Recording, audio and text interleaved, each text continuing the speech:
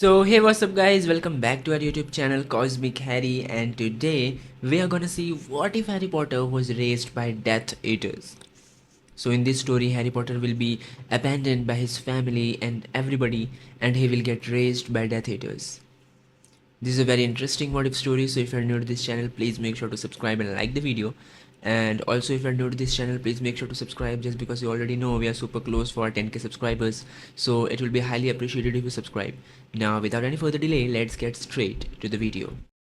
Bellatrix Lestrange hadn't slept in 3 days, and she'd never felt more alive.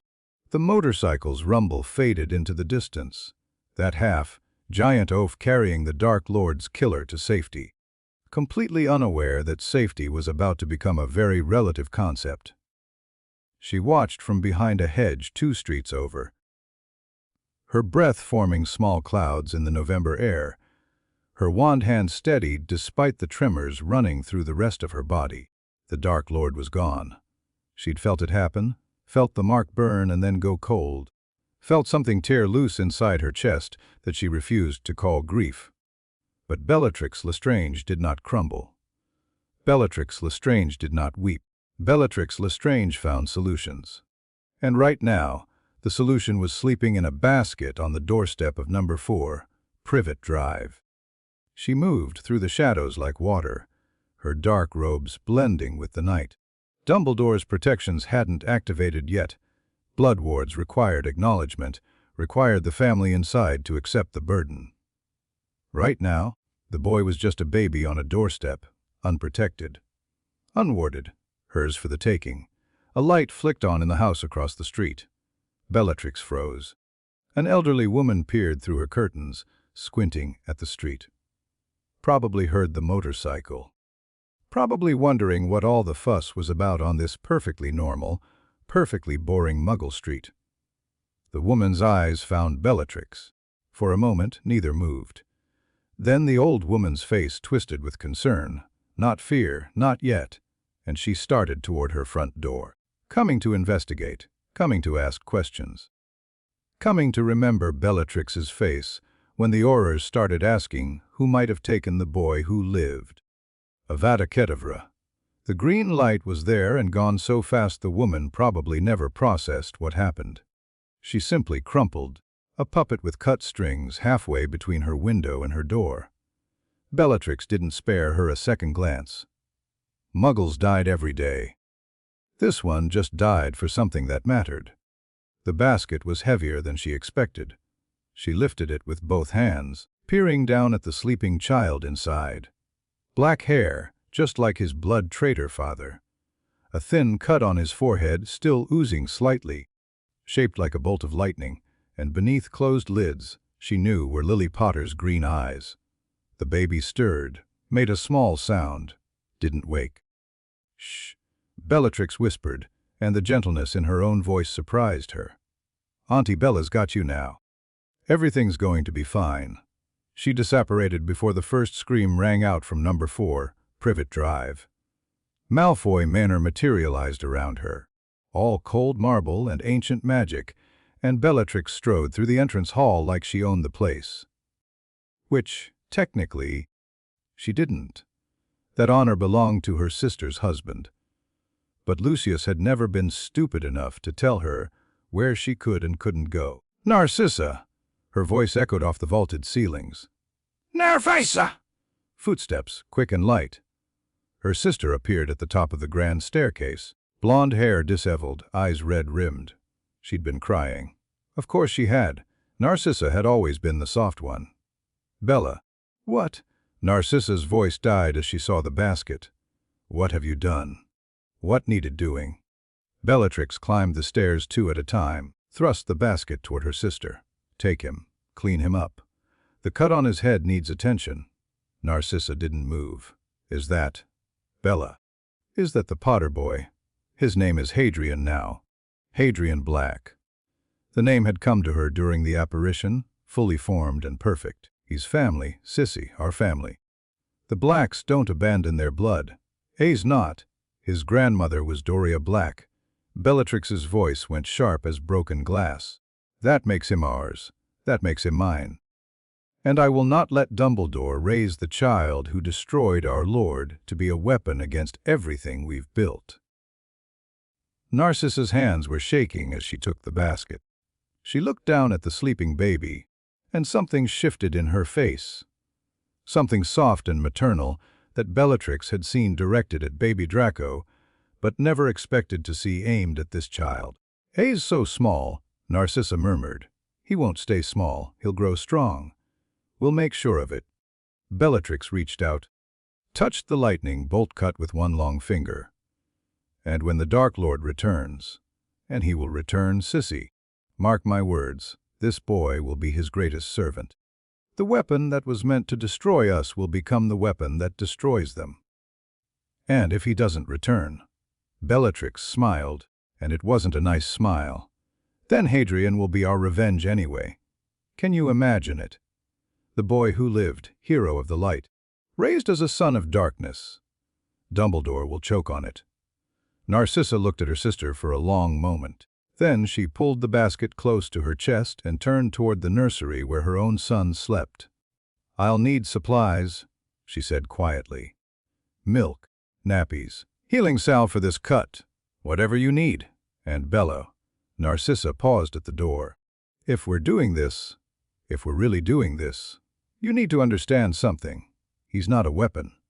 He's not revenge. He's a child. If you can't love him as a child, this will never work." Bellatrix opened her mouth to argue, to explain that love had nothing to do with anything, that this was strategy, that this was survival. But the words wouldn't come, because somewhere deep in the place, she refused to examine too closely. She'd already started thinking of him as hers. "I'll try," she said finally. Narcissa nodded and disappeared into the nursery. The first year was the hardest. Not because of the boy. Hadrian was a remarkably easy baby, quiet and watchful with those unsettling green eyes that seemed to track everything around him. No, the difficulty came from outside. From the Ministry investigators who tore through every known Death Eater residence, looking for the missing Potter heir. From Dumbledore's people, who asked questions with wands drawn and spells ready. From the prophet headlines that screamed about the greatest mystery since Grindelwald's defeat. Lucius handled the political side with his usual serpentine grace. The Malfoys had been under the imperious curse, of course. How dare you suggest otherwise? Generous donations to the minister's favorite charities smoothed over any lingering suspicions. And baby Hadrian stayed in the hidden wing of the manor, his existence known only to the innermost circle. "He needs to go outside eventually," Narcissa said one morning, watching Hadrian toddle after Draco across the nursery floor. The two boys were 18 months old now, Draco a pale ghost of his father, and Hadrian a wild contrast with his dark hair and bright eyes. "He needs sunlight, fresh air, other children. Other children are security risks." Bellatrix lounged in a chair by the window, her eyes never leaving Hadrian. She'd taken to spending most of her time in the nursery, much to everyone's surprise, including her own. "He has Draco. That's enough." "It's not enough, and you know it." Narcissa set down her tea with more force than necessary. "Bella, I love you, but you're treating him like a prisoner, like a project. He's 2 years old. He should be running through gardens and making messes and driving house. Elves mad, not sitting in this room learning to be invisible. Invisible keeps him alive. Invisible keeps him damaged." Narcissa's voice softened. "I see how he watches you. He loves you, Bella, genuinely loves you, but he's also afraid of you. A child shouldn't be afraid of his mother." The word hit Bellatrix like a physical blow. Mother. She'd never thought of herself that way. She was his guardian, his protector, his trainer. But mother. Across the room, Hadrian had stopped playing. He was staring at Bellatrix with those green eyes, his small face uncertain, like he could sense the conversation was about him even if he couldn't understand the words. "Come here," Bellatrix said, and her voice came out rougher than she intended. Hadrian hesitated, looked at Narcissa, looked back at Bellatrix. "Hadrian." Come here." He walked over slowly, each step careful and measured in a way that no toddler's steps should be. When he reached her chair, he stood perfectly still, waiting. Bellatrix reached down and pulled him into her lap. He went rigid for a moment. He always did, and then gradually relaxed against her chest. She could feel his small heart hammering. "You're safe," she told him quietly. "You're always safe with me. Do you understand? No one will ever hurt you while I'm alive." Hadrian nodded against her collarbone. "Good." She pressed a kiss to the top of his head, tasting the strange dark magic that lingered in his scar. "Now go play with Draco. I need to talk to your Aunt Sissy." He slid off her lap and ran. Actually ran, for once, back to where Draco was building something with blocks. Narcissa watched with barely concealed approval. "See," she said. "That's all he needs. Just a little softness. Don't get used to it." Bellatrix stood, straightening her robes. "The world isn't soft, Sissy. He needs to learn that too. He's 2. He's the boy who lived. The world will come for him eventually, whether he's ready or not." She headed for the door. "I'll arrange outings. Controlled ones. The Parkinson estate has children his age, and Augusta is too stupid to ask uncomfortable questions." Narcissa smiled. It was a small victory, but she'd take it. Hadrian learned to read at 3, not because anyone pushed him. Narcissa had specifically forbidden formal lessons until age 5, but because he wanted to. He'd watch Bellatrix read the prophet each morning, her lips moving silently over the words, and something in him needed to know what she knew. Needed to understand the world she was preparing him for. So he taught himself. Dragged books off shelves and puzzled over them for hours. Asked questions that made the adults exchange worried glances. "What's a mudblood? Why did the Dark Lord want to kill babies? What happened to my real parents?" Bellatrix answered every question honestly. That was the deal she'd made with herself. No lies, just careful truths. Mudbloods are witches and wizards born to Muggle parents. They steal magic that should belong to proper families. They dilute our bloodlines and destroy our traditions. The Dark Lord was trying to save our world. Sometimes saving the world means removing the people who threaten it. Your parents were confused. They'd been corrupted by Dumbledore and his lies. They thought they were doing the right thing, but they were wrong. Your parents died fighting against us. They were blood traitors, Hadrian. They chose to stand with mudbloods and half-breeds instead of their own kind. Your mother was brilliant, everyone says so, but she wasted her brilliance on a losing cause. I'm sorry. I know that's hard to hear. Hadrian absorbed these explanations like a sponge. He didn't cry about his parents. He didn't mourn people he'd never known. He simply filed the information away and moved on to the next question. Will the Dark Lord come back? Bellatrix's hand tightened on the prophet. When? I don't know. Will he be angry that I'm alive? This question stopped her cold. She set down the paper and pulled Hadrian onto the couch beside her, forcing him to meet her eyes. Listen to me carefully, little one. The Dark Lord is the greatest wizard who ever lived. When he returns, he will be pleased that we saved you from Dumbledore. He will see what you are, what you can become, and he will welcome you as a son. Do you understand? You have nothing to fear from him. Hadrian studied her face with those unsettling green eyes. You're lying, he said quietly. Your voice went funny. Bellatrix's heart stuttered. 3 years old, and already he could read her tells. She made a mental note to train that out of herself, then reconsidered. Better that he learn young how to spot deception. I'm not lying, she said carefully. I'm hoping. There's a difference. The Dark Lord is unpredictable. I believe he will welcome you, but I can't promise it. What I can promise is that I will protect you no matter what. Even from him if it comes to that. You'd fight the Dark Lord. For me, I'd fight anyone for you. Hadrian considered this for a long moment. Then he nodded, satisfied, and went back to his book. Bellatrix watched him go and wondered when exactly she'd started meaning every word. The lessons began in earnest when Hadrian was 6. Lucius handled politics and pure-blood etiquette, which families to court, which to avoid, how to smile at someone while planning their destruction. He was surprisingly good with children when he bothered to try, his cold demeanor warming slightly when Hadrian demonstrated quick understanding of complex social dynamics. The Weasleys are blood traitors, Lucius explained during one afternoon lesson, spreading family trees across the study table. Red hair, too many children, an embarrassing fascination with Muggles. They've been poor for generations because they lack the ambition to change their circumstances. You'll encounter them at Hogwarts. Be polite. Distant. Never engage.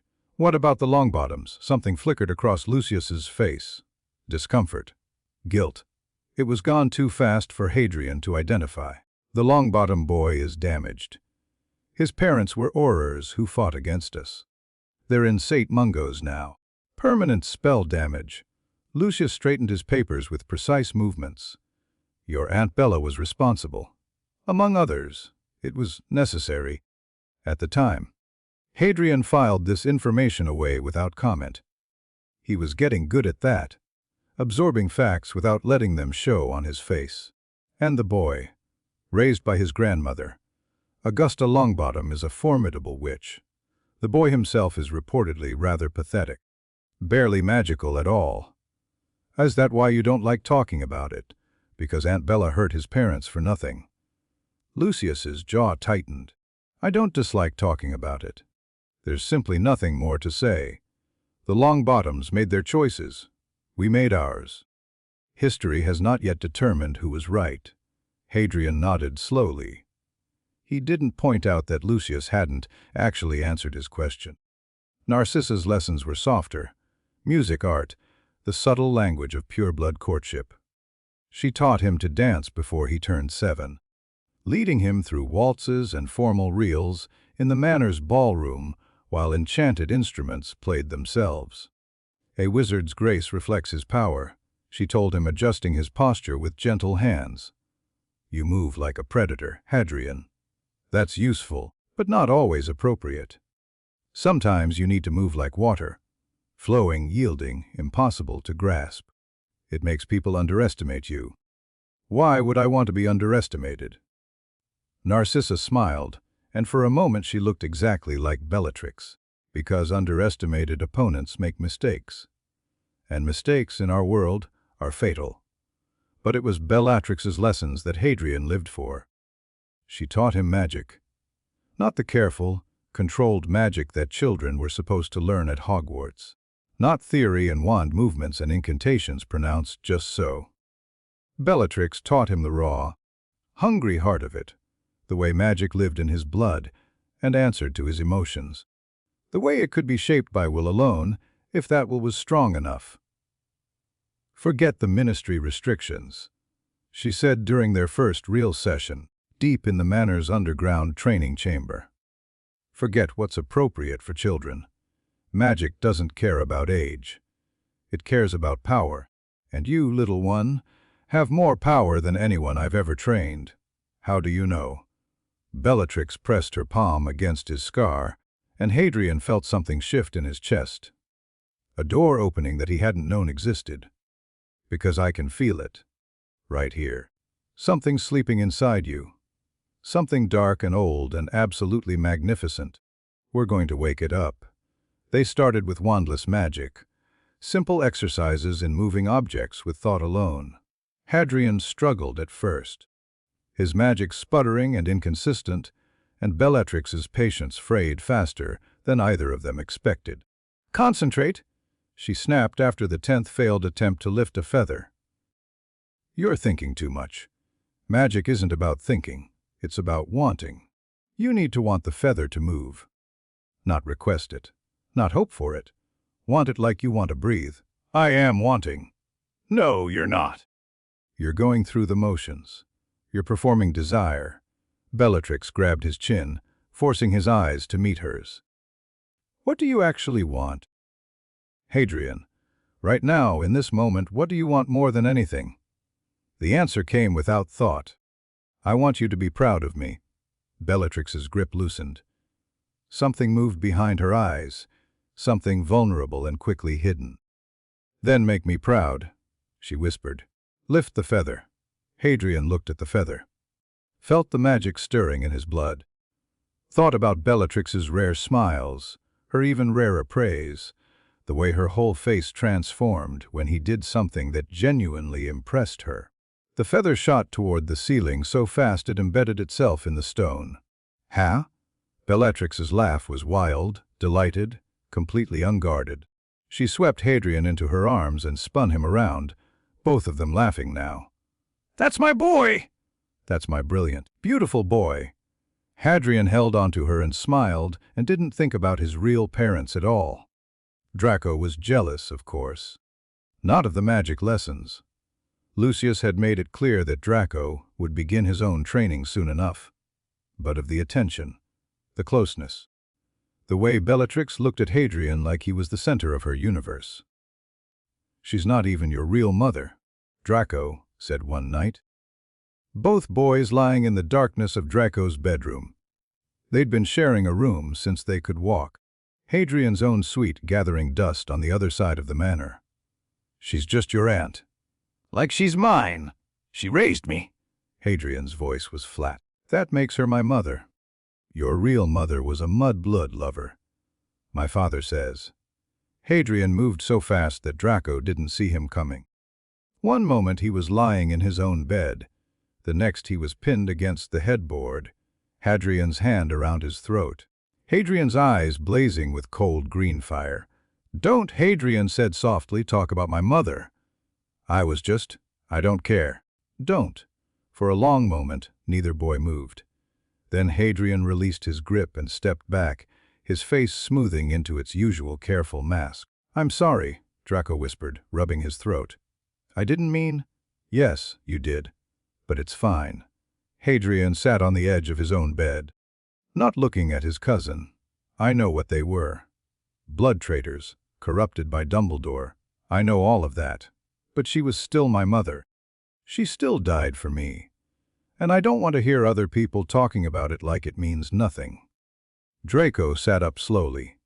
Father says they were weak. That they could have been great, but they chose the losing side instead. Maybe. Hadrian finally looked up, and the cold fire was gone. Now he just looked tired. Tired and sad and older than any 7-year-old should ever look. Or maybe they were just wrong. You can be strong and still be wrong. Aunt Bella is strong, but that doesn't mean everything she believes is true. Are you saying my aunt is wrong about things? I'm saying everyone is wrong about things. The trick is figuring out what? Draco didn't have an answer for that. He was 7 years old and his world was simple. Light bad, dark good. Hadrian's world seemed much more complicated. Can we just go to sleep? Draco asked finally. Yeah. Hadrian lay back down, pulling his blankets up to his chin. Draco, I'm sorry I grabbed you. I shouldn't have done that. It's okay. No, it's not. Aunt Bella says. He stopped, started again. She says we have to control ourselves. That people who can't control themselves become weapons for other people to use. I lost control. It won't happen again. Draco wanted to say something about how they were 7, how losing control was normal. How maybe Hadrian needed to stop taking everything so seriously. But the words stuck in his throat, and by the time he unstuck them, Hadrian's breathing had gone slow and even. His cousin was already asleep. Draco lay awake much longer, staring at the ceiling and wondering who Hadrian would become when he grew up. Wondering if he'd still recognize him. The summer before Hogwarts arrived like a fever dream. Hadrian was 11 now, tall for his age, lean and watchful, with the kind of controlled grace that made adults uncomfortable and other children wary. His magic had grown too large for wandless practice. He needed a wand to channel it properly, which meant a trip to Diagon Alley, which meant exposure. We'll go in disguise, Bellatrix decided, pacing the study while the others watched. Glamour's strong enough to fool Dumbledore himself. Hadrian becomes Adrian, a distant cousin from the continent, homeschooled until now. The backstory is simple enough. The wand will know him. Lucius didn't look up from his papers. Ollivander reads wands like other men read books. The moment Hadrian touches his true wand, that old fool will see everything. Then we don't go to Ollivander. Narcissa's voice was thoughtful. Gregorovitch in Germany. Or, no. Hadrian spoke for the first time, and everyone went quiet. He'd been standing by the window, watching the peacocks strut across the lawn, apparently ignoring the conversation. I want to go to Ollivander. Bellatrix frowned. It's too dangerous. It's necessary. He turned to face them, and something in his expression made even Lucius straighten slightly. You've been preparing me to enter Dumbledore's world, to spy from within. How can I do that if I'm already hiding? If my wand comes from some foreign wandmaker, questions will be asked. But if I walk into Ollivander's and walk out with a proper British wand, I'm just another young wizard. Unremarkable. Invisible. Ollivander will remember. Let him remember. I'll be under glamour. By the time anyone connects Adrian Black to Hadrian Potter, if they ever do, it won't matter. Hadrian's voice was calm, certain. I know you've worked hard to protect me. I know you're scared of losing me. But I can't hide forever. The best hiding place is in plain sight. You taught me that. Bellatrix stared at him for a long moment. Then she laughed, that wild, delighted laugh that meant he'd genuinely surprised her. Merlin's teeth, she said. Listen to you. 11 years old and already thinking like a general. I learned from the best. The trip to Diagon Alley was everything Hadrian had imagined and nothing like what he'd expected. He'd read about it, of course. Books upon books about wizarding London, its history and layout and famous shops. But reading about something and standing in the middle of it were entirely different experiences. The noise alone was overwhelming. Vendors shouting. Children laughing, owls hooting from the emporium's windows. Colors everywhere, bright and clashing and glorious. Magic saturating the air so thickly he could taste it. Narcissa walked beside him, her glamour making her look like a forgettable middle-aged witch with brown hair and a shopping list. Bellatrix had wanted to come, but even the best glamour couldn't disguise her particular brand of intensity. Too risky. Stop gawking, Narcissa murmured, steering him through the crowd with a gentle hand on his shoulder. You're supposed to be a pure-blood hare from France. Act like you've seen magic before. Sorry. Hadrian schooled his features back into polite boredom. It's just, there's so many people. There are always too many people. That's rather the point. She guided him toward a narrow shop front with peeling gold letters. Now then, let's see what Ollivander makes of you. The shop was empty when they entered, dust motes swirling in the weak light from the single window. Shelves stretched from floor to ceiling, packed with narrow boxes, and the smell of old wood and stranger things filled the air. The voice came from everywhere and nowhere. I wondered when you'd arrive. Hadrian didn't jump. Bellatrix had trained that reaction out of him years ago. But his hand twitched toward a wand he didn't have yet. A moment later, a thin old man emerged from between the shelves, his silver eyes fixing on Hadrian with uncomfortable intensity. Narcissa said smoothly, My nephew. He's been educated abroad and now requires a proper wand for his continued studies. Black. Ollivander's gaze didn't waver from Hadrian's face. Yes, I can see the family resemblance. Though there's something else in there too. Something familiar. Hadrian felt his heartbeat quicken but kept his expression neutral. My mother was French, he said. The lie came out smooth and easy. Perhaps you're seeing her family's influence. Perhaps. Ollivander didn't sound convinced. Well then, let's find your wand, Mr. Black. The wand chooses the wizard, as they say. Hold out your wand arm.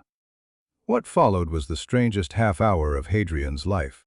Wand after wand passed through his hands, holly and dragon heartstring, oak and unicorn hair, yew and phoenix feather. Each one reacted wrong. Either nothing happened at all, or the magic surged and crackled and made the lights flicker ominously. 3 wands actually shattered in his grip, their cores rejecting him so violently that Ollivander had to dodge flying splinters. "Curious," the old man murmured after the 3rd explosion. "Very curious indeed.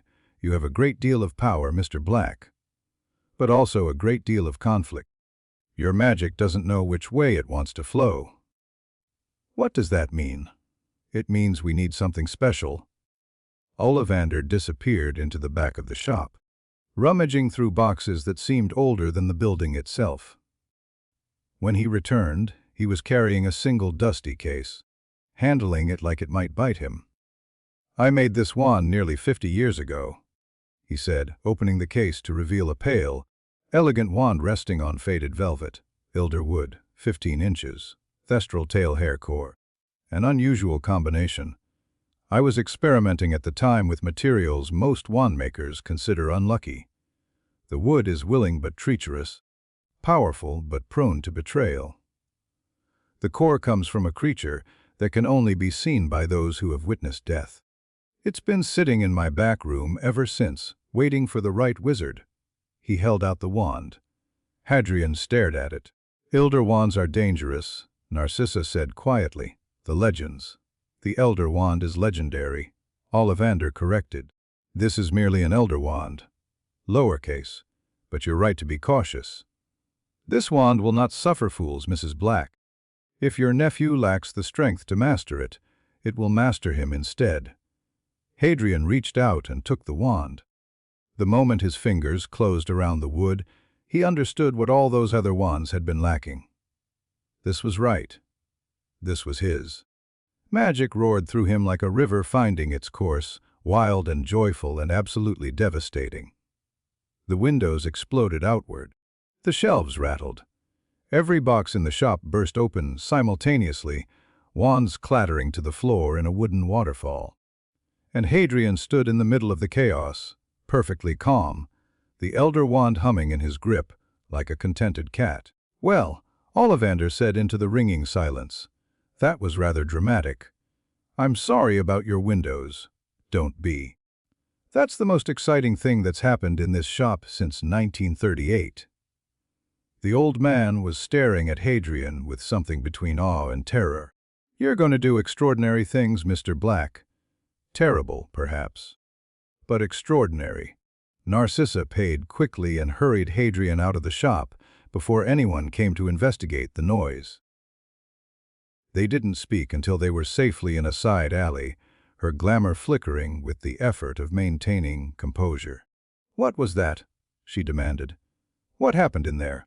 Hadrian looked at the wand in his hand, elderwood pale as bone, a core of thestral hair, taken from a creature of death. "I found my wand," he said simply. The weeks before September 1st passed in a blur of preparation. There were trunks to pack, robes to fit, books to study. Hadrian memorized the layout of Hogwarts from stolen architectural plans. He studied profiles of every professor, every significant student, every potential threat and ally. He practiced his cover story until it felt more real than the truth.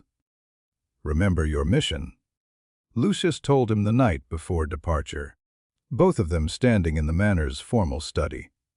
"Observe, report, build relationships with students from useful families. Avoid drawing unnecessary attention. And Dumbledore, avoid him entirely if possible. If not, be polite but distant. He's a legilimens, one of the best. Never look him directly in the eyes for more than a second." Hadrian nodded. He'd been training in occlumency since he was 8, building walls in his mind, so thick that even Bellatrix couldn't break through them anymore. But Dumbledore was different. Dumbledore was the boogeyman of his childhood, the great enemy that every lesson and lecture had prepared him to face. "I won't fail," he said quietly.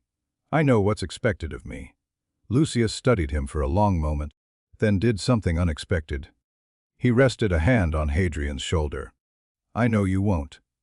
You've been raised for this, Hadrian. You're the best of us. He hesitated. Be careful. The world is not as simple as the lessons we've taught you. People will surprise you. Some for good, some for ill. Stay sharp. Stay adaptable. And if you ever feel like you're losing yourself, remember who you are and who you belong to. I will. Uncle Lucius. Good.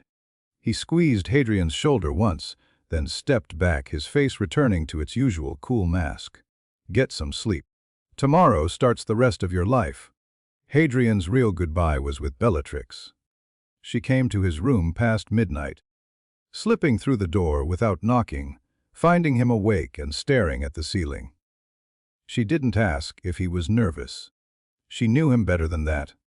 I have something for you, she said, sitting on the edge of his bed.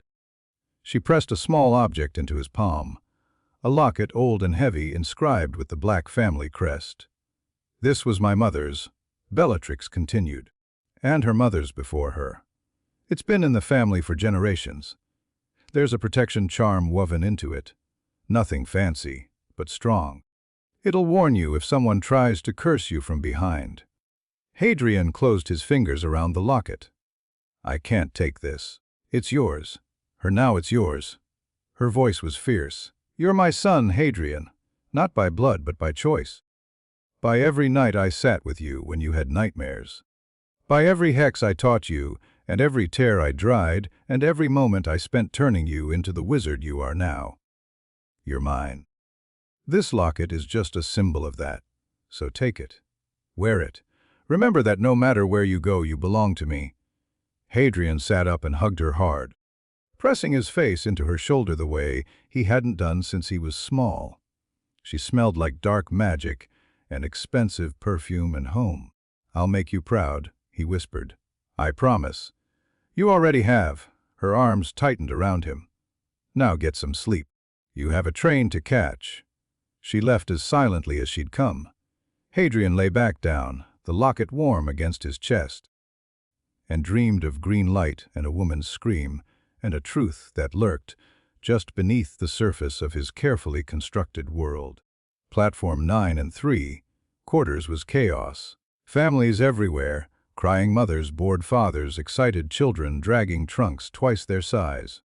Owls hooted from cages, cats wound between legs. Someone had let loose a pack of exploding snap cards, and the small detonations added to the general cacophony. Hadrian stood at the edge of it all, trunk floating behind him, taking in the scene with cold green eyes. This was the enemy, not the children themselves. Most of them were irrelevant, pawns in a war they didn't even know was coming. But the institution they represented, the system they were entering, the values they were about to absorb. Hogwarts was Dumbledore's domain. Every student who passed through those doors came out shaped by his vision of the world. Hadrian was here to prove that vision wrong. Adrian, Draco's voice cut through the noise. His cousin appeared at his elbow, pale hair perfectly arranged, new robes pristine. Mother says we should board together. Better to establish dominance over a compartment early. Agreed. Hadrian started toward the train, Draco falling into step beside him. Did you see anyone interesting? Longbottom's here. Looked like he might throw up. Draco's smile was cruel. Oh, and there's a Weasley. No, wait, several Weasleys. Merlin, they really do breed like rabbits. Draco. Hadrian's voice carried a warning. Remember what Uncle Lucius said, polite and distant. We don't need enemies before we even start. I know. But Draco was still smirking. I just think it's funny, that's all. All those ancient bloodlines, all that magical heritage, and they can't even afford new robes for their children. What's the point of being pureblood if you're poor? Hadrian didn't answer. He was watching a family near the back of the platform. A red-haired woman hugging a round-faced boy, speaking to him with obvious affection. The Longbottoms, or rather, the Longbottoms singular. The boy's grandmother stood nearby, stern and upright, watching the farewell with something like impatience. He looks terrified, Hadrian said quietly. Who wouldn't be? Hogwarts is terrifying if you're weak, Draco tugged at his arm. Come on, let's get a good seat. They found an empty compartment near the middle of the train and settled in. Draco immediately started complaining about his father's instructions, his mother's warnings, the inferiority of everyone they'd seen on the platform. Hadrian let the words wash over him, his attention focused on the window and the families still saying goodbye. One figure caught his eye. A girl with bushy brown hair, standing alone, her trunk marked with a Muggle label. She looked overwhelmed but determined, chin raised, eyes taking in everything with obvious hunger. Muggle-born. Hadrian watched her board the train, mentally filing her away. Another piece on the board. Another variable to track. Another. The compartment door slid open. Mind if I sit here? Everywhere else is full. The speaker was a gangly boy with red hair and a smudge of dirt on his nose. Weasley, had to be. I'm Ron, by the way. Ron Weasley's lip curled. Actually, we do mind. This compartment is full of space. Hadrian interrupted smoothly. Please, sit down. I'm Adrian Black, and this is my cousin Draco Malfoy. The Weasley boy's face went through an interesting series of expressions. Surprise, suspicion, something that might have been hope. He clearly knew the Malfoy name and what it meant. Just as clearly, he was desperate for somewhere to sit. Thanks, he said finally, dropping onto the seat across from them. Black, you said? I don't think I know any blacks at Hogwarts. I've been educated abroad. The lie came easily now, worn smooth by repetition. France, mostly. This is my first year at Hogwarts. Cool. Ron was looking at Draco like he expected to be hexed at any moment. So, what house do you think you'll be in? Slytherin? Draco said flatly. Obviously. Right. Obviously. Ron's enthusiasm dimmed visibly. I'll probably be Gryffindor. All my brothers have been. How many brothers do you have? Hadrian asked, keeping his voice casual and interested. And a sister, Ron made a face. It's a lot. Hand me downs forever. Honestly, I'm just hoping to do something that makes people see me instead of just another Weasley. Hadrian filed this away too. Resentment, desire for recognition, potential pressure points. I'm sure you will, he said, and let the conversation move on. The train ride passed in strange fits and starts. Ron Weasley turned out to be more interesting than expected. Not intelligent, exactly, but shrewd about people in the way that children from large families often were. He watched Draco with open distrust, but seemed genuinely curious about Hadrian, asking questions about France and foreign magic, and whether the Box-Batons uniforms were really as ridiculous as people said. My brother Charlie says they're basically pajamas, Ron confided, unwrapping a squashed sandwich. But Bill says they're quite smart, actually. Bill's the cool one. He works for Gringotts now, breaking curses on tombs in Egypt. That sounds dangerous, Hadrian said. Oh, it is. He's got all these scars. Ron said it with obvious pride. What does your family do? This and that.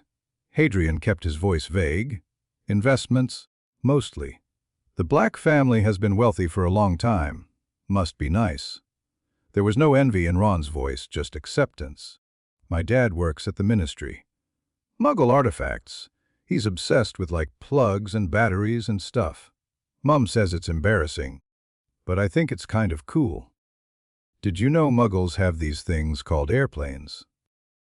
They're like giant metal birds that carry people around. Mental, right? Draco made a disgusted noise.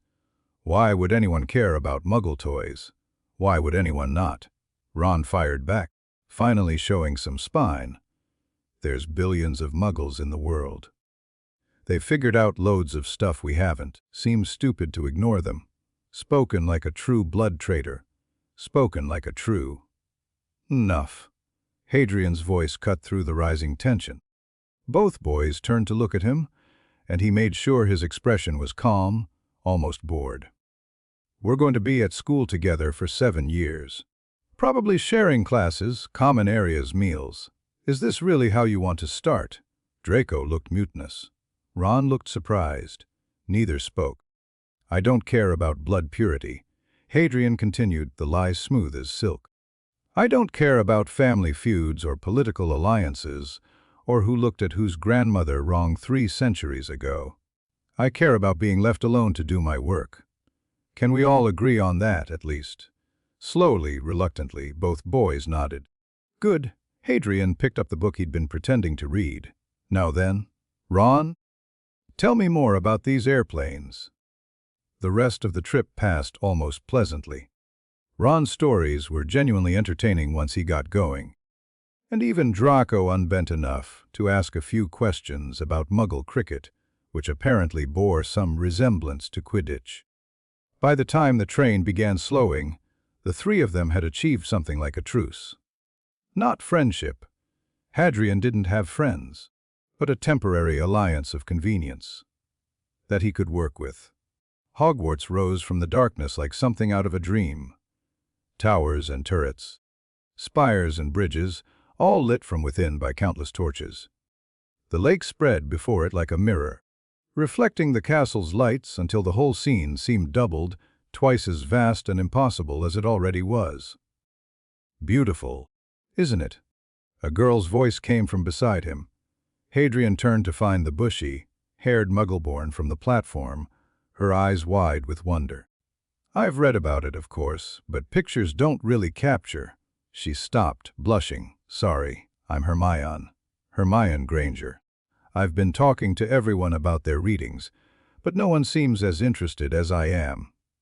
Adrian Black. Hadrian studied her with new interest. Up close, she radiated nervous energy, her hands constantly moving, her gaze darting from face to castle to sky. Everything, she said it without shame. Hogwarts, a history, obviously, and all the first-year textbooks. I've been practicing the spells, too. I managed a few of them, though I'm not sure I'm doing them right. Do you think they'll be very strict about technique? I've been worried that. Granger. A lazy drawl from behind them. Draco had caught up, his lip curled with familiar disdain. Is that a Muggle name? Hermione's enthusiasm visibly dimmed. My parents are dentists. They fix teeth. I'm the first magical person in my family. A mudblood. Draco made the word sound like a disease. Don't use that word. Hadrian's voice was soft, but something in it made Draco take a step back. It's crude. But, I said, don't. Hadrian turned back to Hermione, who was looking between them with obvious confusion. Forgive my cousin. He was raised with certain prejudices. Hermione, was it? I'd be happy to compare notes on the readings sometime. I've been curious about the practical applications of basic transfiguration theory. Hermione's face lit up like someone had cast lumos behind her eyes. Really, I have so many questions about. Fire sky. The booming voice cut through all conversation, and suddenly they were being herded toward the boats, 4 to a vessel, the castle growing larger and larger as they crossed the black water. Hadrian ended up with Draco, Ron, and a round-faced boy who introduced himself as Neville Longbottom. Longbottom. Hadrian kept his face neutral, but his mind was racing. This was the boy whose parents Bellatrix had tortured. The boy who, according to some interpretations, could have been the boy who lived if Voldemort had chosen differently. He looked exactly as pathetic as Lucius had described, trembling slightly, clutching a toad to his chest, obviously terrified of everything.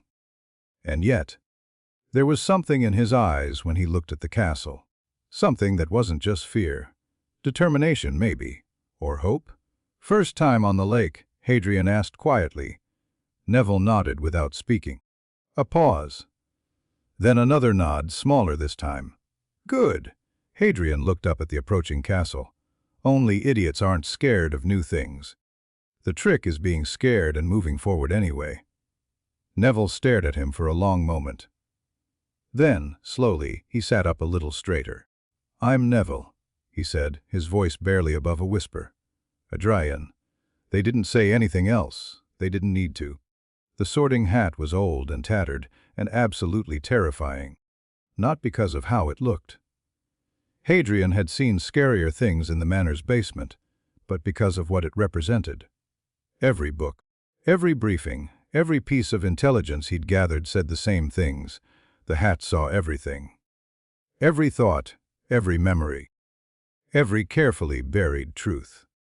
It would know who he really was the moment it touched his head. He watched student after student approach the stool. His stomach tight with tension he refused to show. Abbott, Hannah, went to Hufflepuff, Bones, Susan to Boot, Terry to Ravenclaw, Brown, Lavender to Gryffindor, and Black, Adrian. The great hall went quiet. The Black family hadn't produced a Hogwarts student in almost 2 decades. Every head turned to watch as Hadrian walked forward, his pace steady, his face expressionless. The hat dropped over his eyes, plunging him into darkness. Well. The voice filled his head, ancient and amused. What have we here? Hadrian Potter, hiding behind a borrowed name. Oh, don't look so surprised. I've sorted your family for 1,000 years. You think I can't recognize Potter blood when it sits on my stool? Hadrian's hands clenched on the stool's edge. You can't tell anyone. Can't I? I am the sorting hat boy. My job is to put students in the right house, not to keep their secrets. Please. The word came out before he could stop it. If you tell them, if Dumbledore finds out, what? You think the old man will drag you off to Azkaban? The hat's mental laugh was unpleasant. Perhaps. He might try to save you instead. Fill your head with light and love and other useless things. Is that what you're afraid of? Being saved? I'm afraid of losing everything. Hadrian forced himself to think clearly. My family, my home, everyone I love. If you expose me, The hat's tone shifted, became thoughtful. Everyone you love. That's interesting. The last Potter who sat here thought about love too. She had your eyes, you know. Green as killing curses. She begged me not to put her in Slytherin, even though she had the cunning for it. Didn't want to disappoint her friend. My mother was almost sorted into Slytherin. Nearly. I could have gone either way with her. Gryffindor won out in the end. She was brave enough to sacrifice herself for you, wasn't she? But there was always a serpent coiled in her heart. I see it in you too. Coiled and waiting. Hadrian didn't know what to say to that. The hat continued, its voice dropping to something almost gentle. Here's what I know, Hadrian Potter. You've been raised by darkness, taught to hate and fear and fight. Every lesson you've learned says that power is everything and love is weakness. And yet you still love them. Bellatrix Lestrange, who stole you from your home. Narcissa Malfoy, who healed your wounds. Even Draco, that spoiled brat, you love him like a brother. How does that fit with everything you believe? It doesn't, Hadrian admitted. But it's still true. Yes, that's what makes you interesting. The hat seemed to settle more firmly on his head. I could expose you. I should, probably. Dumbledore would want to know. But here's the thing. I don't work for Dumbledore. I work for Hogwarts. And right now, what Hogwarts needs is exactly what you are. Someone who doesn't fit the categories. Someone who might bridge the gap between houses instead of widening it. So I'm going to make you an offer. What kind of offer? I'll keep your secret, for now, but in exchange you have to promise me something. What? When the time comes to choose, and it will come, boy, mark my words, you have to choose honestly. Not what you were taught, not what you're afraid of. What you actually believe is right. Can you do that? Hadrian thought about Bellatrix's lessons and Narcissa's kindness, and the photograph of his parents that he'd hidden in his trunk. He thought about the green light in his dreams, and the scar on his forehead, and the feeling of wrongness that had been growing in his chest for years. Yes, he said, I can do that. Then we have a deal. The hat's voice turned formal, public-facing. Better be? The green and silver table erupted in applause. Hadrian pulled the hat off his head, met Dumbledore's curious gaze for exactly 1 second, and walked toward his housemates with his head held high. He didn't look back. The Slytherin common room was everything he'd been promised, and nothing like what he'd expected. It was beautiful. First of all emerald light and dark leather and silver accents, windows looking out into the depths of the lake. It was sophisticated in a way that the Gryffindor common room, which he'd seen in pictures, simply wasn't. But it was also tense in a way he hadn't anticipated. Every conversation held subtext. Every glance carried weight. Even the first years were already positioning themselves, forming alliances and grudges that would shape the next 7 years. Adrian Black, a girl's voice cool and measured. He turned to find a blonde watching him with ice-blue eyes, her expression giving away absolutely nothing. "I'm Daphne Greengrass. My mother knew your grandmother." "Did she?" Hadrian matched her tone exactly. "I wasn't aware our families were connected." Distantly. "Through the Rosiers, I believe." Daphne tilted her head slightly, studying him like he was an equation she hadn't quite solved. "You caused quite a stir at your sorting. 7 minutes under the hat. That's unusual." The hat was thorough. The hat was conflicted. Her lips curved in something that wasn't quite a smile. "Which means you're conflicted too. Interesting. I thought the Blacks were all certainty and madness." "You've been misinformed." "Apparently so." She held his gaze for a long moment, then nodded once. "I'm sure we'll be seeing more of each other, Adrian. Slytherin first years tend to stick together. For survival, if nothing else." She walked away before he could respond, joining a group of girls who immediately bent their heads together in whispered conversation. Hadrian watched her go and felt something shift in his chest. Interest, maybe, or concern. Daphne Greengrass had looked at him like she was already planning 3 moves ahead. That was either very good or very bad, and he wasn't sure which. Who was that? Draco appeared at his elbow, his voice sharp with something that might have been jealousy. "Greengrass, why was she talking to you?" Introducing herself. "Apparently our families know each other. The Greengrasses are neutral. They didn't support the Dark Lord during the war." Draco said it like an accusation. "Feather says they can't be trusted." "Maybe?" Hadrian watched Daphne laugh at something one of the other girls said, the sound carrying across the common room. "Or maybe that just means they're smart enough to keep their options open." "That's the same thing." "Is it?" Draco didn't have an answer for that. He rarely did when Hadrian asked questions that didn't fit the worldview they'd been raised with. "Come on," Hadrian said finally. "Let's find our dormitory. It's been a long day." Sleep didn't come easy that night. Hadrian lay in his new bed, surrounded by the soft breathing of his dormmates, staring up at the green, tinged darkness of the lake pressing against the window. His mind wouldn't stop racing. The hat knew the truth. Dumbledore suspected something. That 1-second glance had been sharp enough to cut. Daphne Greengrass saw through masks like they were made of glass. And tomorrow, the real work would begin. Classes to navigate, relationships to build, a mission to complete. He touched the locket at his throat, feeling its warm weight. "You belong to me," Bellatrix had said, and he did. He belonged to her, to the family that had raised him, to the cause they served. But for the first time in his life, he wondered if belonging and believing were the same thing. The lake shifted outside his window, something massive moving in its depths. Hadrian watched its shadow pass and thought about serpents, both the ones you could see and the ones that hid inside your own heart. Time to meet the enemy, he'd thought on the platform.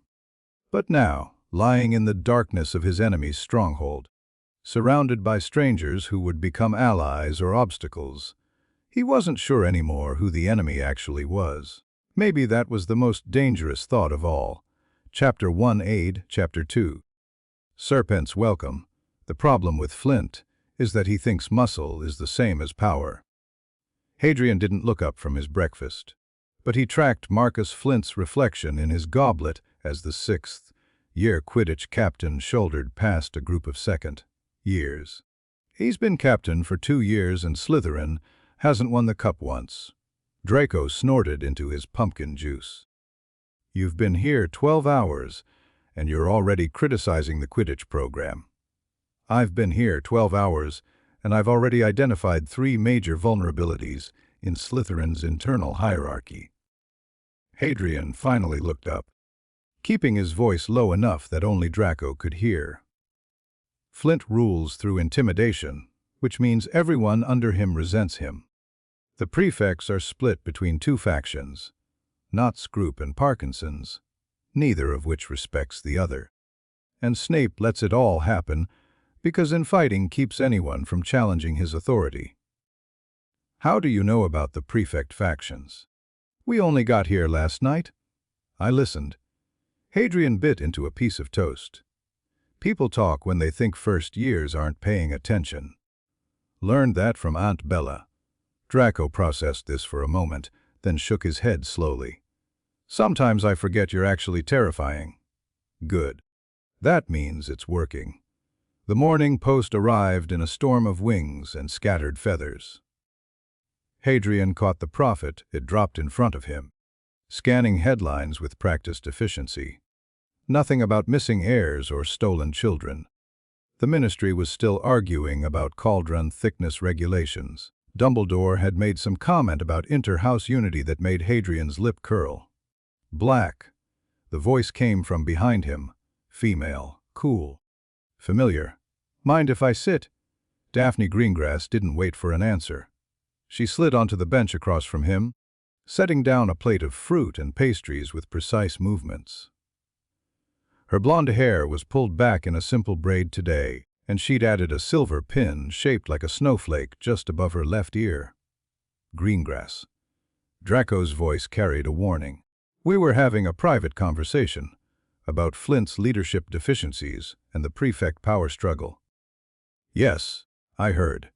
Daphne selected a strawberry, examining it like it might contain secrets. You might want to cast a muffliato next time. First-year voices carry. Hadrian felt his shoulders tighten. Sloppy. He'd been sloppy. How much did you hear? Enough to know you're not a typical black. She met his eyes directly, and something in her gaze made him feel like he was being dissected. The blacks I've met don't analyze. They react. It's all passion and fury with them. Admirable in battle, disastrous in politics. But you won? She bit into the strawberry, chewed thoughtfully. You plan. I can see it happening behind your eyes. Every word someone says, you're filing it away, building patterns, looking for weaknesses. It's fascinating. You don't know anything about me. I know you're hiding something. She said it casually, like commenting on the weather. Everyone in Slytherin is hiding something, of course. That's rather the point of our house. But most people hide small things, embarrassing relatives, inconvenient crushes, family debts. You're hiding something bigger. Something that made the Sorting Hat sit on your head for 7 minutes before screaming Slytherin like it was afraid. Draco's hand moved toward his wand under the table. Hadrian stopped him with a look. The hat was thorough. Hadrian said, repeating his line from last night, I'm more complex than most. No doubt. Daphne's smile was sharp as a paper cut. I'm not asking you to confide in me, Black. We just met. Trust takes time, and Slytherins don't give it freely. But I wanted you to know that I see you. Not whoever you're pretending to be. You, the real one. The one who's already planning how to use everyone in this hall. And why would you tell me that? Because I'm planning to. She stood, brushing invisible crumbs from her robes. I think we could be useful to each other, eventually. When you're ready to stop pretending we're not the same kind of creature, come find me. She walked away without looking back. Hadrian watched her go and felt something he rarely felt: uncertainty. That girl, Draco muttered darkly, is dangerous. Wes, Hadrian picked up his toast again, though his appetite had vanished. She is.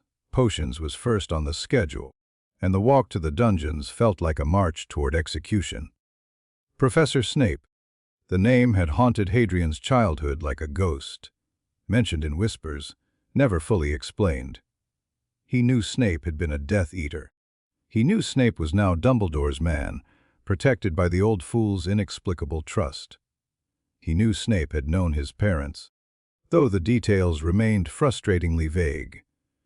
What he didn't know was why Snape's name made Bellatrix go silent every time it came up.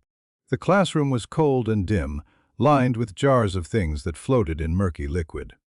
Slytherins filed in first, claiming the back rows with territorial efficiency. Hadrian chose a seat near the middle, visible enough to demonstrate confidence, anonymous enough to observe. Gryffindors arrived shortly after, clustering together like sheep seeking safety in numbers. Ron Weasley dropped into a seat near the front, caught Hadrian's eye, and offered a tentative nod. Hadrian returned it. "Did you just acknowledge a Weasley?" Draco hissed. "I acknowledged a potential asset. There's a difference." The door slammed open with enough force to rattle the jars on the shelves. Professor Snape swept into the room, black robes billowing, and Hadrian understood immediately why this man commanded fear. It wasn't his appearance, though that was striking enough. Sallow skin, hooked nose, hair that hung in greasy curtains around his face. It was his presence. Snape moved like a predator, all coiled tension and barely restrained violence. His black eyes swept the room, cataloging every student, dismissing most, lingering on a few. Those eyes found Hadrian, stopped, reddened slightly. Then they moved on, and Snape began speaking in a voice like velvet wrapped around poison. "There will be no foolish wand, waving or silly incantations in this class. As such, I don't expect many of you to appreciate the subtle science and exact art that is potion making. However, for those select few who possess the predisposition, I can teach you how to bewitch the mind and ensnare the senses. I can tell you how to bottle fame, brew glory, and even put a stopper in death." The silence that followed was absolute.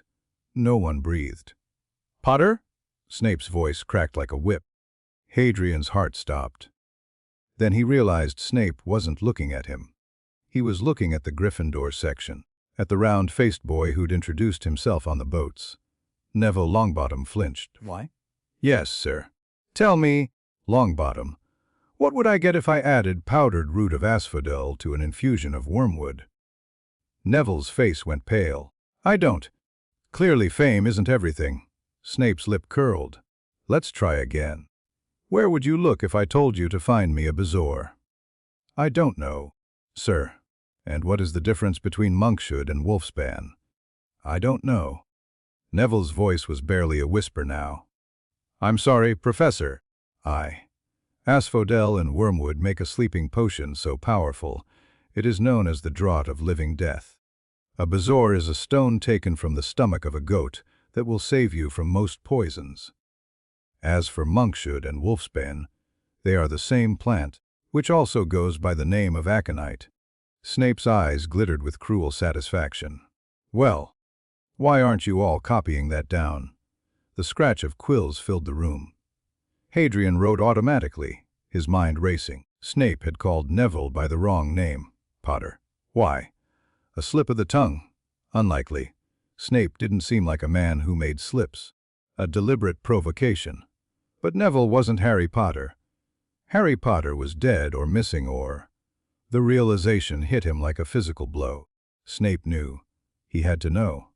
The way he'd looked at Hadrian, that split-second widening of his eyes, he'd recognized something. And then he'd immediately turned to Neville, asked questions designed to humiliate, called him Potter like he was making a point. "You have your mother's eyes." The phrase surfaced from some half-buried memory, something Lucius had mentioned once. Lily Potter's eyes, green as killing curses. Green as? Hadrian looked down at his own hands, steady on his quill, and felt the ground shift beneath him. Black. Stay after class. The words dropped into the post, lesson chaos like stones into still water. Draco shot Hadrian a worried look. Hadrian shook his head slightly and began packing his things with deliberate slowness. The other students filed out, casting curious glances over their shoulders. Neville Longbottom paused at the door, and for a moment his eyes met Hadrian's. There was something there. Not recognition exactly, but a kind of kinship. Two boys who'd been singled out. Two boys who didn't quite fit. Then Neville was gone, and Hadrian was alone with the most dangerous man in Hogwarts.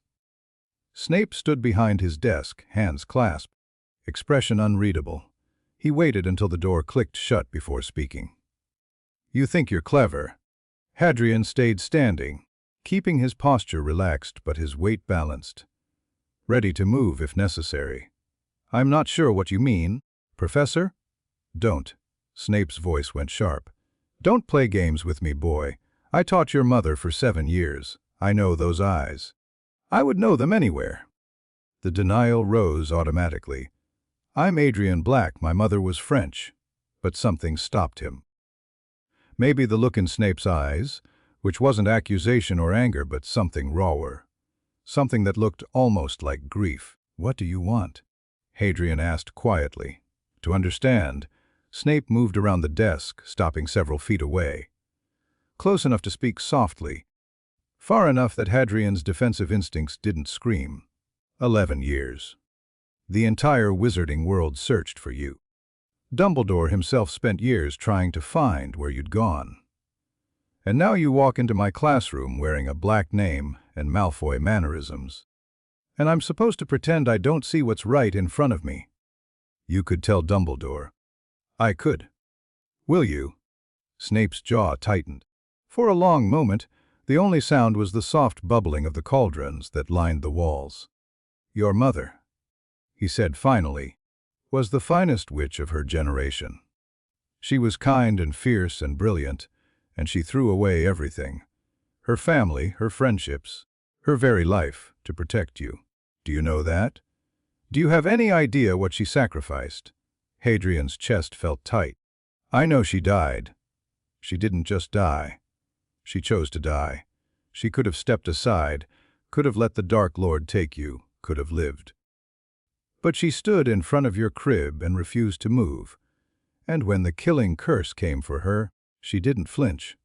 Snape's voice cracked on the last word. I know because I was there, in the memories. Dumbledore showed me. I watched her die over and over again, and every time. He stopped, turned away. His shoulders were rigid under his black robes. She was my friend, he said quietly. The only real friend I ever had, and now her son stands in front of me, raised by the woman who tortured my colleagues into insanity, and I don't know what I'm supposed to do. Hadrian didn't move, didn't breathe. This was nothing like what he'd expected. No accusations, no demands, no immediate betrayal to Dumbledore. Just a broken man confronting ghosts. I didn't choose this, he said finally. I was 18 months old. I don't remember her. I don't remember anything before the manor. All I know is what I was taught, and what I was taught was. He hesitated, searching for words that wouldn't condemn him. Not kind to her memory. Snape turned back around. His eyes were dry, but something in them had shifted. What did they tell you? That she was a blood traitor. That she corrupted my father and turned him against his own kind. That she died because she chose the wrong side. The words came out flat, rehearsed. That the scar on my forehead was her final curse, trying to kill me even as she died. Something ugly flickered across Snape's face. Bellatrix told you that? Yes. And you believed it? The question hung in the air. Hadrian thought about the photograph hidden in his trunk, the one he'd found in a restricted book. James and Lily Potter on their wedding day, smiling, so obviously in love. I don't know what I believe anymore, he admitted. Snape studied him for a long moment. Then he reached into his robes and produced a small vial filled with silver mist. Memories, he said. Real ones, not whatever propaganda the Death Eaters fed you. Your mother as a child, as a student, as a woman. The truth of who she was. He held out the vial. If you want it. Hadrian stared at the vial. His hand trembled slightly as he reached for it.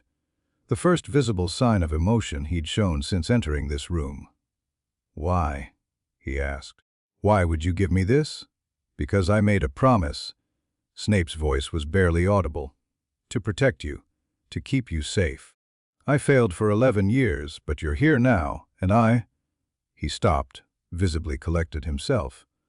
"Your mother was the best person I ever knew. If there's any of her left in you, any spark that the blacks haven't snuffed out, these memories might help you find it." Hadrian took the vial. It was warm against his palm, almost alive. "The headmaster will notice if I meet with you regularly," Snape continued, his voice returning to its usual cold precision. "But detentions are another matter, a first-year brewing disasters, requiring remedial instruction. No one would question it. If you want to learn more about your parents, about the truth, make yourself available to me on Tuesday evenings. And you won't tell Dumbledore." Snape's lip curled. "Dumbledore has his own plans for Harry Potter. Plans that treat you as a weapon, not a child. I have no intention of handing you over to be shaped into another sacrifice." He paused. "But understand this, boy. I am not your friend. I am not your ally. I am merely keeping a promise to a dead woman. The moment you become a threat to what she died for, I will end you myself." "Crystal." "Good." Snape gestured toward the door. "Now get out. You have Transfiguration next. And McGonagall doesn't tolerate lateness." Hadrian pocketed the vial and walked toward the door. He was almost there when Snape spoke again. "Potter." He stopped, didn't turn around. "You have your mother's eyes." The words were soft, almost gentle. "Don't waste them." Hadrian pushed through the door and didn't look back. The rest of the day passed in a blur. Transfiguration with Professor McGonagall, who turned her desk into a pig, and back again without changing expression. History of magic with Professor Binns, who was literally dead, and somehow still the most boring teacher Hadrian had ever encountered. Lunch in the Great Hall, surrounded by Draco's endless commentary and the watchful eyes of a dozen students who'd heard about his extended sorting. Through it all, the vial burned in his pocket like a brand. "Your mother was the best person I ever knew." Hadrian had never thought about his mother as a person. She was an abstraction, a blood traitor, a cautionary tale, a name that made Bellatrix's voice go cold. Even the photograph hadn't fully humanized her. Beautiful, yes. Happy, yes. But still just an image, flat and frozen. These memories were different. These were real. Someone had known Lily Potter, had loved her, apparently, in whatever broken way Snape was capable of love, and wanted Hadrian to know her too. He couldn't look at them yet. Not here, not surrounded by strangers. But tonight, when the dormitory was dark and quiet. "You've been distracted all day." Daphne's voice cut through his thoughts. She'd materialized beside him in the corridor, moving silently despite the crowd. "Whatever Snape said to you has you rattled." "I'm not rattled. Your left hand has been touching your pocket every 30 seconds since lunch. That's a self-soothing gesture. Something in that pocket matters to you, and you can't stop checking that it's still there." She smiled thinly. "Like I said, rattled?" Hadrian forced his hand to stay at his side. "You're very observant. I have to be.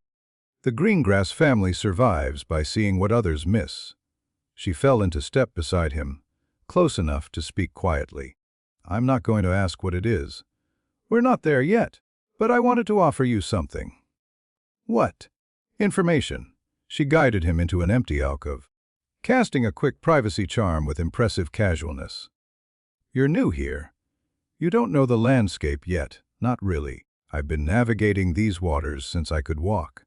Names, alliances, weaknesses, secrets. I know them all, or I know how to find them. And what do you want in exchange?" "Right now, nothing." Consider it a gesture of goodwill. Her eyes met his, clear and calculating. "Later, when you trust me enough to be honest, we can discuss a more formal arrangement. But for now," she reached into her bag and pulled out a folded piece of parchment. "Here. A map of Slytherin's internal politics. Who matters? Who doesn't? Who to avoid? Who to cultivate? It's not complete. I update it every month. But it'll get you started." Hadrian took the parchment slowly. "Why?" "Because you're interesting. Because you're powerful. Because the stupid boys in our year would rather compete with you than cooperate, and that seems like a waste. She stepped back, dropping the privacy charm. Read it tonight. Memorize it. Burn it before morning. And Adrian. Yes! Whoever you really are. I hope they're worth all this trouble you're taking to hide them. She walked away, disappearing into the crowd of students like she'd never been there at all. Night fell slowly over Hogwarts. Hadrian lay in bed, waiting, listening to the breathing of his dormmates settle into the rhythms of sleep. Draco was out first. The boy slept like the dead always had. Theodore not took longer, tossing and turning before finally going still. Blaise Zabini was last, his breathing deliberately even, and Hadrian had to wait an extra 20 minutes before he was sure it wasn't faked. Then, carefully, he slipped out of bed and padded toward the bathroom. The pensieve was a problem. He didn't have one. Couldn't exactly requisition one from Snape without raising questions, and the only other option was Dumbledore's office, which was obviously impossible. But there were other ways to view memories, less elegant but functional. Bellatrix had taught him the technique years ago, dismissing it as inferior but useful in emergencies. He locked the bathroom door, sat on the cold stone floor, and uncorked the veil. The silver mist poured out, swirling in the air like something alive. Hadrian closed his eyes, pressed his fingertips to his temples, and let the magic pull him under. He was standing in a garden. Flowers everywhere, lilies he realized with a jolt, and two girls sitting in the shade of a large tree. One was blonde and thin, lipped, her expression sour. The other, red hair, green eyes, a gap-toothed smile as she made a flower open and close in her palm without touching it. "You're a witch," the boy beside her said, and Hadrian felt the shock of recognition. That was Snape, young and hollow-cheeked, watching Lily Potter with naked adoration. "I've been watching you. The things you can do, that's magic. I'm not a witch." The girl Lily, his mother, so young, looked offended. "That's a mean thing to say." "No, it's wonderful. It means you're special. It means you're like me." The memory shifted, blurred, reformed. Hogwarts now. Older Lily, maybe 14.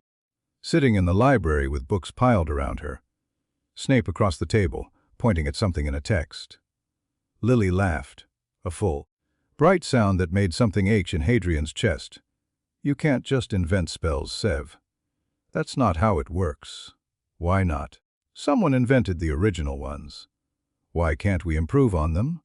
"Because you'll blow yourself up, that's why." But she was smiling, and her hand rested briefly on his arm.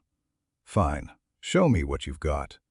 But if we both end up in the hospital wing, I'm telling Madame Pomfrey it was your idea." Another shift.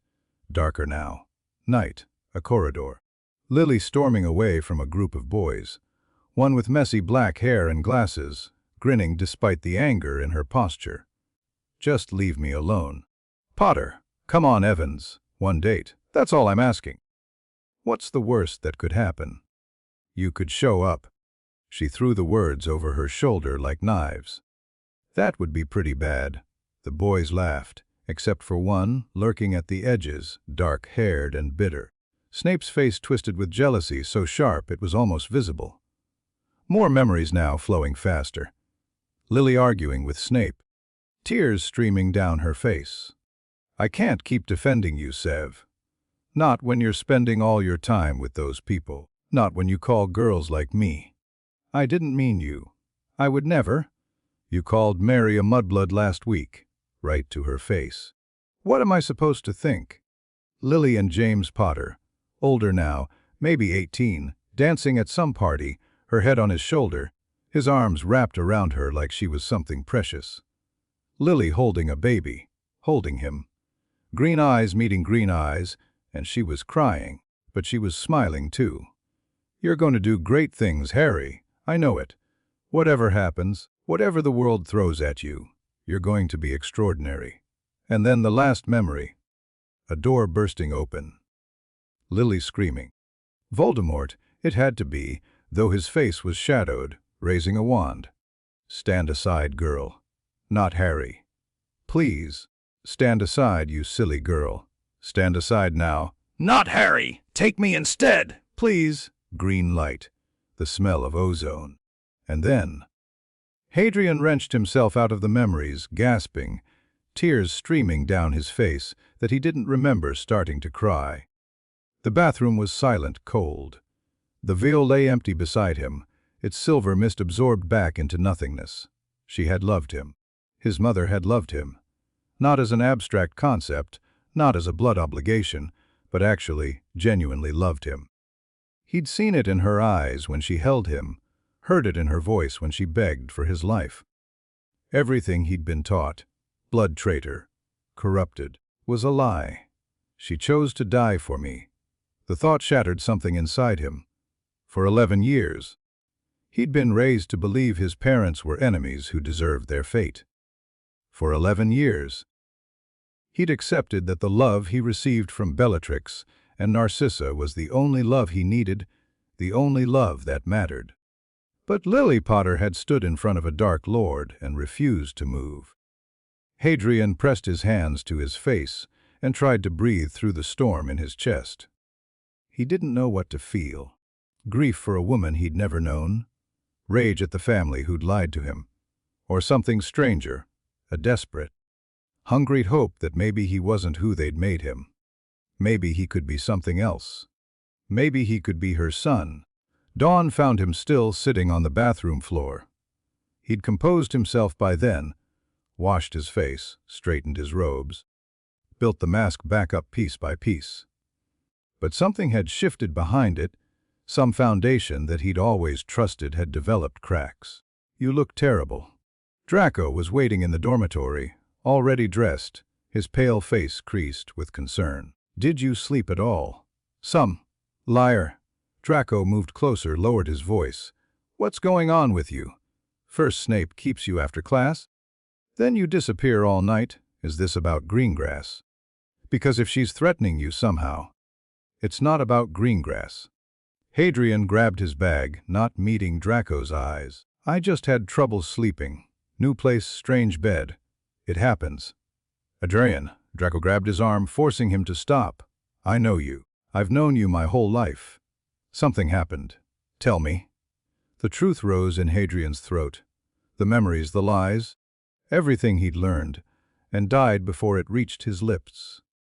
Draco was his cousin, his brother, the closest thing to a true friend he'd ever had. But Draco was also Lucius Malfoy's son, raised on the same poison that Hadrian was only now beginning to recognize as poison. If he told Draco the truth, Draco would tell his father. And if Lucius found out that Hadrian was questioning the narrative, questioning everything, I'm fine. Hadrian pulled his arm free, gentle but firm. Really, Draco, just a bad night. I'll be better after breakfast. Draco didn't look convinced, but he let it go. They walked to the great hall in silence, and if Hadrian's hand drifted to the empty vial in his pocket every few steps, Draco didn't mention it. Defense against the dark arts was a joke. Professor Quirrell stuttered through his lectures with all the authority of a frightened mouse, flinching at his own shadow, jumping at sudden noises. The classroom smelled overwhelmingly of garlic, supposedly protection against vampires, and his turban looked like it hadn't been washed since before Hadrian was born. TT today will be D, discussing the theory of PP protective enchantments. Quirrell managed writing on the board with a shaking hand. Can anyone tell me the 3 primary categories of ward magic? No one raised their hand. The class had already learned that answering questions just made Quirrell more nervous, which somehow made everything take longer. Hadrian watched the professor carefully. Something about him was wrong, not just the obvious anxiety, but something deeper. The way his eyes sometimes flickered with sharp intelligence before clouding over. The way he'd occasionally start a sentence without stuttering before catching himself. The way he'd look at Hadrian's scar when he thought no one was watching. There's something in Hogwarts, Hadrian had thought on his first night. Something old and hungry. He was starting to suspect that something was wearing a purple turban. Black. Daphne appeared in the seat beside him, silent as always. You're staring at Quirrell like he's a puzzle. He is a puzzle. He's a mediocre teacher with a garlic addiction. He's pretending to be a mediocre teacher. Hadrian kept his voice barely above a whisper. Watch his hands when he demonstrates wand movements. Perfect technique, even when his voice is shaking. No one with that much fear could have that much control. Daphne's eyes narrowed slightly. She watched Quirrell perform a simple shield charm, stuttering through the incantation but executing the wand work with precision. Interesting, she murmured. You think he's hiding something? I think everyone in this castle is hiding something. Quirrell's just worse at it than most. Or better. Depending on what he wants people to see. She turned back to her notes, but Hadrian caught a small smile at the corner of her mouth. I told you we were the same kind of creature. He didn't disagree. The first week established a rhythm. Classes in the morning. Transfiguration. Charms, potions, defense. Lunch in the Great Hall, navigating the complex social dynamics of the Slytherin table. Afternoons split between library research and Draco's endless attempts to pick fights with Gryffindors. Evenings in the common room. Playing the role of ambitious pure-blood heir while watching, always watching. Hadrian excelled academically without appearing to try. That was important. Too much visible effort would mark him as desperate, but too little would suggest laziness. He answered questions when called upon, performed spells correctly on the second or third attempt, never the first. That would draw attention, and cultivated a reputation for quiet competence. Daphne's map proved invaluable. She'd catalogued every significant player in Slytherin, who owed debts to whom, which alliances were stable, which were about to collapse. Hadrian memorized it, burned it as instructed, and began his own additions. He noted that Theodore Knott's father was in Azkaban, leaving Theodore isolated but hungry for allies. He noticed that Pansy Parkinson's cruel gossip masked deep insecurity about her own blood status. Her grandmother had been a half-blood, apparently, though the family worked hard to obscure it. He observed that Blaise Zabini trusted no one and cultivated that distrust deliberately, preferring to be underestimated. He also noticed that Daphne Greengrass watched him as carefully as he watched everyone else. They fell into a pattern, sitting together in classes, exchanging observations over meals, testing each other with verbal sparring that felt more like foreplay than conversation. She never asked about his secrets. He never offered them. But the understanding between them deepened anyway, building on shared intelligence and mutual respect.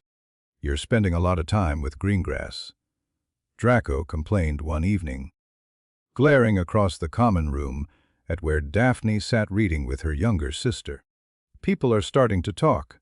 Let them talk. It's not appropriate. The Greengrasses didn't support the Dark Lord. They're practically blood traitors. They're neutral. Hadrian didn't look up from his book. There's a difference. Neutrality isn't betrayal, it's strategy. When the war ended, the Greengrasses still had all their resources, all their connections, all their credibility. Everyone else either lost half their family to Azkaban or spent a decade begging forgiveness from the ministry. Which position would you rather be in? Draco's mouth opened and closed. That's not, Father says. Your father is brilliant at politics. Hadrian finally met Draco's eyes. But that doesn't mean he's always right. Think for yourself, Draco. That's what he really wants from you. It was a dangerous thing to say. Lucius Malfoy wanted obedience, not independent thought. But Draco was young enough, uncertain enough, that the idea of independence felt like a compliment rather than a threat. Fine, Draco muttered, looking away. Just be careful. That girl has teeth. I know. Hadrian smiled slightly. That's why I like her. Tuesday evening came faster than expected. Hadrian made his way to Snape's office in the dungeons, careful to take indirect routes and double back twice. Paranoid? Probably. But Bellatrix had drilled paranoia into him since childhood, and old habits died hard. Snape was waiting with tea. Actual tea in actual cups. Which seemed bizarrely civilized for a man who'd threatened to kill Hadrian the last time they spoke. Set. Snape gestured at a chair across from his desk. We have much to discuss in limited time. Hadrian sat. The tea was surprisingly good. I assume you've viewed the memories, Snape began? Yes. And? Hadrian took a moment to compose his response. I have questions. Naturally, Snape's tone was dry. Ask. You loved her. It wasn't a question. I saw the way you looked at her. In the early memories. Like she was the sun. Something flickered behind Snape's careful mask. That is not relevant to. It's relevant to everything. Hadrian leaned forward. You gave me those memories because you want me to know who my mother really was. But you're part of that story. You were her friend, maybe her best friend, and then you weren't. What happened? Snape was silent for a long moment. When he spoke, his voice was rough. I made mistakes. Terrible mistakes. I chose the wrong side, not politically, but personally. I let my anger and jealousy poison me, and I said things that couldn't be taken back. He stared into his tea like it held answers. She tried to save me. For years, she tried, and I threw it in her face because I was too proud and too stupid to see what I was becoming. The Death Eaters. Among other things. Snape looked up, and his eyes were haunted. I called her a mudblood. My best friend, the woman He stopped, started again. She never forgave me, and she was right not to. I didn't deserve forgiveness. Hadrian processed this, but you changed. You're Dumbledore's spy now. I changed too late. Snape's laugh was bitter. I went to the Dark Lord with the prophecy that sealed her fate. I didn't know it would lead to her death. I thought I was being clever, being useful, but the result was the same. She died because of me, because I was too blind to see where my choices were leading. The prophecy. Hadrian's voice sharpened. What prophecy? Snape studied him for a long moment. You don't know. Know what? The prophecy. The reason the Dark Lord came for you specifically. The reason your parents went into hiding. The reason they died. The reason you have that scar on your forehead. Snape set down his tea with careful precision. You really don't know. Tell me. It's not my place. Tell me. Hadrian's magic surged, making the candles flicker and the temperature drop. You said you wanted to help me find the truth. This is truth. Tell me. Snape's eyes widened slightly at the display of power, but he didn't back down. Very well. But understand, what I tell you now cannot be untold. Once you know, you'll never be able to unknow. I understand. Snape took a breath. Before you were born, a prophecy was made. It spoke of a child with the power to vanquish the Dark Lord. A child born at the end of July, to parents who had defied him 3 times. There were 2 children who fit the criteria. You and Neville Longbottom? Hadrian's mind raced. Longbottom. The boy whose parents Bellatrix had tortured. The boy Snape had humiliated on the first day of class. The Dark Lord chose to interpret the prophecy as referring to you. Snape continued. He believed that your half-blood status, like his own, made you the greater threat, so he came for you. And your mother, his voice cracked. Your mother stood between you and death itself. Her sacrifice, her love, created a protection so powerful that the killing curse rebounded. The Dark Lord was destroyed by his own spell, and you survived with nothing but a scar. The scar. Hadrian touched his forehead instinctively. Bellatrix told me it was my mother's curse. That she tried to kill me as she died. Bellatrix Lestrange is a liar and a lunatic. Snape's contempt was palpable. That scar is a mark of protection, not murder. Your mother's love saved your life. It's the purest magic there is, the magic of sacrifice, of choosing death so that someone else might live. Hadrian sat back in his chair. The room seemed to spin slightly, reality reshaping itself around new information. His mother had loved him. His mother had died for him. His mother's sacrifice had saved him from the most powerful dark wizard in history, and Bellatrix had twisted all of it into lies. "Why?" he whispered. "Why would she lie about something like that?" "Because Bellatrix needs you to hate them." Snape's voice was almost gentle. "She needs you to believe that the dark side is the right side, that your parents were enemies, that your place is with her. The truth would destroy that narrative. The truth would set you free." "Free to do what?" "That's for you to decide." Snape stood, moving to the window, his back to Hadrian. "You're at a crossroads, Potter. Behind you is everything you were taught, everyone who raised you, every lie you accepted as truth. Ahead of you is uncertainty, the chance to become something different, something better, but also the risk of losing everything you have." "You sound like you're trying to recruit me." "I'm trying to give you a choice." Snape turned around, and his expression was more open than Hadrian had ever seen it. "No one gave you a choice when you were stolen from your home. No one gave you a choice when you were raised on hatred and lies. But you're here now, in this castle, learning things that contradict everything you believed. What you do with that knowledge is up to you. And if I choose to stay loyal to the Death Eaters, to Bellatrix, then I'll keep my promise to your mother and try to protect you anyway." Snape's voice hardened. "But I won't help you destroy what she died for, and eventually we will become enemies." Hadrian stood, his legs unsteady. "I need time to think." "You have time. The Dark Lord is still incorporeal, unable to take direct action. The Death Eaters are scattered and weak. You have years before real choices will be demanded of you." Snape moved toward the door, clearly dismissing him. "But don't wait too long, Potter. The world is changing, and those who don't choose their side are usually destroyed by both." Hadrian walked to the door, then paused with his hand on the handle. "Professor?" "What?" "Thank you." The words felt strange in his mouth. "For the memories. For the truth. Even if I don't know what to do with it yet." Snape's expression flickered. "Don't thank me. I'm not doing this for you. I'm doing it for her."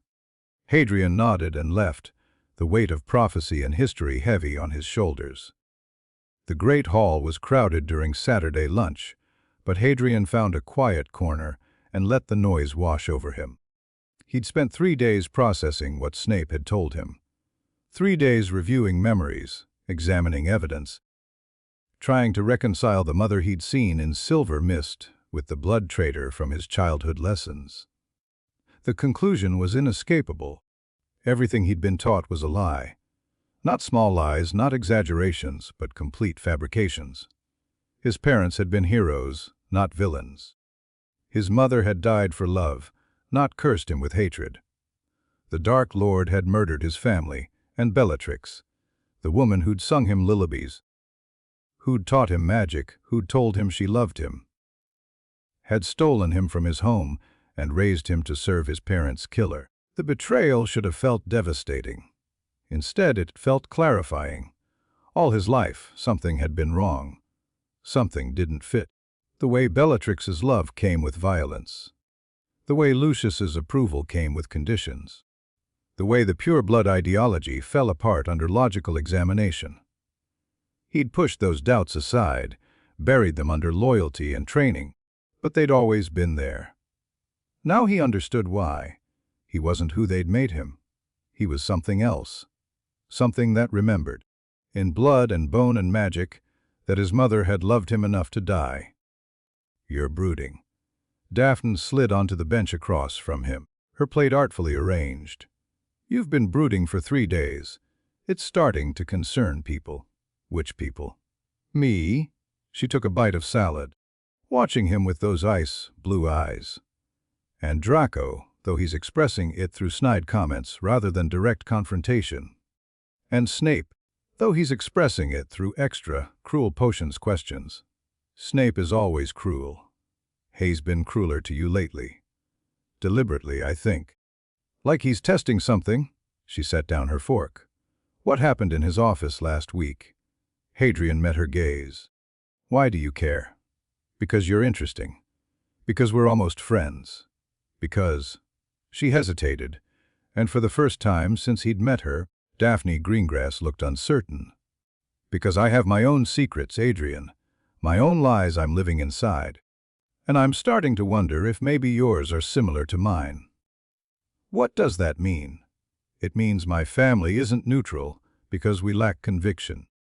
We're neutral because we're waiting. Her voice dropped to barely a whisper. The Dark Lord's ideology is poison, Adrian. Pure blood supremacy. Muggle extermination, rule through fear. It's all nonsense dressed up in ancient tradition. My father saw that during the First War.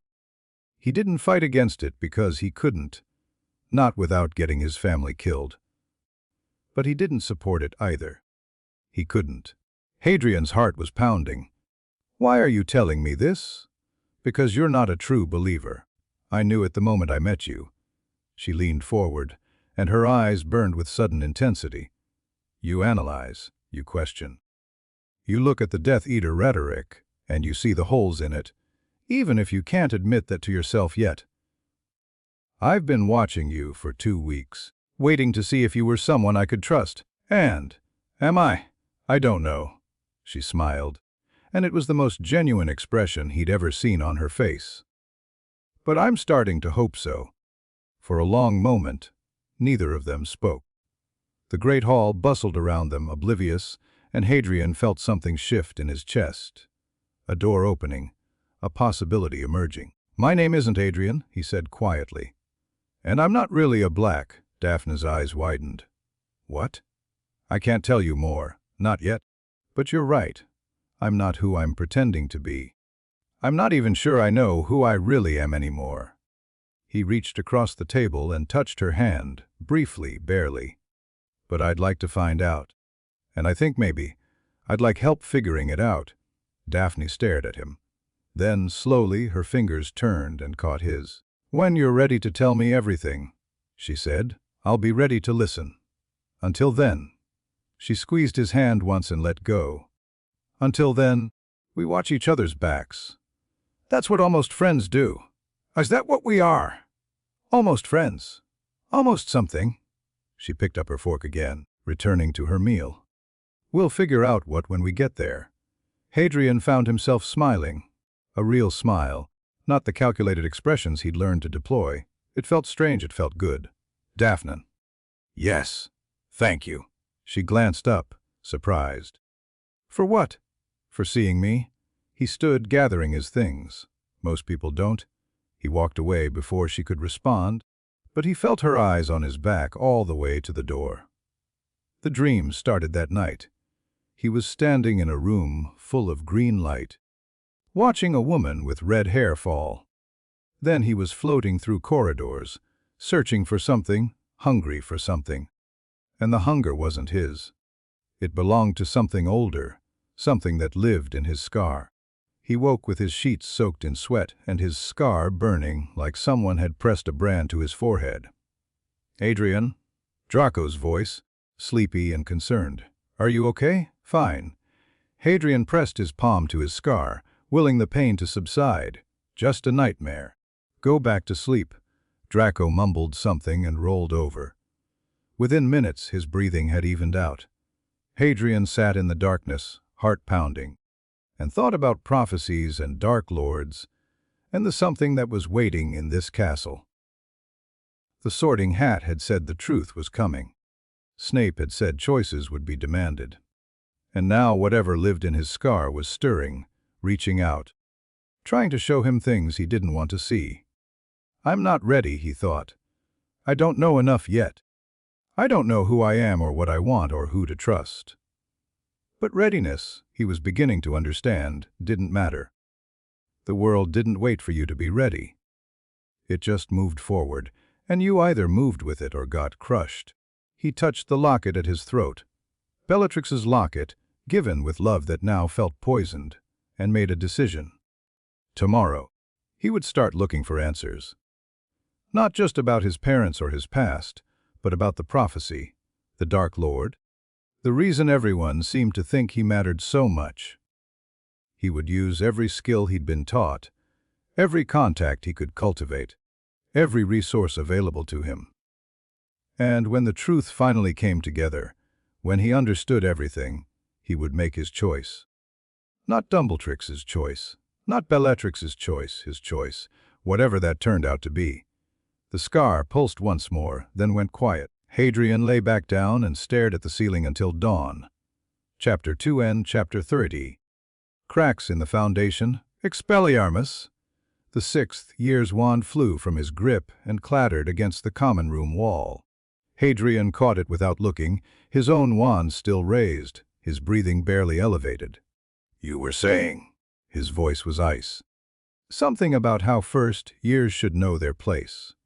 Marcus Flint scrambled backward, his face a mixture of shock and fury. Behind him, his usual cronies had gone very still. They'd expected an easy target, the new black kid, barely 2 months into his first year, rumored to have connections but no proven power. They'd been wrong. You can't just," Flint sputtered. "Do you know who I am?" "The Quidditch captain who's lost every match against Gryffindor for 2 years running." Hadrian tossed Flint's wand back to him, a casual flip that was somehow more insulting than keeping it. "The pure-blood heir whose family fortune has been declining for 3 generations. The bully who picks on second years because people his own age stopped being impressed a long time ago." He smiled, and it wasn't friendly. "Did I miss anything?" The common room had gone silent. Every Slytherin present was watching now, some with shock, some with calculation, a few with barely concealed delight. Draco stood in the corner, his expression torn between pride and horror. Flint's face went purple. "You little..." "Careful." Hadrian's wand hand didn't move, but magic crackled in the air around him, visible as faint green sparks. "You already lost once. Don't make me embarrass you further." For a long moment, violence hung in the balance. Flint was bigger, older, backed by half the Quidditch team. But something in Hadrian's eyes gave him pause, something cold and certain that suggested this wouldn't end the way Flint wanted. "This isn't over," Flint growled, backing toward the dormitory stairs. "You've made an enemy today, Black. Nup." Hadrian lowered his wand finally. "I've made a point. There's a difference." Flint disappeared up the stairs, his cronies scrambling after him. The common room slowly returned to normal, conversations resuming. Students pretending they hadn't just witnessed a first year humiliate the biggest bully in Slytherin. Draco appeared at Hadrian's elbow. "What the hell was that?"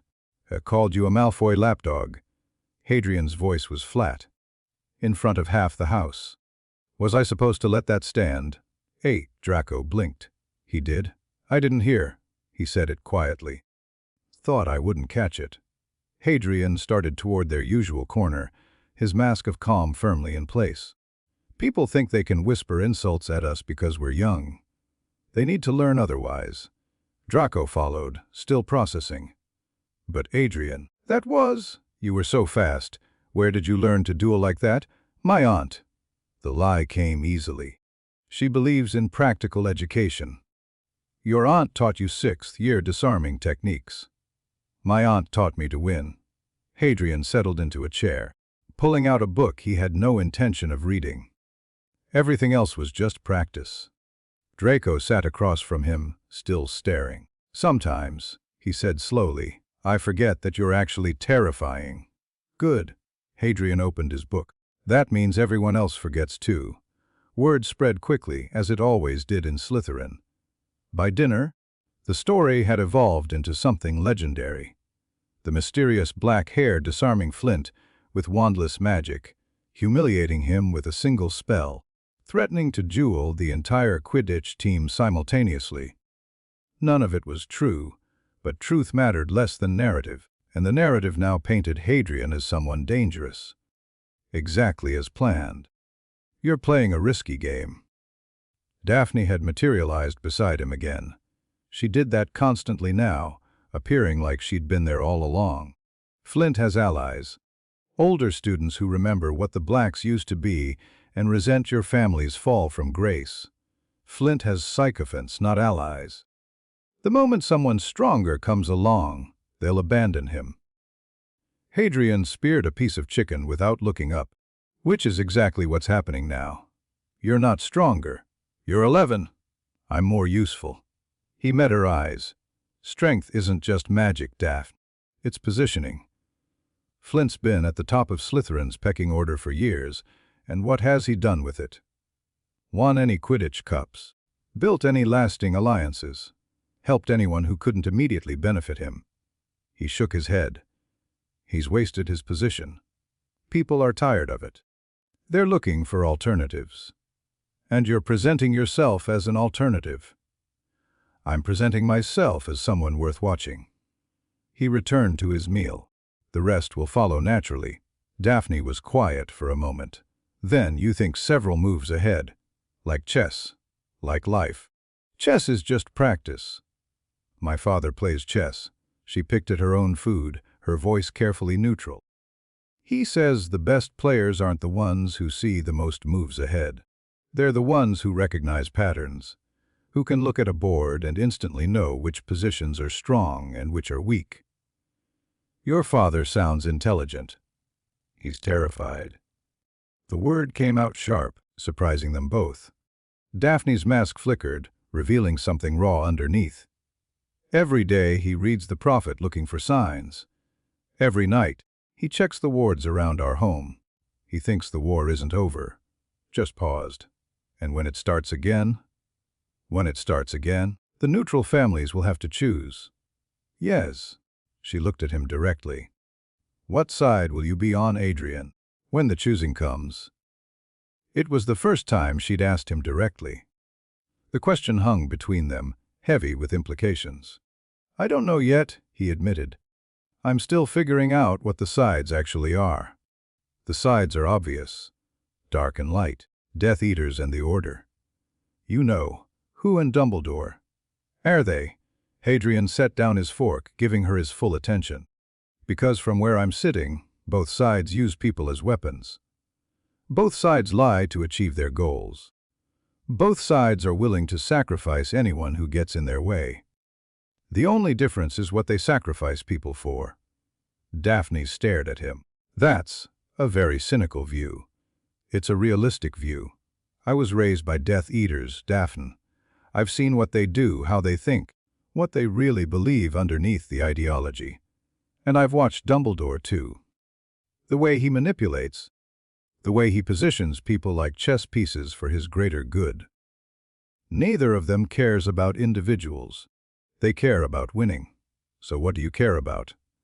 The question caught him off guard. No one had ever asked him that before. Not Bellatrix. Not Draco, not even Snape. Everyone assumed they knew what he cared about. Everyone assumed they understood his motivations. I care about truth, he said finally. About understanding what's really happening instead of what people want me to believe. About making choices that are actually mine, not choices I've been manipulated into. He paused, searching for the right words.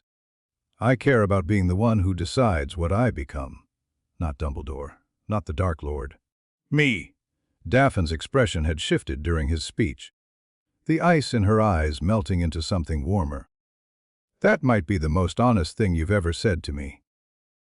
I'm trying to be honest more often. He picked up his fork again. It's harder than I expected. Most worthwhile things are. They finished their meal in comfortable silence, and when Daphne left to join her sister, her hand brushed Hadrian's shoulder. Brief, deliberate, significant. Progress, the dreams were getting worse. Every night now, Hadrian found himself floating through corridors that weren't Hogwarts, searching for something that remained just out of reach. Sometimes there were voices, whispered conversations in languages he didn't recognize. Sometimes there were images, a graveyard, a cauldron, a snake larger than any snake should be. And sometimes there was Quirrell. Not the stuttering professor who fumbled through defense classes, but someone else wearing his face. Someone whose eyes gleamed with cold intelligence, who spoke in a voice like silk over steel, who looked at Hadrian's scar with naked hunger. You're resisting this dream, Quirrell said during one particularly vivid nightmare. Fighting me, even in your sleep, impressive for one so young. Who are you? You know who I am. Dream, Quirrell smiled. And behind his pleasant features something else showed through. Something ancient and terrible and deeply familiar. You've always known Harry Potter. We're connected, you and I, bound by blood and prophecy and magic older than Hogwarts itself. My name is Adrian. Your name is a lie. Everything you are is a lie, except the part that belongs to me. The voice was seductive, almost gentle. Stop fighting. Stop pretending. Embrace what you really are, and I'll give you everything you've ever wanted. And what do I want? Power. Truth. Revenge on everyone who lied to you, who used you, who treated you like a pawn in their games. Dream. Quirrell leaned closer, and the smell of something rotting filled Hadrian's nostrils. I can give you all of it, Harry. All you have to do is let me in. Hadrian woke gasping, his scar burning so badly he could barely see. Adrian, Draco's voice panicked now. This was the third night in a row. Adrian. What's happening? Nothing. Hadrian pressed both palms to his forehead, trying to push the pain back. Just nightmares. Those aren't normal nightmares. You were talking in your sleep. Hissing, actually. Like a snake. Draco sat up in bed, his pale face visible in the dim underwater light. Should I get Snape? Or maybe Madame Pomfrey? No. The word came out sharper than intended. No doctors, no professors. I just need. He swung his legs out of bed, his head still pounding. I need air. I'm going for a walk. It's 3 in the morning. I know. Draco didn't try to stop him. Maybe he understood that some things couldn't be helped by other people. Maybe he was just too tired to argue. Hadrian slipped out of the dormitory and through the common room, his bare feet silent on the cold stone. The castle was different at night. Shadows deeper, sounds stranger, magic humming just beneath the surface of everything. He walked without direction, letting his feet carry him where they wanted, down corridors, up staircases, through passages he'd never noticed before. The castle seemed to shift around him, revealing hidden paths and forgotten rooms. And Hadrian wondered if Hogwarts itself was trying to show him something. He ended up on the 7th floor, in front of a blank stretch of wall. I need somewhere to think, he thought. Somewhere no one will find me. Somewhere I can be alone. The wall remained blank. He tried again, walking past it 3 times, focusing on his need. Nothing happened. It's not a wish-granting room. The voice came from behind him, female, dreamy, slightly sing-song. You have to know what you want specifically. The room of requirement responds to need, but need has to have shape. Hadrian spun, wand raised, to find a girl leaning against the opposite wall. She was small and pale, with long blonde hair and protruding eyes that gave her a permanently surprised expression. A Ravenclaw, judging by her tie, though he'd never seen her before. Who are you? Luna Lovegood. She tilted her head, studying him with unnerving intensity. And you're the boy who doesn't know who he is. I've heard the castle whispering about you. The castle whispers. All old things whisper. If you know how to listen. She pushed off the wall and walked toward him, completely unconcerned by the wand, still pointed at her chest. You're trying to find the room of hidden things. It's where people put objects they want to lose, or secrets they want to forget. I think you're looking for both. Hadrian lowered his wand slowly. There was something about this girl, her calm, her certainty, the way she looked at him like she could see straight through his masks. How do you know about this room? My mother showed me before she died. She was a spell crafter, always experimenting with new magic. When experiments went wrong, she'd bring the evidence here. Safer than keeping dangerous things at home. Luna's expression didn't change, but something shifted in her voice. She brought me here once to show me where to find her journals if something happened. Something happened 3 years later. I'm sorry. Why? You didn't kill her. Luna stopped in front of him, looking up at his face with those strange, protruding eyes. You're leaking darkness, you know. It's seeping out of your scar like smoke. Someone should probably do something about that before it becomes a problem. Hadrian's hand flew to his forehead. I can see lots of things other people miss. It's a gift, my father says. Or possibly a curse. The line between them is thinner than most people think. She reached out and touched his scar, her finger ice, cold against his burning skin. There's something living in there. Something that doesn't belong to you. It's been whispering to you in your dreams, hasn't it? Trying to make you open doors that should stay closed. The accuracy of her words sent a chill down Hadrian's spine. How do you know that? Because I can hear it whispering to me too, now that I'm touching it. Luna withdrew her finger and wiped it on her robes, her expression unchanged. It's very angry. It wants something from you. Power, maybe, or freedom. It's hard to tell. It thinks in circles, not lines.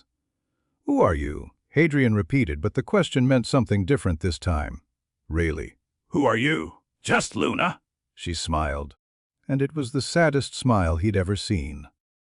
Just a strange girl who sees things she shouldn't. The other Ravenclaws call me loony. They think I'm crazy because I talk about creatures no one else believes in. But I've found that the things people don't believe in are often the most real. What kind of creatures? Nargles, mostly. They infest mistletoe and cloud people's thinking. Rackspurts, which float into your ears and make your brain go fuzzy. Thestrals. She paused, her expression shifting. Toes ones are real. Everyone agrees they're real.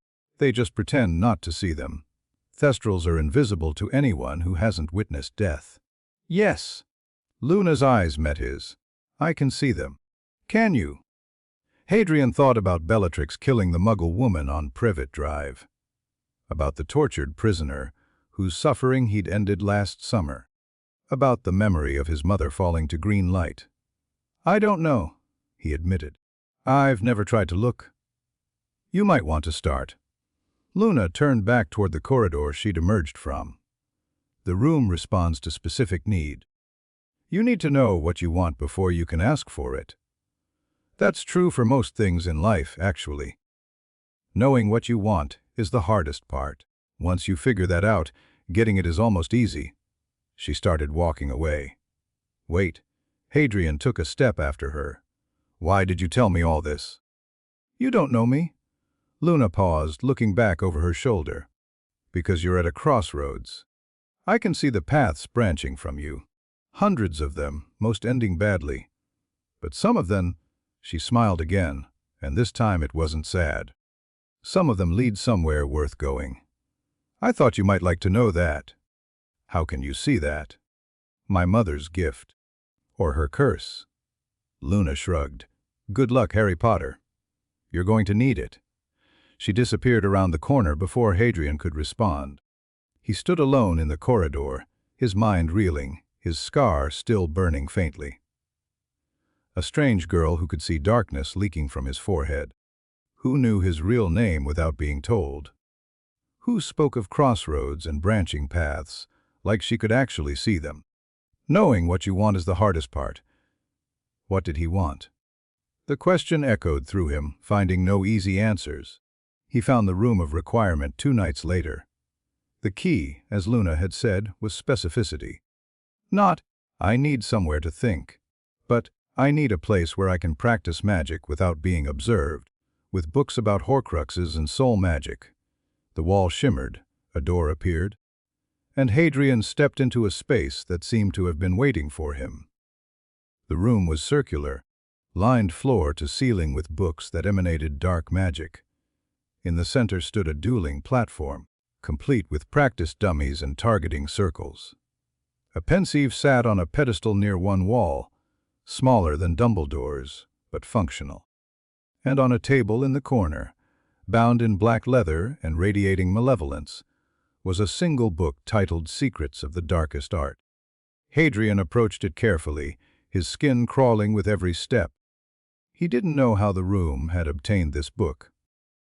It was supposed to be one of the most restricted texts in existence, removed from even the restricted section centuries ago. But he wasn't going to question his luck. He needed to understand what was living in his scar. The research took weeks. He came to the room every night after midnight, reading until his eyes blurred, practicing defensive magic until his arms ached. The book confirmed what he'd suspected since Snape told him about the prophecy. The night Voldemort tried to kill him, something had gone wrong. When a soul commits murder, the text explained, it damages itself. This damage can be weaponized through specific rituals, allowing the murderer to split off a fragment of their soul and anchor it to an object. This object, called a Horcrux, grants a form of immortality. As long as the Horcrux survives, the main soul cannot truly die. Hadrian read the passage 3 times, his blood running cold. The creation of a Horcrux is considered the most evil magic possible, as it requires the deliberate murder of an innocent and the corruption of the wizard's fundamental nature.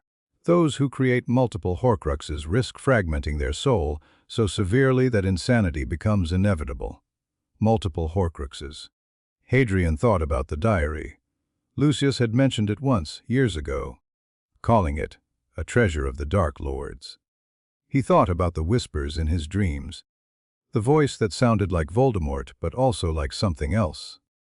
The night my parents died, he realized slowly, Voldemort's soul was already damaged, already unstable, and when his curse rebounded, he touched his scar, feeling the faint pulse of something foreign beneath his fingertips. Part of him broke off, attached to me. I'm carrying a piece of Voldemort's soul. The realization should have been devastating. Instead, it felt like the final puzzle piece clicking into place. This was why he could feel Quirrell's wrongness. Why the dreams showed him things he shouldn't know. Why his scar burned whenever Voldemort's fragment stirred. He wasn't just connected to the Dark Lord. He was literally holding a piece of him. We're the same, the dream voice had said, made of the same broken things. Hadrian closed the book and sat in the silence, breathing slowly, thinking. The Horcrux in his head was a liability. It connected him to Voldemort, gave the Dark Lord a window into his mind, potentially influenced his thoughts and emotions. Every dark impulse he'd ever felt, every moment of cold calculation, every surge of violent anger, how much of that was really him, and how much was the fragment? But it was also an opportunity. If he could learn to control the connection instead of being controlled by it, he could use it to spy on Voldemort, to anticipate his plans, to understand his weaknesses. The Dark Lord thought he was manipulating Hadrian through the link, but manipulation was a two-way street. I need to learn occlumency, he thought. Real occlumency, not just the basic shields Bellatrix taught me. I need to build walls so strong that even Voldemort can't break through. And then I need to learn how to look through the connection without being seen. It would take years. It would be incredibly dangerous. One mistake and Voldemort would know everything. Who Hadrian really was, where his loyalties were shifting, what he planned to do with the truth. But it was possible. And possible was all he needed. Christmas approached, and with it the question of where to spend the holidays. You're staying at Hogwarts. Draco's voice carried disbelief. But Aunt Bella specifically requested. I know what she requested. Hadrian kept his tone casual, but his heart was pounding. This was the first real test of his new independence. Tell her I'm cultivating contacts among students who stay for the holidays. Orphans, mostly. Children from broken families. Perfect recruitment material. She won't believe that. She'll want to believe it. That's enough? Hadrian met Draco's eyes. I need space, Draco.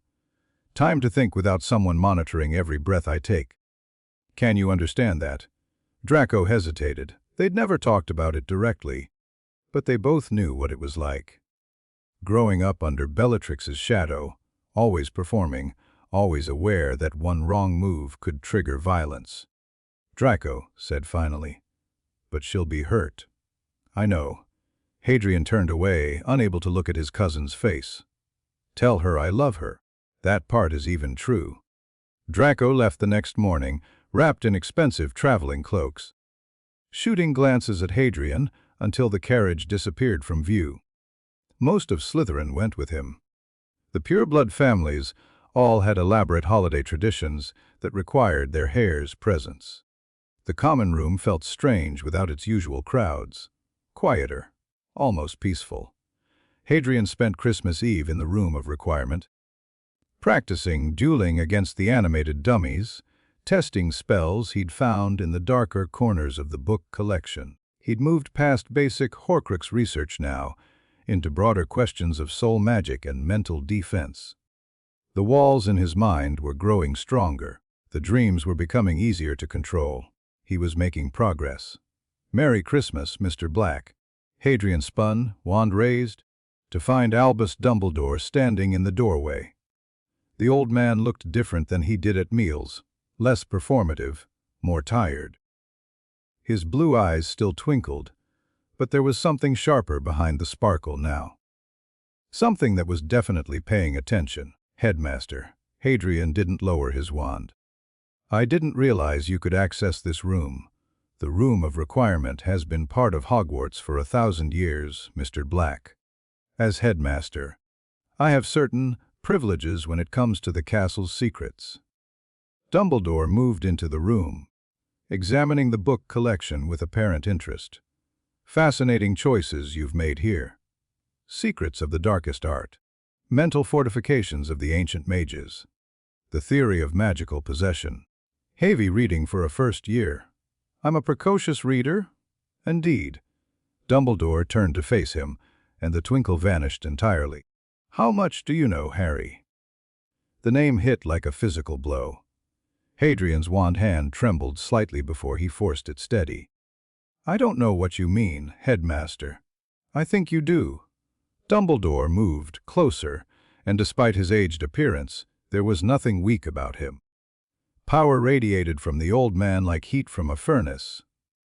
"I've been watching you since the moment you arrived.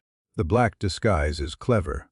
Bellatrix's work, I assume, but disguises don't change the fundamental nature of magic. And your magic, Mr. Potter, is unmistakable. You knew." Hadrian's voice came out strangled. "This whole time. I suspected from the Sorting Hat's reaction. Confirmed when Severus came to me after your first potions lesson, barely coherent, rambling about Lily's eyes." Dumbledore's expression softened slightly. "I've been waiting, Harry. Waiting to see what you would do, what choices you would make, whether the boy who disappeared 11 years ago could still be reached. And what have you concluded? That you're caught between worlds." Dumbledore gestured at the room around them. "You're researching Horcruxes, learning occlumency, preparing yourself for a confrontation you're not yet ready for. These aren't the actions of a Death Eater in training. These are the actions of someone trying to understand themselves." Hadrian's grip on his wand tightened. "What do you want from me?" "The same thing I wanted 11 years ago, when I placed you on your aunt's doorstep." Dumbledore's voice carried genuine regret. "I wanted you to have a childhood, a chance to grow up away from the wizarding world's expectations. A foundation of love that would shape who you became." He sighed. "Bellatrix stole that chance before it could begin. But it's not too late. You're still young, still forming. The person you become is still your choice. Easy for you to say. You're not the one with a piece of the Dark Lord's soul in your head." The words hung in the air. Dumbledore's expression didn't change, but something in his eyes went very still. "You know about that?" "I figured it out." Hadrian gestured at the books. "It's not exactly subtle, once you know what to look for. The dreams, the connection, the whispers." He touched his scar. "I'm a Horcrux. That's why Voldemort wanted to kill me. Not because of any prophecy about power, but because something in him recognized what I'd become. He was trying to reclaim his own soul." "That's partially correct." Dumbledore moved to one of the chairs and sat heavily, suddenly looking every one of his many years. The prophecy is real. You do have power the Dark Lord knows not. Power that comes from your mother's sacrifice, not from any dark magic. But you're right about the Horcrux. I've known since you were brought to me that night, your scars still smoking. The fragment of Tom's soul already embedding itself. And you didn't think to mention this to anyone. To do something about it. What would you have had me do, Harry? Dumbledore's voice was quiet but firm. Remove the Horcrux. The only known method requires the destruction of the vessel. I would have had to kill you to free you. He spread his hands. I chose to let you live, to give you time, to hope that perhaps somehow you would find a way that I could not. Hadrian stared at him, processing. You've been watching me for years, waiting for me to solve my own problem. Hoping, watching, preparing for the worst while praying for the best. Dumbledore leaned forward. You're right to be angry, Harry. You've been used by Bellatrix, by the Death Eaters, and yes, by me. Your entire life has been shaped by forces you didn't choose and couldn't control. But that's over now. You know the truth. What you do with it is entirely up to you. And if I choose to side with Voldemort, then I will stop you. No hesitation. No regret. I care about you, Harry. Your mother was one of my favorite students, and your father was one of the bravest men I ever knew. But I will not let my affection for their son override my duty to the world. If you become a threat, I will end you. That's not cruelty, it's mathematics. One life, even one I cherish, cannot outweigh the millions who would suffer under Voldemort's rule. Hadrian laughed bitterly. You and Snape have the same speech. Severus and I understand each other better than most. Dumbledore rose, moving toward the door. I won't force you to choose tonight, Harry. You've had enough revelations for one Christmas. But I wanted you to know that you're not alone in this. Whatever the Death Eaters told you about me, whatever you've concluded from your own observations, I am not your enemy. I never have been. You're not my friend either. No. Dumbledore paused at the threshold. But perhaps, in time, I could be. The door is always open, Harry. When you're ready to walk through it, I'll be waiting. He left without another word. Hadrian stood alone in the room of requirement, surrounded by dark books and practice dummies, and felt the weight of every choice he hadn't yet made pressing down on his shoulders. The rest of the holiday passed in a haze. Hadrian kept to his research, but his heart wasn't in it anymore.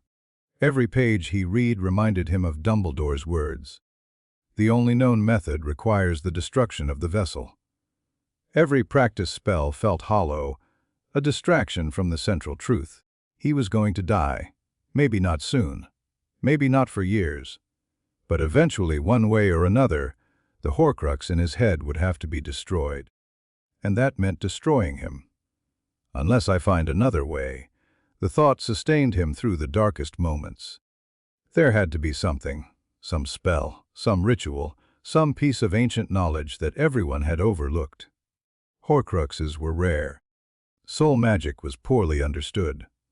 Surely someone, somewhere, had figured out how to remove a fragment without killing the host. He just had to find it. New Year's Eve arrived cold and clear. Hadrian spent it on the astronomy tower, watching the stars and thinking about crossroads. Luna Lovegood's words echoed in his memory hundreds of paths, most ending badly. But some lead somewhere worth going. Which path was he on? Where would it lead? Beautiful night. Daphne emerged from the stairwell, wrapped in a heavy cloak, her breath visible in the frozen air. She crossed to stand beside him at the railing, close enough that their shoulders almost touched. I thought you went home for Christmas. I did. Came back early. She looked out at the stars, her profile sharp against the darkness. My father wanted me to stay, but I couldn't. The house felt suffocating. All those traditions, all those expectations. I needed to breathe. I understand that feeling. I know you do. She turned to look at him. Something happened while I was gone. You're different. Am I? Your eyes. She reached up, touched his face gently. They're sadder. Like you've learned something you wish you hadn't. Hadrian didn't pull away. Her fingers were cold against his cheek, but the touch felt grounding. Real. I've learned a lot of things, he said quietly. None of them good. Do you want to talk about it? No. He covered her hand with his own. But I don't want to be alone tonight either. Daphne nodded slowly. Then she stepped closer, pressing against his side, their hands still linked. Then we'll watch the stars together, she said, and not talk about the things that hurt. They stood like that for hours. Two children pretending to be adults, two masks hiding wounds that neither was ready to show. When the clock struck midnight, marking the new year, Daphne squeezed his hand once and said nothing. It was the kindest gift anyone had ever given him. Term resumed with a flurry of activity. Students returned from break full of stories about gifts and parties and family drama. The castle came alive again with noise and motion, and Hadrian let himself be carried along by the current. Classes, meals, political maneuvering in the common room. Everything felt different now, more urgent, more precious, but the routines remained the same. Snape continued their Tuesday sessions, though the tone had shifted. He no longer offered memories or emotional revelations. Instead, he drilled Hadrian in occlumency with brutal intensity, attacking his mental shields again and again, until they held against even prolonged assault. The Dark Lord will return, Snape said during one session, after breaking through a particularly stubborn defense. When he does, he will feel the connection between you. He will try to use it. Your only protection is to make your mind impenetrable. I know. Do you? Snape's eyes bored into him. You're still holding back, still afraid to commit fully to the discipline. Occlumency requires absolute emotional control, not suppression, but mastery. You must know every corner of your own mind, every weakness, every fear, and you must guard them all equally. I'm trying. Try harder. Snape raised his wand again. Legilimens. Hadrian felt the attack slam against his barriers. Held, felt them crack. Held anyway through sheer force of will, until Snape finally withdrew. Better? Snape admitted grudgingly. You're learning. But faster would be preferable. We don't know how much time we have. The sessions left Hadrian exhausted but stronger. Each week, his defenses grew more sophisticated.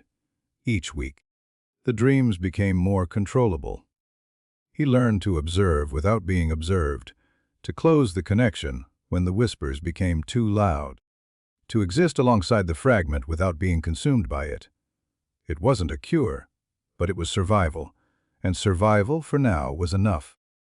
The incident with the philosopher's stone began in February. Hadrian had known about the stone since before Christmas.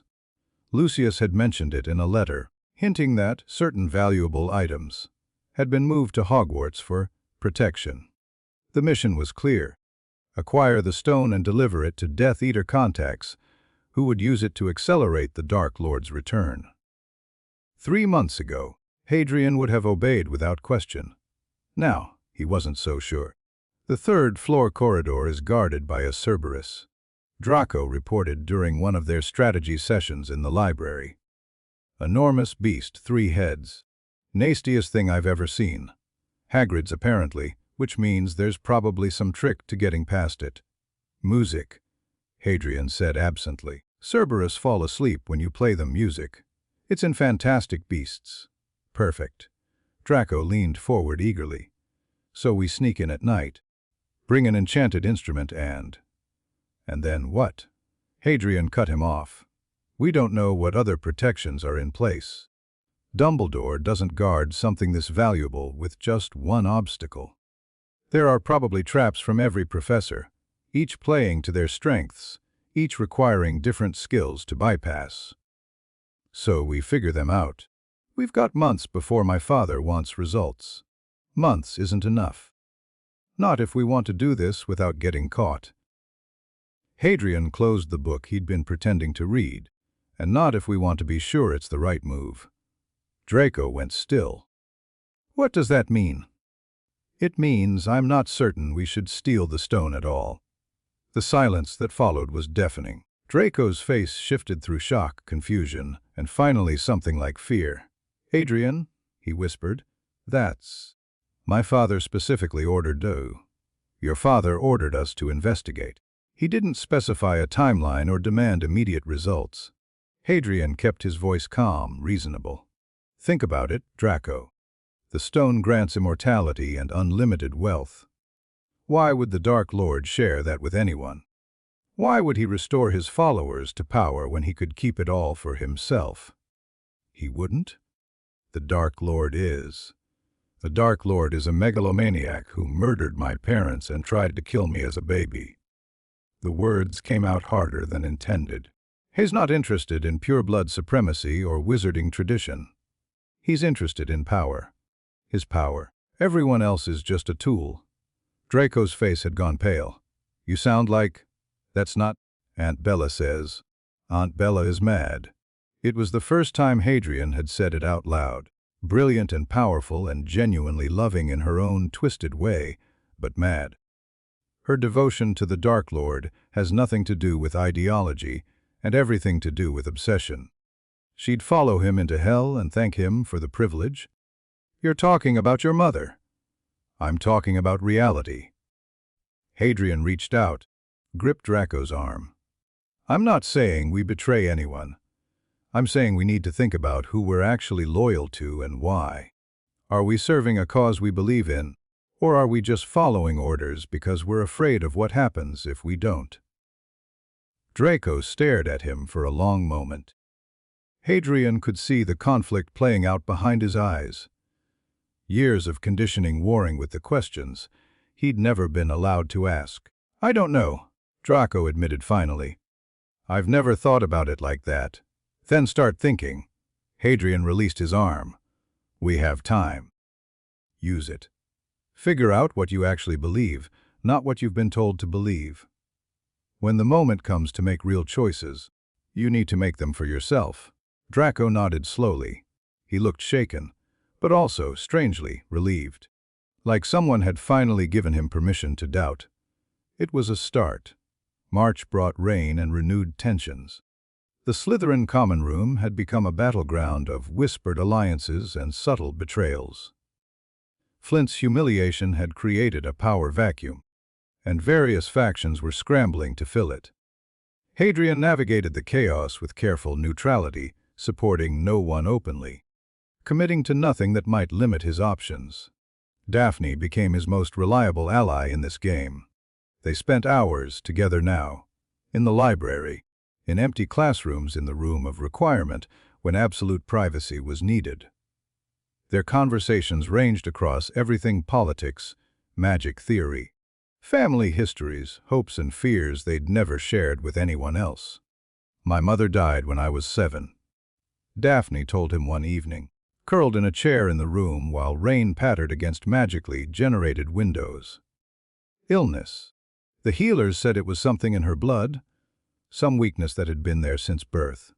She just faded, day by day, piece by piece, until there was nothing left. I'm sorry. Don't be. It's been years. I've made my peace with it." But her eyes glistened slightly. "The worst part was watching my father afterward. He loved her so much. When she died, something in him broke. He's still brilliant, still capable, but there's this emptiness. Like he's going through the motions of life instead of actually living it. That's why he stayed neutral during the war. He couldn't bear to risk losing anything else. That's part of it." She met his eyes. "The other part is that he saw what both sides really were.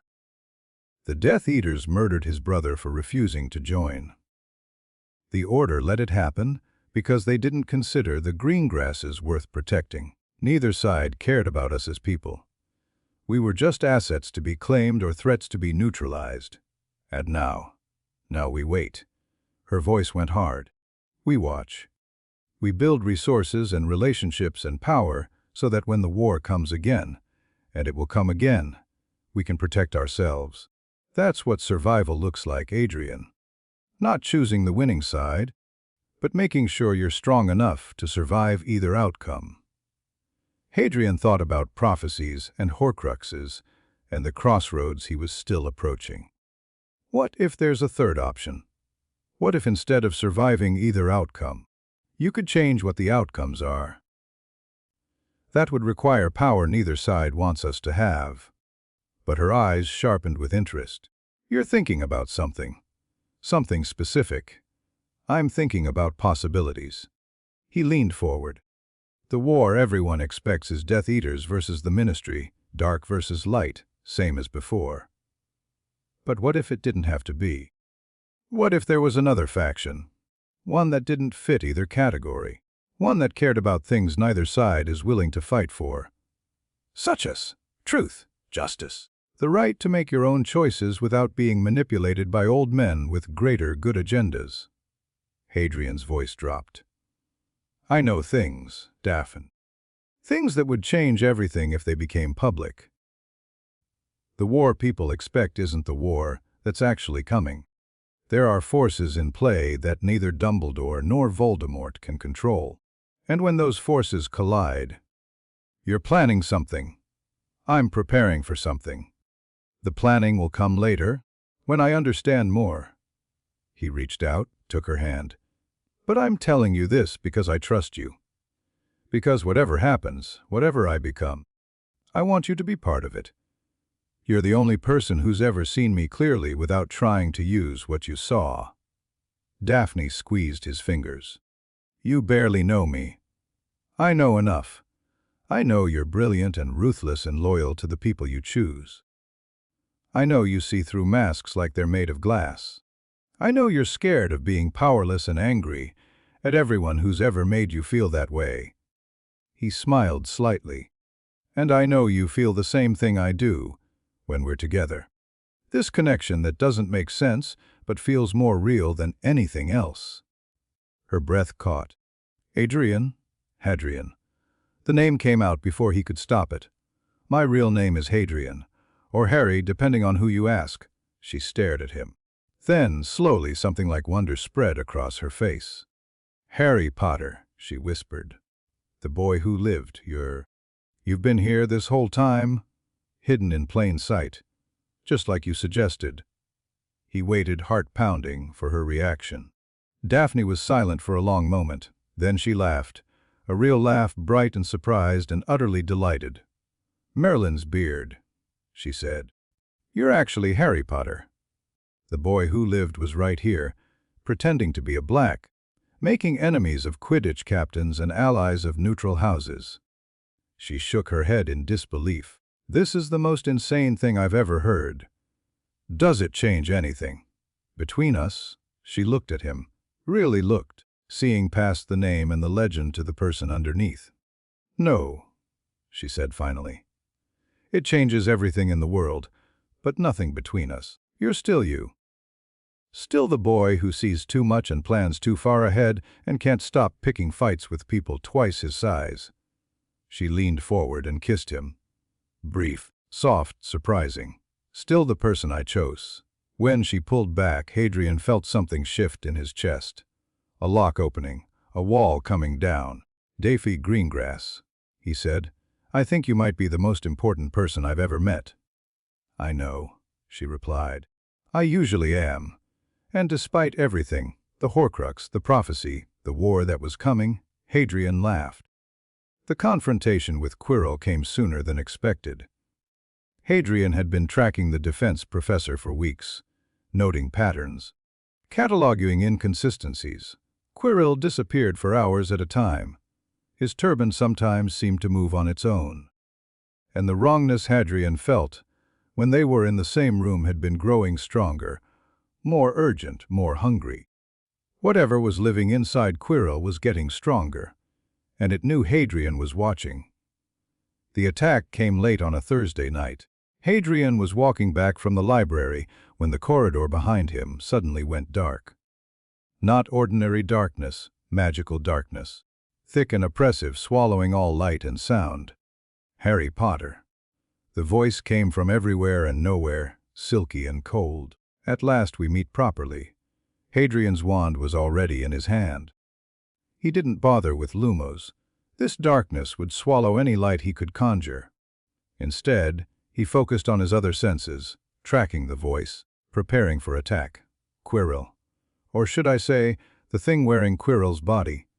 Laughter echoed through the darkness. Clever boy. You've always been clever.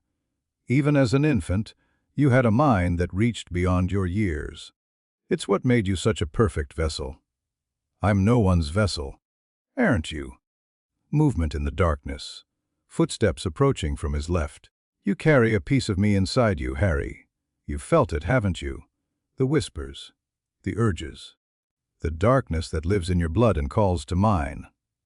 You're not in my blood. You're a parasite. Clinging to my scar because you weren't strong enough to survive on your own. The footsteps stopped. For a moment, the silence was absolute. Then Quirrell emerged from the darkness, his face lit by an eerie green glow that seemed to emanate from his turban. His eyes were no longer anxious. They burned with cold intelligence and ancient hunger. I've waited 11 years for this moment, Quirrell said, but the voice wasn't his anymore. It was deeper, colder, more resonant. 11 years trapped in shadow, feeding on scraps, planning my return. Do you know what sustained me? Sheer spite, I'd imagine. You? Quirrell's hand rose, and Hadrian felt something tugging at his scar. A pull toward the professor, toward the thing hiding in his turban. The connection between us. Every night I've watched your dreams. Every day I've felt your power growing, your magnificent Harry. So much potential, so much raw talent. It would be a waste to destroy you. So don't. I'm offering you something better. Quirrell moved closer, and the pull intensified. Join me. Not as a servant, as a partner. Together we could reshape the wizarding world. No more hiding, no more weakness, no more pretending to be less than you are. We could rule. I've heard this pitch before. In my dreams. It wasn't convincing then either. Because you were fighting the connection. Quirrell reached out, his hand hovering inches from Hadrian's scar. Stop fighting, stop resisting. Let me in, and I'll show you power you've never imagined. The temptation was there. A whisper at the back of his mind, an urge to surrender, to stop struggling against the current. It would be so easy. Just let go. Just give in. Just become what he was always meant to be. But then he thought of his mother, standing between him and death. Of Snape, keeping promises to a ghost. Of Daphne, seeing him clearly and choosing him anyway. He thought of all the paths branching from this moment, and he chose. No, too. The word came out firm. Absolute final. Hadrian stepped back, his occlumency shields snapping into place, severing the connection with brutal force. Quirrell screamed, a sound of shock and agony that split the darkness. The green light around his turban flickered, destabilized, and for a moment Hadrian saw something terrible writhing behind the cloth. You dare! I dare. Hadrian raised his wand, and the elder wood hummed with power. You want to know what I've learned these past months, what I've been preparing for. He cast without speaking, a chain of spells each flowing into the next, defense magic woven with dark arts woven with techniques he'd invented himself. The darkness shattered, fire erupted, chains of light wrapped around Quirrell's limbs. I've learned that I'm more than what you made me. The spells intensified, and Quirrell fell to his knees. More than a vessel, more than a weapon, more than a piece in your game. You'll never escape me. Quirrell's voice had fragmented now, Voldemort's cold tone flickering in and out. The Horcrux. I's a problem I'll solve. Hadrian stepped closer, his wand pressed to Quirrell's forehead. But not tonight. Tonight, you're going to tell Dumbledore everything. The stone, the possession, all of it. And then you're going to run. Why would I do that? Because if you don't, I'll burn that turban off your head and let the whole school see what's hiding underneath. Hadrian smiled, and it wasn't a nice smile. Your choice. I hear Dumbledore keeps fire insurance. For a long moment, nothing moved. Then Quirrell laughed, a genuine laugh, full of surprised respect. "Remarkable," he said, and now it was fully Voldemort's voice. "You really are special, Harry Potter. Perhaps killing you would be a waste after all." The darkness exploded outward, throwing Hadrian against the wall. When his vision cleared, Quirrell was gone, fled into the castle's depths, running from the confrontation Hadrian had forced. Hadrian slumped against the stone, exhausted, his scar burning like someone had pressed a branding iron to his forehead. But he was smiling. He'd faced Voldemort, resisted him. Won. It was just the beginning, but it was enough. Dumbledore found him 20 minutes later, still sitting against the wall, still processing what had happened. "Professor Quirrell has requested an immediate leave of absence," Dumbledore said, settling onto the floor beside him with surprising grace for someone his age. He seemed rather agitated. "Would you happen to know why?" "We had a disagreement." "I see." Dumbledore's eyes twinkled, but there was genuine concern beneath. "Are you injured?" "Nothing permanent." Hadrian touched his scar. "He tried to recruit me, I suppose. Made the usual promises about power and partnership. And you refused." "Obviously." "Not obvious at all, actually." Dumbledore's voice was soft. "Many would have been tempted. Voldemort can be very persuasive when he wishes to be. The fact that you resisted, that you chose to resist, tells me something important about who you're becoming." Hadrian looked at him sidelong. "Are you trying to take credit for my moral development?" "Merely acknowledging it." Dumbledore smiled. "You've grown, Harry. In these few months at Hogwarts, you've changed more than many people change in a lifetime." The boy who arrived in September would have accepted that offer. The young man sitting beside me knew enough to refuse. I had good teachers. Hadrian thought of Snape's brutal occlumency lessons, of Daphne's unflinching honesty, of Luna's strange wisdom. And I figured some things out for myself. The best learning usually involves both. Dumbledore rose, offering a hand to help Hadrian up. "The stone is being moved tomorrow. Flamel and I have decided it's too dangerous to keep at Hogwarts. Too many forces converging on it." "Good." Hadrian accepted the hand, letting the old man pull him to his feet. The stone was never the real prize anyway. Voldemort would have used it to return, but he has other options, other plans. Indeed, Dumbledore studied him for a moment. "You know more than you're telling me." "I know a lot of things I'm not telling anyone." Hadrian met his eyes. "But I'm on your side, Headmaster. Or at least I'm opposed to Voldemort, which amounts to the same thing." "Does it?" "For now." Hadrian started walking toward the Slytherin dungeons, exhaustion settling into his bones. "Good night, Professor. And thank you for giving me time to figure things out. The door is always open, Harry." "I know." Hadrian paused at the corner, looking back. "Someday. I might even walk through it." He disappeared into the shadows before Dumbledore could respond. The common room was empty when he arrived. Blessedly, perfectly empty.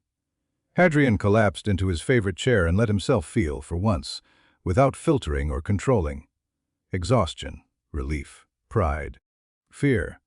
He defied Voldemort to his face. He declared his independence from both sides of a war he hadn't chosen. He'd told Daphne the truth and she'd kissed him. Everything was changing. Everything was dangerous. Everything was more alive than it had ever been. His scar pulsed once, a reminder that the danger wasn't over, would never be over until one of them was destroyed. But for the first time, Hadrian didn't feel trapped by that truth.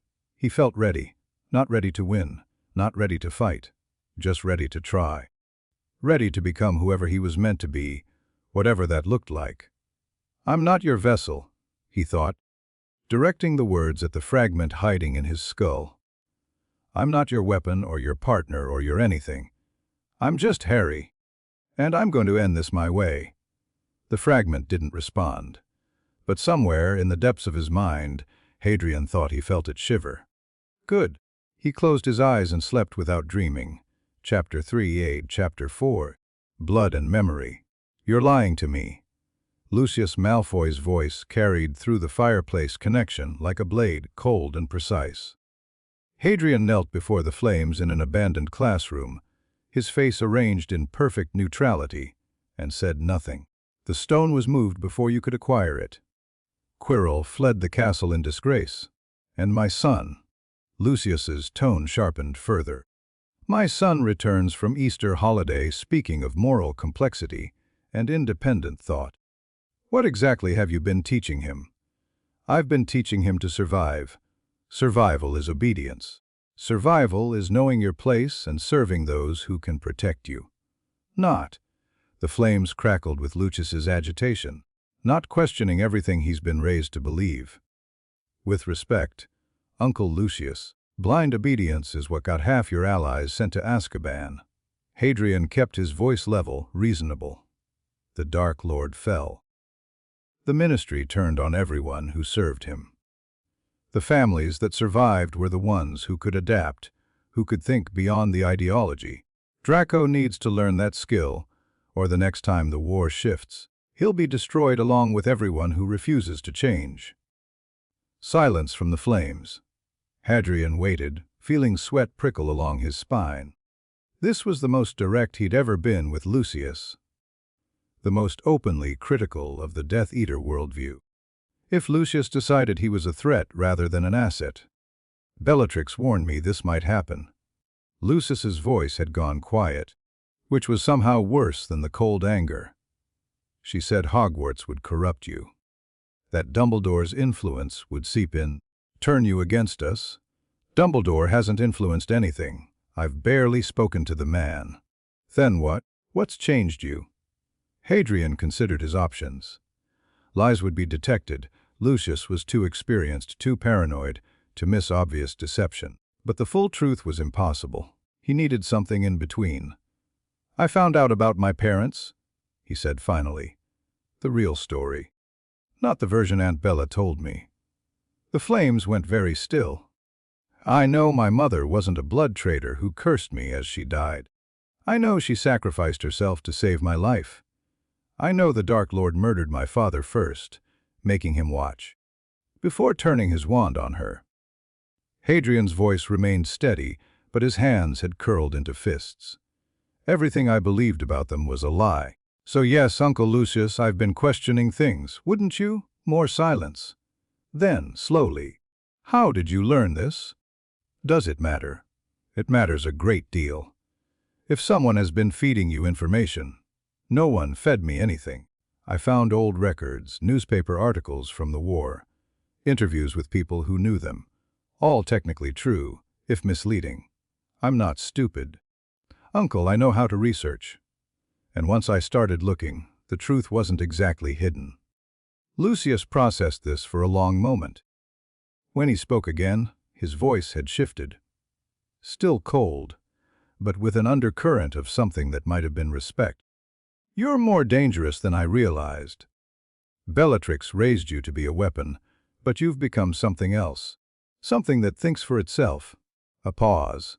I'm not certain whether to be impressed or concerned. Be both. I certainly am. A sound that might have been a laugh, quickly suppressed. Very well. I won't pretend the stone mission was anything but a failure. That opportunity has passed. But there are other matters requiring attention. The Dark Lord's return grows closer with each passing month. When it happens, you'll need to decide where you stand. I know. Do you? Because right now, you sound like a boy trying to play both sides. That's a dangerous game, Hadrian. The Dark Lord doesn't tolerate divided loyalties. Neither does Dumbledore, from what I've seen, which is exactly why I'm not giving my loyalty to either of them. Hadrian leaned closer to the flames. I'm loyal to family, Uncle Lucius. To you and Aunt Narcissa and Draco and, he hesitated, and Aunt Bella, whatever else I might feel about what she taught me. That hasn't changed. But I won't be anyone's pawn. Not anymore.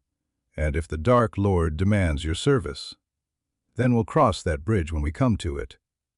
Hadrian straightened, preparing to end the conversation. Tell Aunt Bella I'll write soon, and tell her. The words caught in his throat. Tell her I still love her, even knowing what I know now. That's not a lie either. He ended the connection before Lucius could respond.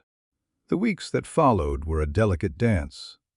Hadrian continued his public role as the ambitious Black Hare, building alliances in Slytherin, maintaining his academic standing, projecting exactly the image he wanted the world to see. Privately, he threw himself into research with renewed intensity. Horcrux lore, soul magic, anything that might offer a path to separating himself from the fragment in his scar. The room of requirement became his sanctuary. He spent hours there each night, reading texts that would have gotten him expelled if discovered, practicing magic that pushed the boundaries of what a first year should be capable of. His occlumency continued to strengthen. The dreams still came, but he could control them now. Observe without being observed, learn without being taught. Voldemort was planning something. Hadrian could feel it through the connection. A gathering of forces, a convergence of plots that pointed toward something big. He didn't have specifics yet, but the fragment's excitement was unmistakable. Whatever was coming, it was coming soon. You're distracted. Daphne's voice cut through his thoughts during one of their library sessions. You've been staring at that same page for 10 minutes. Sorry. Hadrian blinked, forcing himself back to the present. Thinking about the summer? Malfoy Manor? Unfortunately, he closed the book he hadn't been reading. I can't avoid going back entirely. That would raise too many questions. But I'm not looking forward to seeing Bellatrix again. Not after everything I've learned. What will you do when you see her? I don't know. It was an admission he rarely made. She's complicated. Part of me hates her for the lies, for stealing me, for twisting everything my parents stood for. But another part, he broke off, frustrated. She raised me Daphne. She taught me magic and held me when I had nightmares, and told me she loved me every day. How do I reconcile those things? Maybe you don't. Daphne reached across the table, taking his hand. Maybe some things just exist in contradiction. She can be a monster and still have loved you genuinely. People contain multitudes. That's very philosophical. I'm a very philosophical person. She smiled slightly. Also, I've been thinking about my own family. My father's choices during the war. The things he turned away from to keep us safe. Her smile faded. He's not a bad man, but he's not purely good either. None of us are. So what's the answer? How do you live with complexity? One day at a time. She squeezed his fingers. You make the best choices you can with the information you have. You try to be better than you were yesterday. And you accept that sometimes there are no good options, only less terrible ones. Hadrian looked at her, this girl who saw through every mask, who'd chosen him knowing the chaos that came with the choice, and felt something warm unfold in his chest. How did you get so wise? Natural talent. She released his hand and returned to her own book. Also, massive amounts of reading. The wisdom of the ages is available to anyone willing to actually crack open a book. I'll remember that. They studied in comfortable silence, and for a moment Hadrian almost forgot about the war that was coming. Almost. May arrived with warm weather and looming exams. The castle hummed with pre-exam tension, students cramming in every available space, teachers piling on last-minute assignments. Hadrian moved through it all with detached focus, his mind on larger concerns. He'd found something in his research. Not a solution, not yet, but a lead. The text was ancient, nearly illegible, transcribed from a Greek original that predated Hogwarts by centuries. It described a ritual for severing the soul's attachments, used by Byzantine wizards to cure cases of possession. The details were incomplete, but the core concept was clear. With the right preparation and enough power, it was possible to separate a foreign soul fragment from its host, without destroying either. The catch, there was always a catch, was that the host had to be willing to release the fragment, and the fragment had to be weakened enough that it couldn't resist. Weakened how? Hadrian had wondered, staring at the cryptic passages. The answer came from an unexpected source. Love. Luna Lovegood said matter-of-factly, appearing beside him in the room of requirement, as if she'd been there all along. The Byzantines called it agape. The Greeks called it selfless love. It's the one force that Horcruxes can't withstand. Hadrian stared at her. How did you get in here? The room knows I'm supposed to be here. Luna settled into a chair, her protuberant eyes fixed on something just over his shoulder. It's quite insistent, actually. Been trying to get me to visit for weeks. I think it wants us to have this conversation. The room wants. He shook his head. Never mind. What do you mean about love? Horcruxes are created through murder, the ultimate act of hatred and violence. They're sustained by dark magic and malevolent will, the opposite of all that is love. Luna tilted her head, studying the books spread across his table. Your mother's sacrifice created a protection based on love. That's why the Dark Lord couldn't touch you. His Horcrux nature and her protection are fundamentally incompatible. I know about the protection, but you don't understand what it means. Luna's voice sharpened, losing its dreamy quality. The fragment in your scar isn't just attached to you, Harry. It's trapped, imprisoned by your mother's love, unable to fully merge with your soul or fully separate from it. That's why you can resist its influence. The love that protects you also weakens it. Hadrian felt the world shift slightly. You're saying the Horcrux is already weakened. Because of my mother. I'm saying it's been weakened since the night you got that scar. Every time you choose love over hatred, compassion over cruelty, connection over isolation, you make it weaker still. Luna smiled, and it was the saddest smile he'd ever seen on her face. That's the real prophecy, you know. The power the Dark Lord knows not isn't some special spell or ancient ritual. It's just love. The simplest magic and the most profound. How do you know all this? My mother studied soul magic before she died. She had theories about Horcruxes, about the nature of evil, about why some people become monsters and others don't. Luna's eyes went distant. She thought she'd found a way to cure dark corruption, to save people who'd made themselves into monsters. She was testing her theories when the accident happened. What kind of accident? The wrong kind? Luna stood, moving toward the door. I've told you what you need to know, Harry Potter. The ritual you found will work, but only if you understand what you're really fighting. The Horcrux isn't your enemy. It's a piece of a broken man, a fragment that's forgotten what it was like to be whole. If you fight it with hatred, you'll fail. But if you fight it with love, if I fight it with love, then you might actually save both of you. She paused at the threshold. Happy studying. The Raxperts say you're going to need it. She disappeared into the corridor, leaving Hadrian alone with questions that multiplied faster than he could process them. Exams came and went in a blur. Hadrian performed well, top of his year in potions, defense, and transfiguration, but his mind was elsewhere. Luna's words echoed constantly. If you fight it with love, what did that even mean? He'd been raised to see love as weakness, emotion as vulnerability. Even now, knowing that his upbringing was built on lies, the old lessons persisted. Love had gotten his parents killed. Love had made Snape a double agent, torn between loyalties. Love had driven Bellatrix mad with devotion to a master who would never love her back. How was love supposed to be a weapon? You're overthinking again. Daphne found him on the astronomy tower, 2 nights before term ended. Your face does this thing when you're processing something difficult. Like you're trying to solve an equation that doesn't have a solution.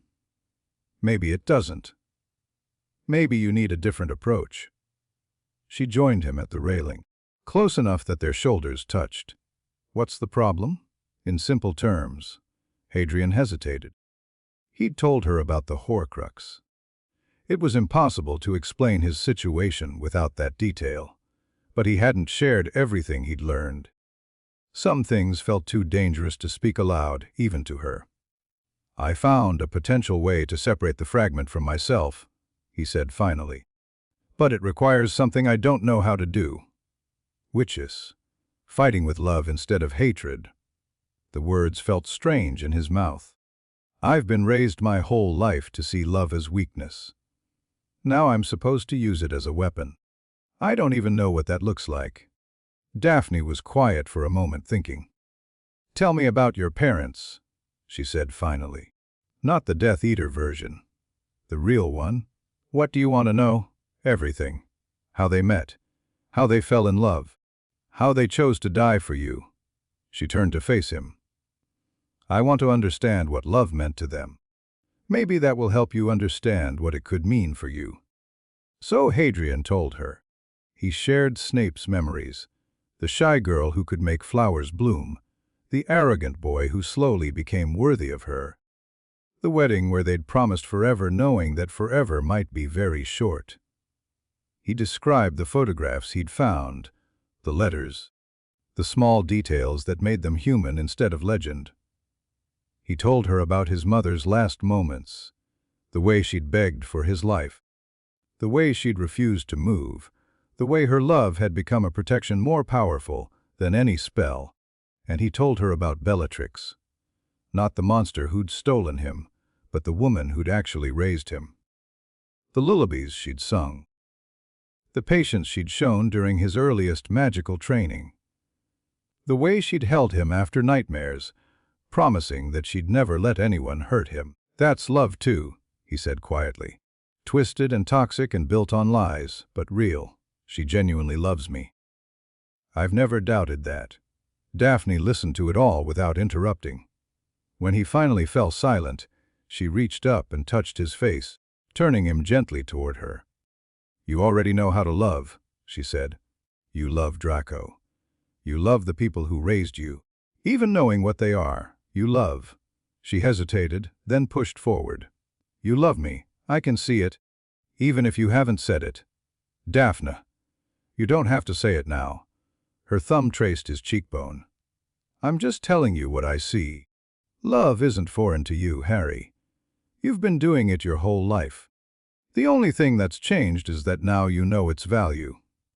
He stared at her, this impossible girl who'd walked into his carefully constructed world and shattered every wall he'd built. "How do you do that?" he asked. "See straight through me like nothing's hidden." "Practice." She smiled. "Also, you're not as mysterious as you think you are. You've got exactly two facial expressions. I'm plotting something, and I'm confused about feelings. Right now, you're doing both at once, which is actually quite impressive." "Despite everything," Hadrian laughed. "I love you." The words came out before he could stop them. Daphne's eyes widened, then softened. "I know," she said. "I love you too." She kissed him. Longer this time. Deeper, and for a moment everything else fell away. There was no Horcrux, no war, no impossible choices waiting around every corner. There was just this two people who'd found each other against all odds, choosing connection over isolation. When they finally broke apart, Hadrian felt something shift in his chest. The fragment stirred uneasily, as if sensing a threat. Good, he thought. Be afraid. Love wasn't just a weapon, it was his weapon. The one thing Voldemort had never understood, never possessed, never even wanted. Maybe that was the real power the Dark Lord knew not. The last day of term dawned bright and deceptively cheerful. Students packed trunks, said goodbye to friends, promised to write over the summer. The great hall buzzed with end-of-year energy, everyone eager to escape the castle and begin their holidays. Hadrian sat at the Slytherin table, watching it all with detached awareness. In a few hours, he'd be on the train back to London. In a few hours after that, he'd be walking into Malfoy Manor, facing Bellatrix and Narcissa and Lucius, and all the complicated truths he hadn't yet figured out how to handle. "You look like someone heading to their execution." Daphne slid onto the bench beside him. "Planning your escape, wrote already. Considering it." He pushed food around his plate without eating. I could disappear, fake my death, start over somewhere far from all of this. You wouldn't. No, but it's nice to imagine. He set down his fork. What are your plans for the summer? The usual. Political dinners with my father's contacts. Dance lessons with my sister. Extensive reading to avoid interacting with anyone I don't want to. She smiled slightly. I'll write you. Daily. I want. Then daily it is. She leaned closer, lowering her voice. Be careful, Harry. Whatever happens at the manor, whatever choices you have to make, remember who you are. Not who they want you to be. I'll remember. Good. She kissed his cheek, brief and proper, the kind of goodbye that wouldn't raise eyebrows. See you in September. She walked away to join her sister, and Hadrian watched her go with an ache in his chest that felt suspiciously like hope. The train ride was uneventful.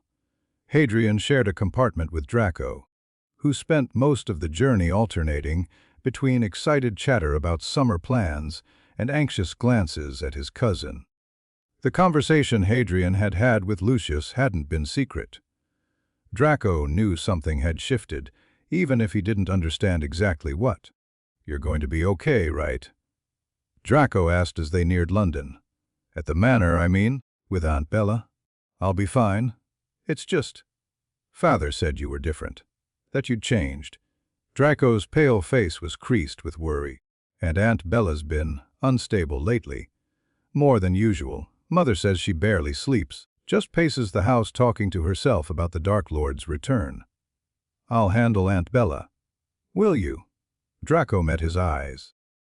Because I've seen how she gets when she thinks someone's betrayed her. And right now, to her, anything less than perfect loyalty counts as betrayal. Hadrian didn't have a reassuring answer for that. Because Draco was right, Bellatrix's devotion was absolute, and absolutism left no room for nuance or growth. If she sensed that Hadrian was pulling away from the cause, from her, from everything she'd raised him to be. I'll be careful, he said finally. I promise. It was the best he could offer. King's Cross Station was crowded with reuniting families. Hadrian spotted Narcissa first, elegant in dark blue robes, her blonde hair perfectly arranged. Beside her stood Lucius, silver-headed cane in hand, his expression carefully neutral. And behind them both, her dark eyes scanning the platform with predatory intensity. Bellatrix. She looked worse than he'd ever seen her. Thinner. Paler. The wildness that always lurked behind her features had risen to the surface, giving her the appearance of something barely contained. When she spotted Hadrian, her face transformed. Desperation and love and rage flickering across it faster than thought. My boy. She pushed past Narcissa, past Lucius, crossing the platform in long strides that made other families scatter. My beautiful boy. She swept him into her arms with bruising force, and Hadrian let himself be held. This close, he could smell her, dark magic and expensive perfume, exactly as he remembered. Could feel the trembling in her limbs, the barely restrained emotion. I've missed you, she whispered against his hair. Every day, every moment. Don't ever leave me for so long again. I missed you too. The words came out automatically, but they weren't entirely lies. He had missed her.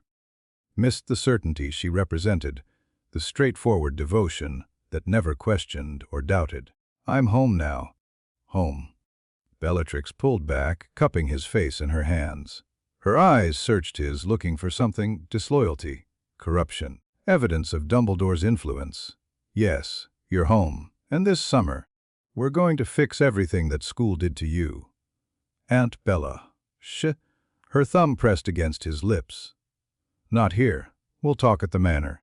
We'll talk about everything: your parents, the prophecy, the lies that mud-blood-loving Snape has been feeding you. Her eyes blazed. Oh yes, I know about your little sessions with Severus. Did you think anything happens at Hogwarts without my knowledge? Hadrian's blood ran cold. She knew.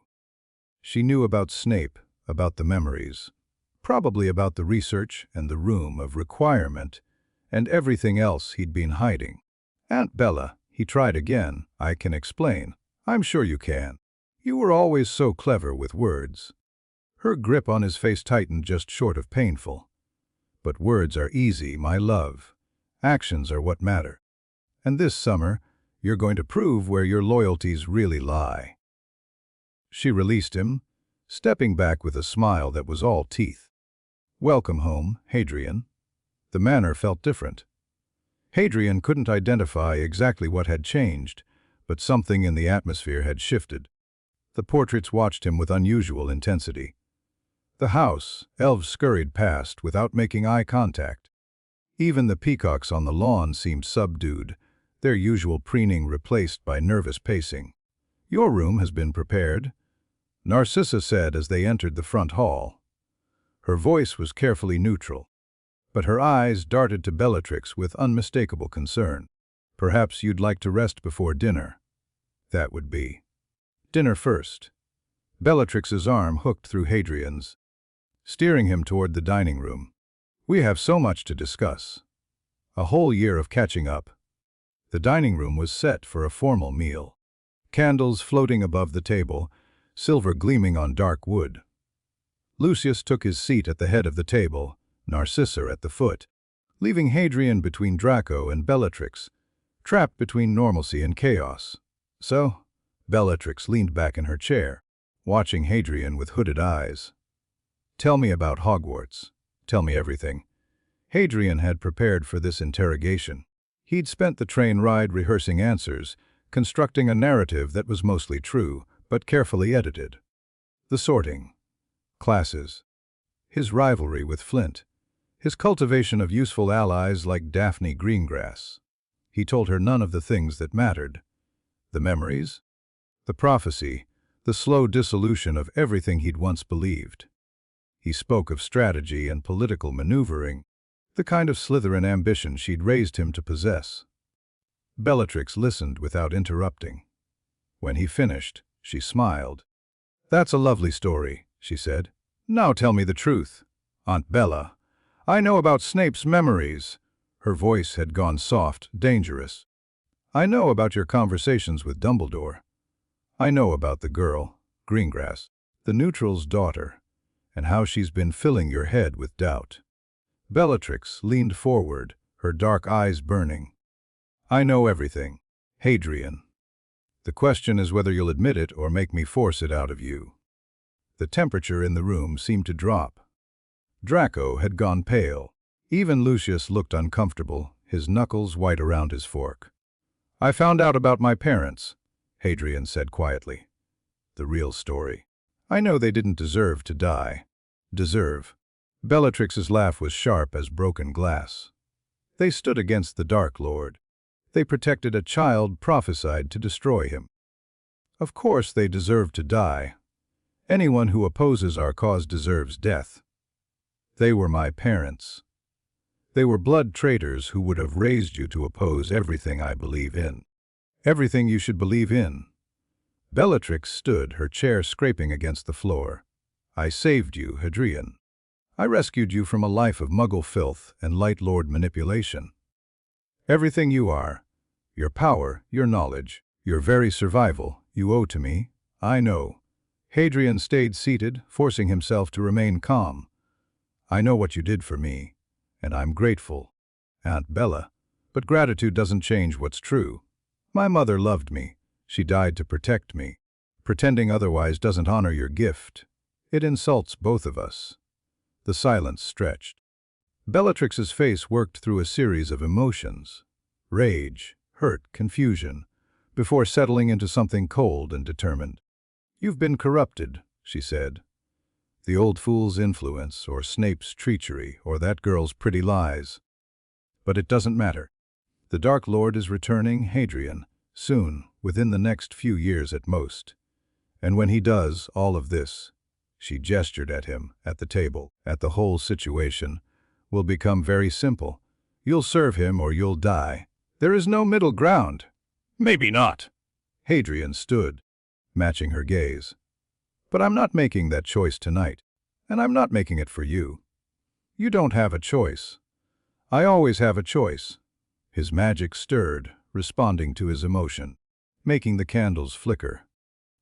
That's the thing you never understood, Aunt Bella. The thing the Dark Lord never understood either. You can't force loyalty, you can't demand devotion, you can only earn it, and right now, neither of you has. Bellatrix's hand twitched toward her wand. Hadrian's was already in his grip, hidden beneath the table, ready. Enough. Narcissa's voice cut through the tension like a blade. Both of you. This is a family dinner, not a battlefield. Stay out of this. I will not. Narcissa rose, placing herself between Bellatrix and Hadrian. You're scaring him, Bella. Scaring all of us. Whatever grievances you have can wait until... Grievances? Bellatrix's voice rose to a shriek. Has betraying everything I raised him to believe. Everything I sacrificed for. He's a child, Narcissa shouted back. A 12-year-old boy who just finished his first year at school. Whatever changes he's going through, whatever questions he's asking, they're normal. They're healthy. And you attacking him like this will only push him further away. I'm not attacking. You are. You're terrifying him because you're terrified yourself. Narcissa's voice softened. The Dark Lord's return frightens you, Bella. It frightens all of us. We don't know what will happen when he comes back, whether he'll reward our loyalty or punish our failures. And you're taking that fear out on the one person in this family who's supposed to be protected from all of this. Bellatrix stared at her sister. Something cracked behind her eyes, the madness receding, leaving something raw and wounded in its place. I can't lose him. Sissy, her voice was barely a whisper. He's all I have. The only thing that's kept me sane these 11 years. If he turns against us, against me, he's not turning against anyone. Narcissa moved to her sister's side, taking her hand. He's growing up, asking questions, becoming his own person. That's not betrayal, that's life. Bellatrix looked at Hadrian, and for a moment, the woman who'd raised him was visible beneath the madness.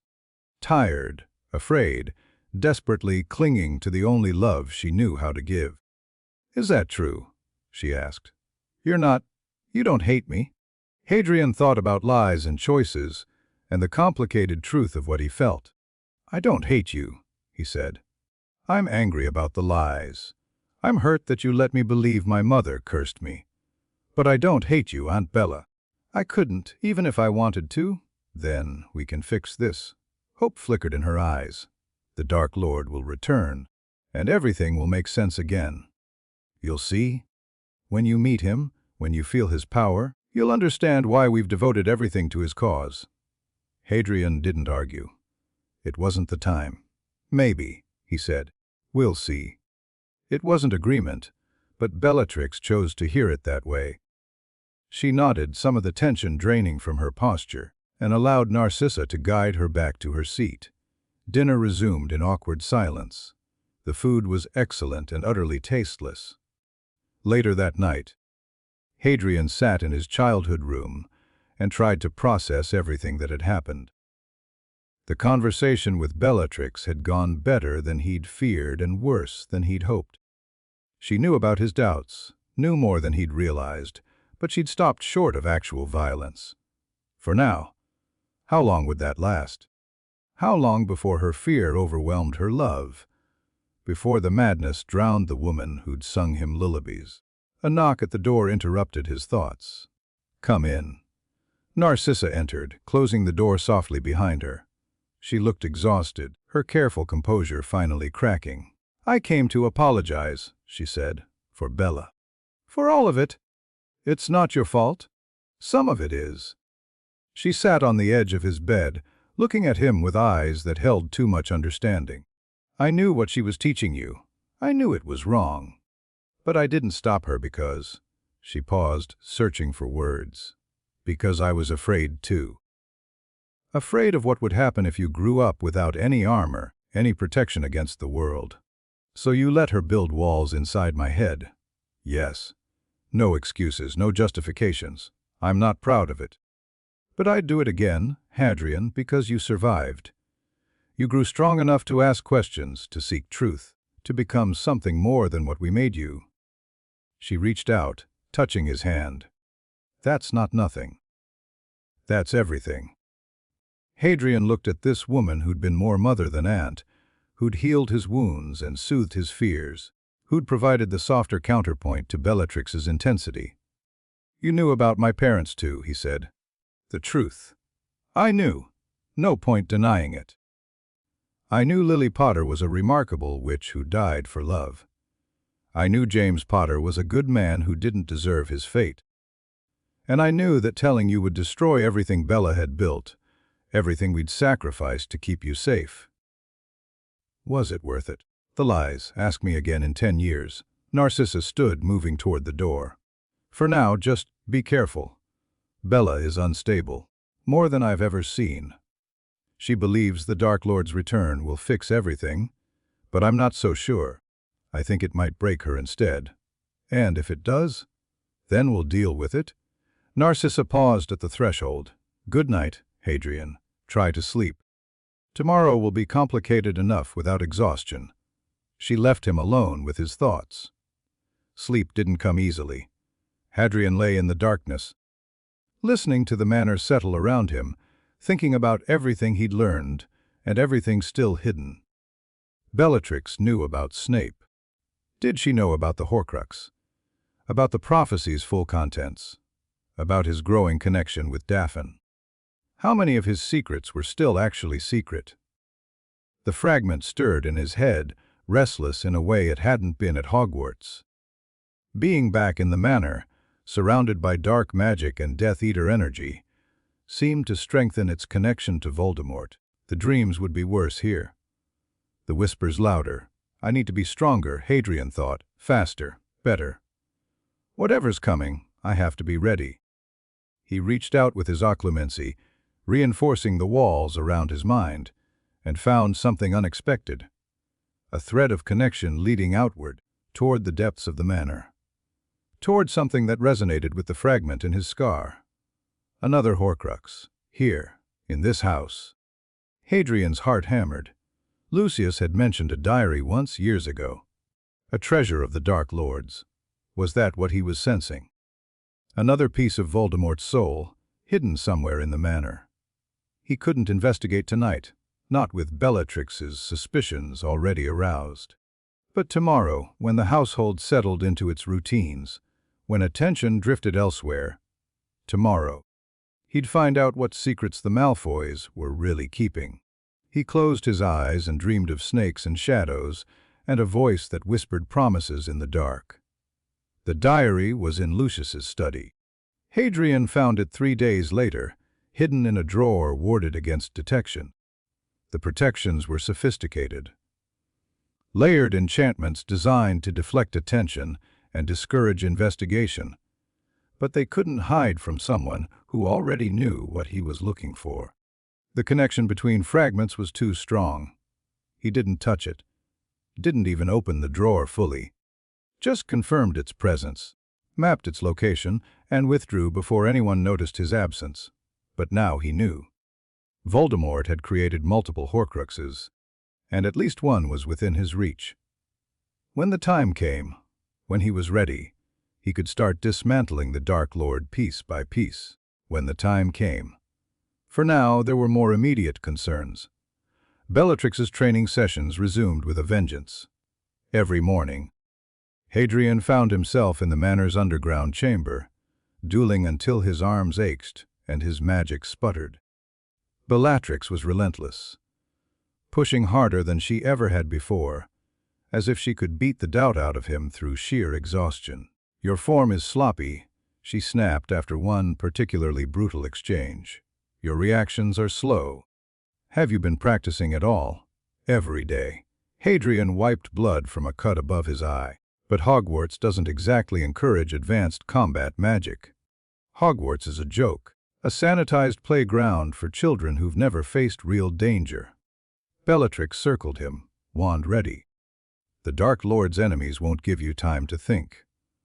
They won't follow dueling protocols or check if you're ready. They'll just attack, and you'll either survive or you won't. Then teach me to survive. Something flickered in her eyes, pride maybe, or satisfaction. Again, the duel resumed. Hadrian pushed himself harder, drawing on reserves he didn't know he had, forcing his magic to respond faster and more precisely. Bellatrix matched him spell for spell, her attacks growing increasingly vicious. And then, his occlumency slipped. Just for a moment, just a heartbeat's lapse in concentration. But Bellatrix was a trained legilimens, and a heartbeat was all she needed.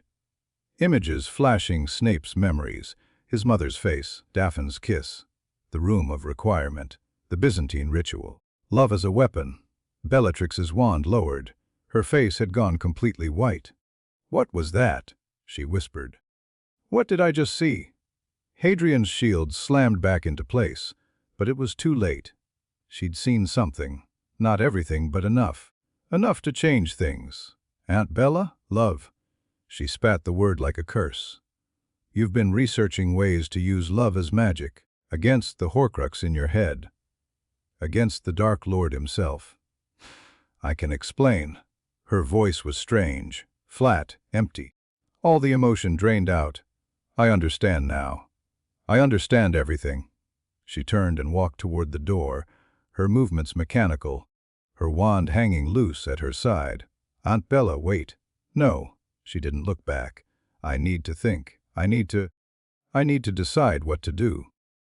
The door closed behind her, and Hadrian was alone in the training chamber, his heart pounding, his mind racing through catastrophic possibilities. She knew. Not everything, but enough to be dangerous. Enough to force a confrontation he wasn't ready for. He had to do something. Had to fix this before it spiraled completely out of control. But what? The answer came from an unexpected source. She's locked herself in her room. Draco found him in the garden that evening, his pale face tight with worry. Won't come out, won't eat, won't talk to anyone. Mother's frantic. Father's pretending it's normal, but I can tell he's scared too. I know. Hadrian stared at the fountain without seeing it. It's my fault. What happened? My shield slipped during training. She saw things I didn't want her to see. Draco was quiet for a moment. How bad? Bad enough? Is she going to? Draco swallowed. She wouldn't hurt you. Would she? The honest answer was probably not. But probably wasn't certainty, and Bellatrix in crisis was unpredictable at best. I don't know, Hadrian admitted. But I can't wait to find out. I need to talk to her. That seems like a terrible idea. It probably is. Hadrian stood, brushing grass from his robes. But terrible ideas are the only ones I have left. Bellatrix's door was warded against intrusion. Hadrian studied the enchantments for a long moment, cataloging their structure, identifying their weaknesses. He could break through, probably, but doing so would only make things worse. Instead, he sat down in the corridor outside and started talking. I know you can hear me, Aunt Bella. The silencing wards on that room have always been imperfect. I could hear you crying through them when I was little, even if I didn't understand why. No response. He continued anyway. You saw things in my mind that scared you. Research into love magic. Plans that seem like betrayal. And maybe they are. I don't know anymore. Everything I was raised to believe is crumbling, and I'm trying to build something new from the pieces. Still nothing. He pressed on. But here's what you didn't see. Because my shields came back up too fast. You didn't see that I'm not doing any of this to hurt you. You didn't see that I still love you, even knowing what you are. Even knowing what you've done. The door remained closed.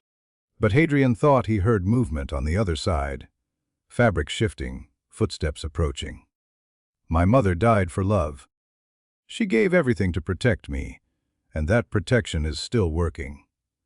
It's what keeps the Horcrux from consuming me. What gives me a chance to survive this?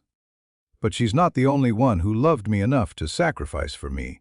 He paused, choosing his next words carefully. You love me too, Aunt Bella.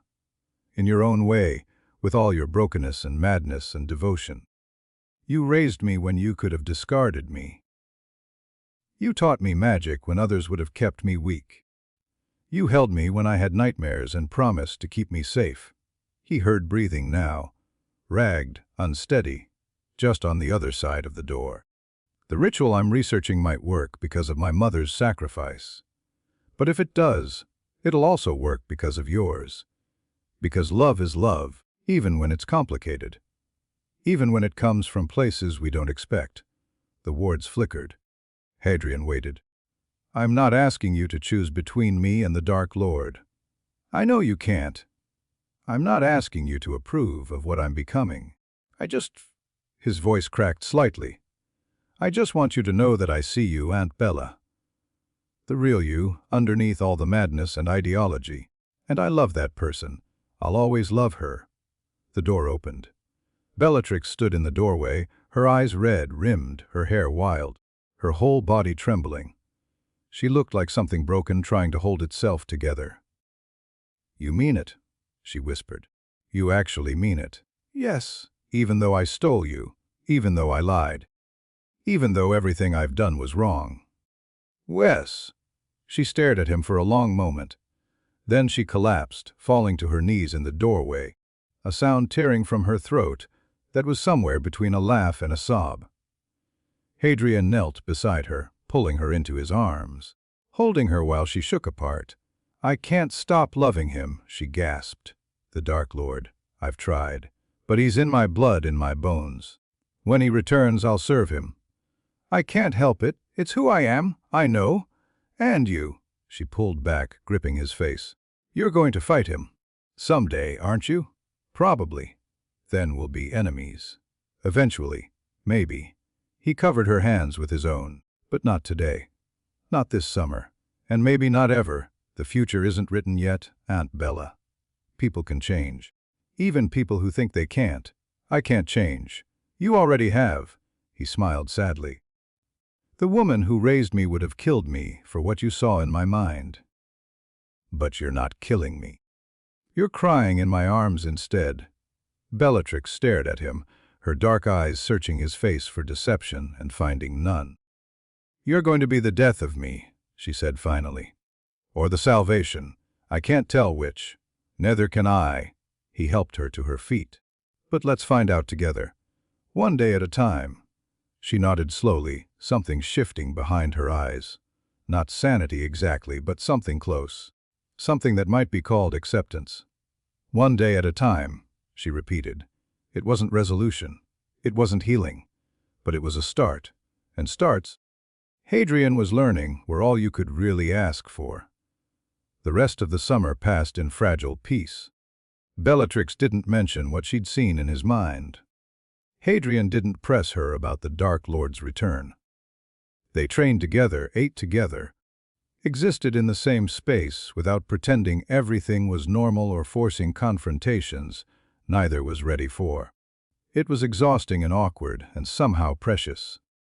Draco watched them both with confused relief, clearly baffled by whatever shift had occurred but grateful for the reduced tension. Narcissa's careful observations gave way to something like hope. Even Lucius seemed to relax slightly, though his shrewd eyes never stopped calculating. The diary stayed in its drawer. Hadrian visited it twice more, confirming its location, studying its protections. When the time came to move against Voldemort's Horcruxes, he'd know where to start. But for now, there were more important things. The night before he returned to Hogwarts, Bellatrix came to his room. I have something for you. She pressed a small object into his hand, a ring old and heavy, set with a black stone that seemed to absorb light. It was my mother's, and her mother's before her. It's been in the Black family for generations. Aunt Bella, I can't. You can. You will. Her voice was fierce. Whatever happens next year, whatever choices you make, I want you to have something of mine. Something real. So you remember that I existed before all of this. That I was someone worth loving, once. Hadrian looked at the ring, feeling its weight, its history. You're still worth loving. Sweet boy. She touched his face, almost gentle. My sweet, impossible boy. You're going to change everything. Aren't you? Burn the whole world down and build something new. I'm going to try. Then try well. She kissed his forehead, her lips lingering. And remember, whatever else happens, whatever we become to each other, I raised you. I chose you. That means something. It means everything. She nodded once, turned, and left without another word. Hadrian sat alone in the darkness, turning the ring over in his fingers, thinking about love and madness and the impossible complexity of family. Tomorrow, he'd return to Hogwarts, to Daphne and Draco and the games of power and politics, to Snape and Dumbledore and all the figures who wanted to shape him for their own purposes. But tonight, he was just a boy who'd been loved by complicated people in complicated ways. And that, despite everything, was enough. Chapter 4 Chapter 5 The Truth That Burns. The Pensieve's surface rippled like liquid mercury as Hadrian lowered his face toward it. He'd stolen it from Dumbledore's office 3 hours ago. A calculated risk that had required disabling 17 separate alarm enchantments and convincing a portrait of Phineas Nigellus Black that he was simply retrieving a family heirloom. The portrait had bought the lie, probably because it wanted to believe that a Black would have the audacity to rob the headmaster. Now, alone in the room of requirement at 2 in the morning, Hadrian prepared to witness the night his parents died. The memories came from multiple sources: Snape's recollections, fragments recovered from the ruins of Godric's Hollow, even a sliver of Dumbledore's own observations from the aftermath. Hadrian had spent months gathering them, piecing together a complete picture of October 31st, 1981. He'd avoided watching until now. Some truths were too heavy to carry while maintaining a double life. But after last summer's confrontations with Bellatrix, after everything he'd learned about love and sacrifice and the power that Voldemort knew not, he needed to see it. All of it. No matter how much it hurt. Hadrian took a breath and plunged into the memory. Godric's Hollow materialized around him. A small village, quaint and quiet, decorated for Halloween with carved pumpkins and fake cobwebs. The night was cold, the sky clear, and magic hummed beneath, everything like a heartbeat. A cottage stood at the end of the lane, warm light spilling from its windows. Hadrian walked toward it, his feet making no sound on the cobblestones, his presence undetectable to the figures moving inside. Through the window, he saw them. James Potter sat in an armchair, his wand set aside, completely relaxed. He was younger than Hadrian had expected, barely 21, with messy black hair and glasses slightly askew. A child's toy lay in his lap, a small golden ball that zoomed around his fingers before returning to his palm. "You're going to spoil him," Lily said from the doorway. She was radiant, red hair loose around her shoulders, green eyes bright with affection, a smile playing at her lips. "He's only a year old. He doesn't need his own practice snitch. Every Potter needs a practice snitch. It's tradition." James grinned, making the ball do a complicated loop. "Besides, did you see his eyes tracking it yesterday? The reflexes on this kid. He's going to be the best seeker Hogwarts has ever seen. Or maybe he'll prefer books." Lily crossed to the armchair, perching on its arm. "He has my eyes after all. Maybe he'll have my brain too. Merlin help us if he has both our stubbornness." "Merlin help the world, you mean?" They laughed together, easy and warm, and Hadrian felt his chest constrict. This was what he'd lost. This was what Voldemort had stolen. Not just their lives, but this. The laughter, the love, the simple joy of being a family. The baby's cry came from upstairs. Lily stood, pressing a kiss to James's forehead. "I'll get him. You put that ridiculous toy away before he sees it and demands it permanently." "Yes, dear." She disappeared up the stairs. James watched her go, his expression shifting to something softer, more vulnerable. He loved her. The memory made that undeniable. The way his eyes followed her, the way his whole posture changed when she was near. Hadrian heard him whisper, too quiet for anyone else to catch, "I'd die for them. Both of them. In a heartbeat." He didn't know how soon that promise would be tested. The memory shifted, time compressing, and suddenly the cottage door exploded inward. James was on his feet in an instant, his wand appearing in his hand, his body moving to block the stairs. "I'll Takahara and Ra." The figure in the doorway was tall and terrible, robed in black, his face pale and serpentine in the wandlight. Voldemort. Hadrian had never seen him clearly before, had only glimpsed shadows and fragments through his connection. But here, in this memory, the Dark Lord was horribly real. "Stand aside," Voldemort said. His voice was cold, almost bored. "I have no desire to kill you. Your blood is pure. You could still be useful. You'll have to go through me. If you insist." The duel lasted less than 30 seconds. James was good. Hadrian could see it in every movement, every spell. He'd been an Auror, a member of the Order, one of the most talented wizards of his generation. Under normal circumstances, he might have held his own. But Voldemort was beyond normal, beyond good.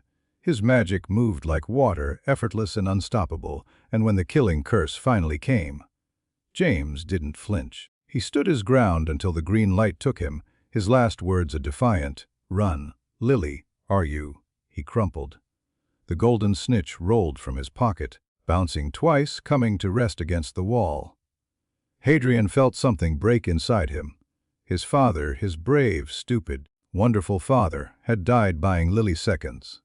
Just seconds. Not enough time to escape, but enough to prepare. Voldemort stepped over the body without a glance and climbed the stairs. The nursery was small and warm, painted with moving murals of magical creatures. A mobile of tiny broomsticks hung above the crib, spinning slowly. Lily stood between the crib and the door, her wand raised, her face streaked with tears, but absolutely determined. "Not Harry," she said. "Please, stand aside, girl. You need not die tonight. Take me instead. Kill me, but please, please let him live." Voldemort paused. For a moment, just a moment, something flickered across his inhuman features. Curiosity, maybe, or confusion. "You would die for this child, who cannot even speak your name?" "Yes." "Why?" "Because I love him." The words came out fierce and certain. "Because he's my son. Because some things are worth dying for, and he's worth everything. Love." Voldemort said the word like it tasted foul. Such a small word for such a foolish concept. Love has never stopped a killing curse. Love has never changed the course of history. Then let me prove you wrong. She spread her arms, shielding the crib with her body, and waited. Voldemort raised his wand. "As you wish." Green light, the same terrible green as Hadrian's eyes. Lily fell, but she fell forward, not backward. Fell across the crib, her body draped over the rails, her dead hands still reaching for her son, protecting him even in death. And in the crib, baby Harry began to cry. Voldemort approached the crib, stepping around Lily's body with the same casual disregard he'd shown James. His wand rose, pointed at the screaming infant. "The prophecy ends here," he said. "No child will oppose Lord Voldemort. No power exists that I do not command." He spoke the curse. The green light shot toward the baby, and something happened. Hadrian watched, transfixed, as the killing curse struck baby Harry's forehead and rebounded. Watched the light slam back into Voldemort with force that shattered the walls, the ceiling, the very fabric of the Dark Lord's existence. Voldemort screamed, a sound of pure agony and disbelief, and then he was gone, not dead but dispersed, broken into fragments that scattered into the night. One fragment, darker than the rest, shot toward the crying baby, struck his forehead, burrowed in. The lightning bolt scar began to form, and in the ruins of the nursery, surrounded by death and destruction, baby Harry kept crying. Crying for a mother who would never hold him again. Hadrian wrenched himself out of the pensieve, gasping, tears streaming down his face. He couldn't breathe. His chest was too tight, his heart slamming against his ribs, his whole body shaking with the force of what he'd witnessed. She'd died for him. She'd literally chosen death so that he might live, And it had worked. Her love, her sacrifice, had done what Voldemort believed impossible. It had stopped a killing curse, changed the course of history. Love, Hadrian whispered, his voice ragged. She was right. He was wrong. The fragment in his scar stirred, uncomfortable, sensing the direction of his thoughts. Hadrian felt it recoil from the memory, from the moment of its own creation, from the love that had imprisoned it. You felt that? He thought at it. You felt what she did, what it cost her, and you're afraid of it. No response. But the fragment's discomfort increased, confirming his suspicion. Love was the key, not just as abstract concept, but as lived experience. Every moment of genuine connection weakened the Horcrux. Every choice of compassion over cruelty strengthened his mother's protection. He understood now, really understood, and that understanding was going to change everything. Dawn found him still in the room of requirement, but no longer crying. He'd spent the remaining hours processing, planning, fitting the new knowledge into his existing strategy. The Byzantine ritual he'd found made sense now. Severing the soul's attachments required filling the vessel with something the attachment couldn't tolerate. Connection, compassion, everything Voldemort had rejected, Hadrian would have to embrace. The irony wasn't lost on him. The boy raised by Death Eaters, trained in dark magic, molded to be Voldemort's weapon. His path to freedom lay through becoming everything his upbringing had taught him to despise. Luna was right, he thought. This is going to be the hardest thing I've ever done. But he was ready to try. You look like hell. Draco's voice greeted him at breakfast, equal parts concern and annoyance. Hadrian hadn't slept, hadn't changed his robes, hadn't done anything to hide the evidence of his emotional breakdown. Bad night, obviously. Draco slid closer on the bench, lowering his voice. What happened? I saw something. Learned something? Hadrian picked at his food without appetite. I'm still processing. Something about. Draco glanced around, ensuring no one was listening. About your situation? Yes. Good something or bad something? Both. Hadrian finally looked at his cousin, seeing the genuine worry in his pale features. Draco had spent the summer watching Hadrian and Bellatrix navigate their fragile peace. He knew, better than anyone except perhaps Daphne, how close everything was to falling apart. If you need to talk. Later, when we have privacy. Hadrian attempted a smile. Thank you, though, for asking. You're my brother. Draco said it simply, without embarrassment. Brothers look out for each other. Something warm flickered in Hadrian's chest. This was love too, different from romance, different from family obligation, but real and valuable. Draco choosing him despite everything, despite the doubts and complications and ideological rifts. Every connection weakens the Horcrux. I know, Hadrian said. And I'll always look out for you too. They finished breakfast in comfortable silence, and the fragment in Hadrian's scar retreated a little further into darkness. The confrontation came sooner than expected. He was returning from transfiguration when Draco caught up with him, face flushed, words tumbling out in panicked bursts. Father wrote. About Aunt Bella. She's been talking, ranting really, about how you're changing, how you're going to betray everything. She told Father about what happened last summer, what she saw in your mind. Slow down. Hadrian pulled Draco into an empty classroom. What exactly did she tell him? About the research, about love magic, about how you're planning to use it somehow. Draco was breathing hard. Feather's furious. He thinks you've been compromised. He's writing to some of the other families, trying to, I don't know, organize something. Cold dread pooled in Hadrian's stomach. Organize what? I don't know. But Adrian, Harry. Draco stumbled over the names. He used the word contingency, like you're a problem that needs to be managed. Lucius Malfoy was planning something against him, because Bellatrix had finally cracked under the weight of her divided loyalties. Where's the letter? I burned it after reading. Didn't want evidence lying around. Good thinking. Hadrian's mind raced through possibilities. How much time do we have? Days. Maybe a week. Father has to coordinate with others, and they'll want to be careful. You're still valuable. Still the Dark Lord's supposed heir. They can't openly move against me, Hadrian finished.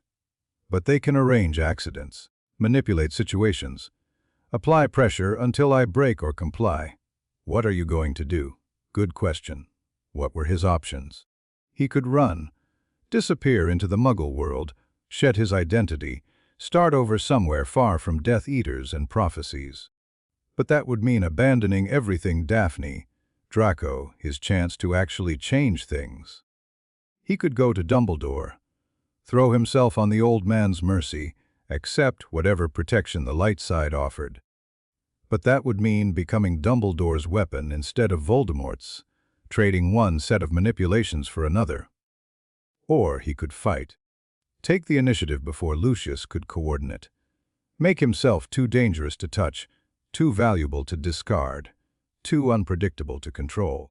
I'm going to do something stupid, Hadrian said slowly. Something that will either solve everything or destroy me. That's not reassuring. It's not meant to be. He gripped Draco's shoulder. Whatever happens next, remember, I'm doing this for all of us. For a chance at something better than the war our parents fought. What are you planning? Hadrian smiled, and it was the smile of someone who'd finally stopped being afraid. I'm going to tell the truth. The great hall was packed for dinner when Hadrian walked in.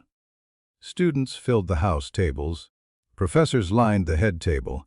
The enchanted ceiling displayed a perfect autumn sky. Hundreds of people gathered in one place, completely unaware of what was about to happen. Hadrian moved to the Slytherin table but didn't sit. Instead, he climbed onto the bench, then onto the table itself, his boots leaving marks on the polished wood. Conversations died. Heads turned.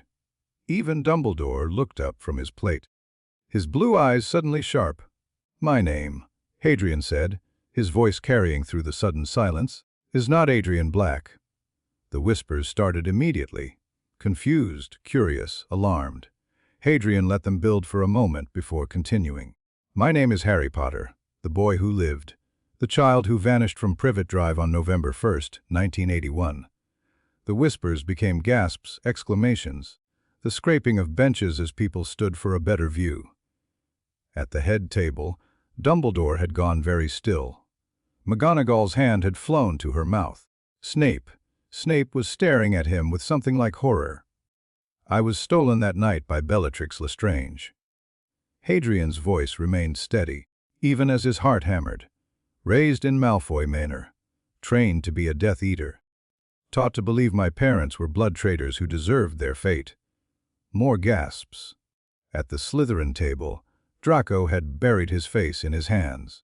Daphne was watching with fierce concentration, her expression unreadable. Everything I believed was a lie. My parents were heroes. They died protecting me from Voldemort. The name caused flinches throughout the hall. And their sacrifice saved my life. The scar on my forehead isn't a mark of shame. It's a mark of love. He reached up, pushing his hair back, revealing the lightning bolt that had been hidden by careful glamours. I'm telling you this because I'm done hiding. Done pretending to be something I'm not. The war that's coming won't be won by lies and manipulation. It'll be won by people willing to stand in the light and speak the truth. He looked directly at Dumbledore. I'm not your weapon, Headmaster. I'm not anyone's weapon. But I am willing to fight. On my terms. For what I believe in. Then he looked at the Slytherin table, at Draco, at Daphne, at the dozens of students who'd watched him navigate their house's politics for the past year. And I'm not abandoning the people who matter to me.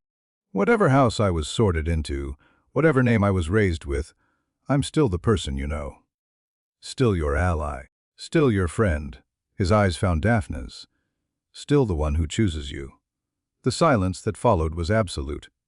Then Dumbledore rose, his voice carrying with effortless authority. It seems we have much to discuss, Mr. Potter. Perhaps you'd join me in my office? Happy to. Hadrian stepped down from the table, his legs slightly unsteady. But I'm bringing people with me. Daphne Greengrass. And Professor Snape. Dumbledore's eyebrows rose. An unusual request.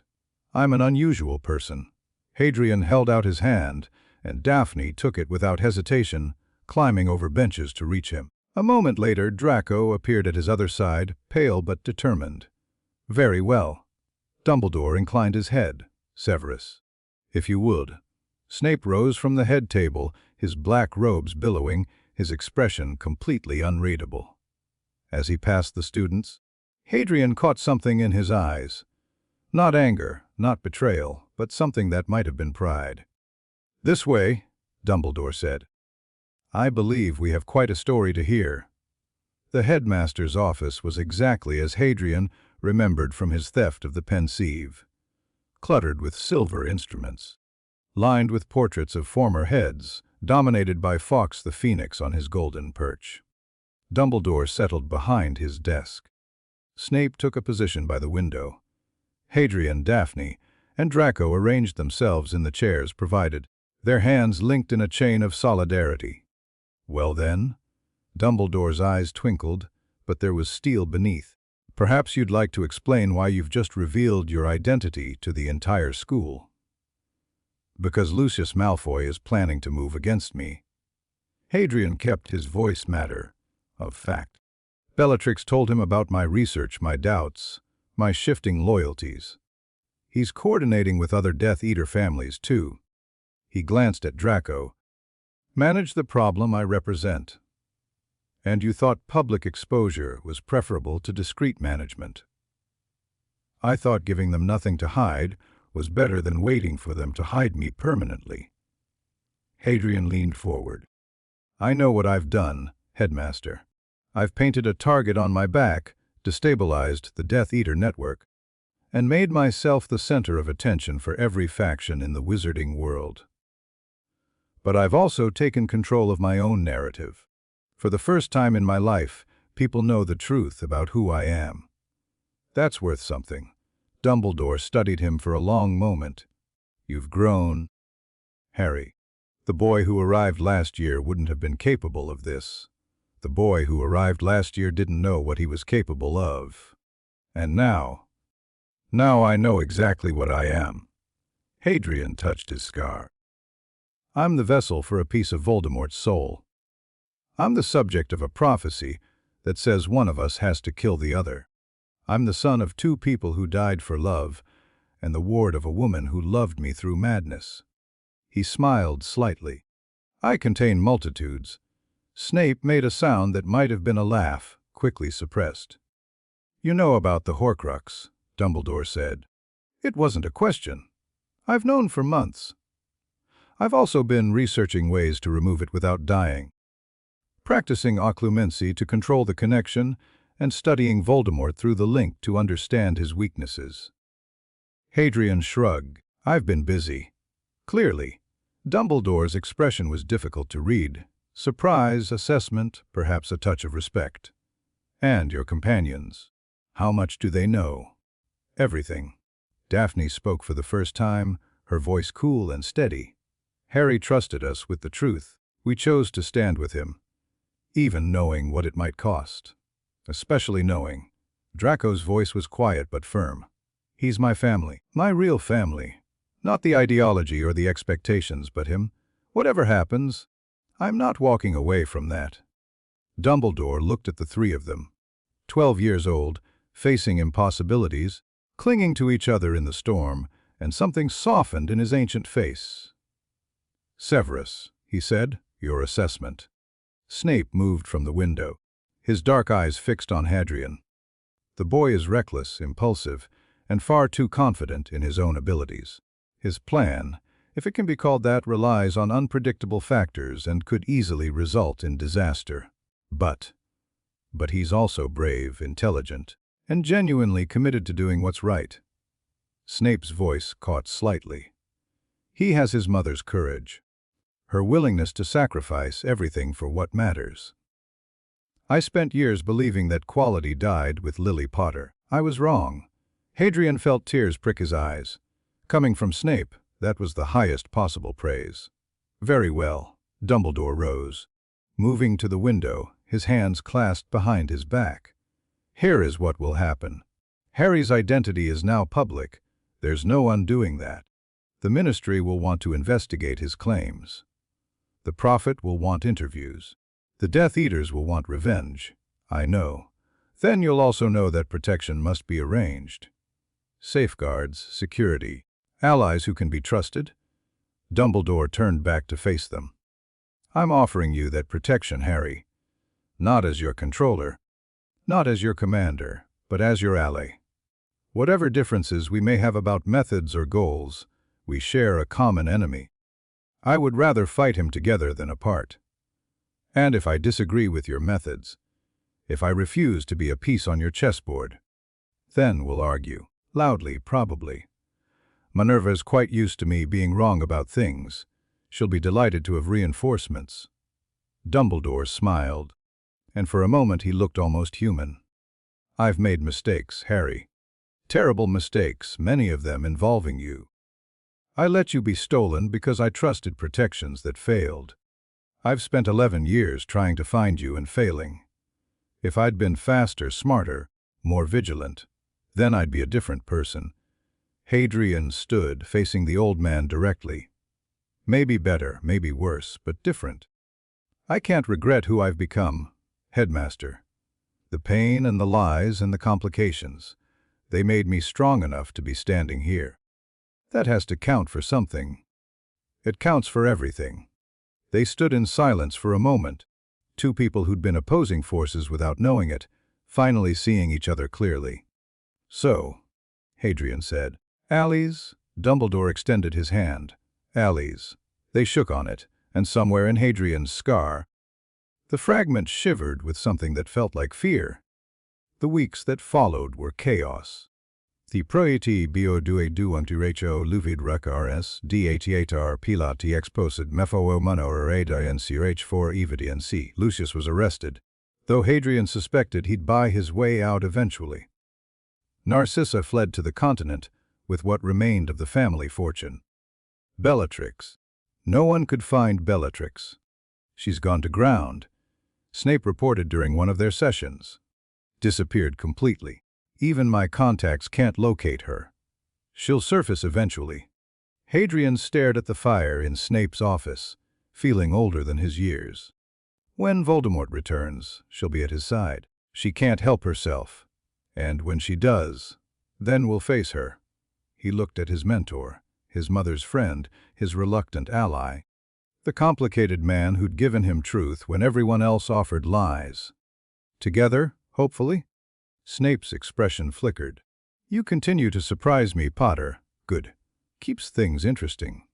At Hogwarts, the response was mixed but mostly positive. The Gryffindors treated him like a prodigal son, cheering whenever he entered the Great Hall, inviting him to their common room, asking endless questions about his adventures. The Ravenclaws were curious, the Hufflepuffs welcoming, and the Slytherins. The Slytherins were complicated. Some, like Daphne and the students he'd cultivated, supported him openly. Others withdrew, afraid of association with someone who'd exposed Death Eater operations. A few became actively hostile, sending hexes in corridors, spreading rumors about his blood traitor inclinations. Hadrian handled it all with the skills Bellatrix had taught him. Identifying threats, neutralizing opposition, building alliances. The irony wasn't lost on him. The training meant to make him a Death Eater was now helping him dismantle their network.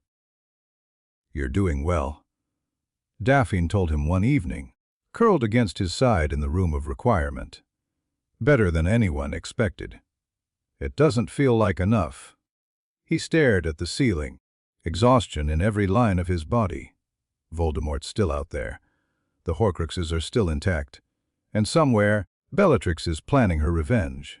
One thing at a time. She traced patterns on his chest. You can't save the world in a day. I know. He sighed. I keep thinking about my parents. How they only got 21 years. How they spent those years fighting a war they couldn't win.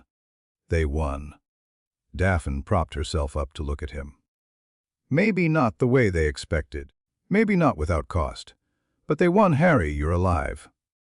Voldemort was destroyed for over a decade. The wizarding world had peace because of what they sacrificed. And now it's starting again. Then we'll end it. She kissed him, soft and certain. Together. The way your parents would have wanted. Hadrian held her close and let himself believe, just for a moment, that she was right. The letter from Bellatrix arrived on Halloween. It was waiting on his pillow when he returned from the feast, sealed with black wax. His name written in her distinctive scrawl. The parchment smelled like her, dark magic and expensive perfume, and his hands shook as he broke the seal. My dearest boy, I know you think I've abandoned you, that my silence means rejection, anger, betrayal. You're wrong, I've been watching. From the shadows, from the places no one thinks to look. I've seen you stand before the whole school and declare yourself. Seen you build alliances, fight enemies, become something I never imagined you could be. You terrify me, and you make me proud. The Dark Lord will return soon. I feel it in my blood, in the mark that burns brighter every day.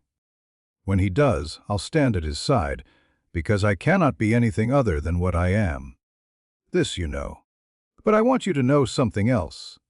Whatever happens, whatever choices we make, whatever sides we stand on, you are still my son. The child I chose, the boy I raised, the young man I love more than anything in this world. War may make us enemies. Death may separate us forever. But nothing will change what you mean to me. I should have told you the truth about your parents. Should have let you know that Lily Potter died for love, and that love is not weakness. I was afraid, my darling, afraid that knowing would take you from me, and in the end, the lies did exactly what I feared the truth would. I'm sorry. For all of it. For the stealing and the lying and the madness I couldn't control. You deserved better. You deserved everything. When we meet again, and we will meet again, I hope you'll remember this letter. Remember that I loved you, even when I couldn't love you right.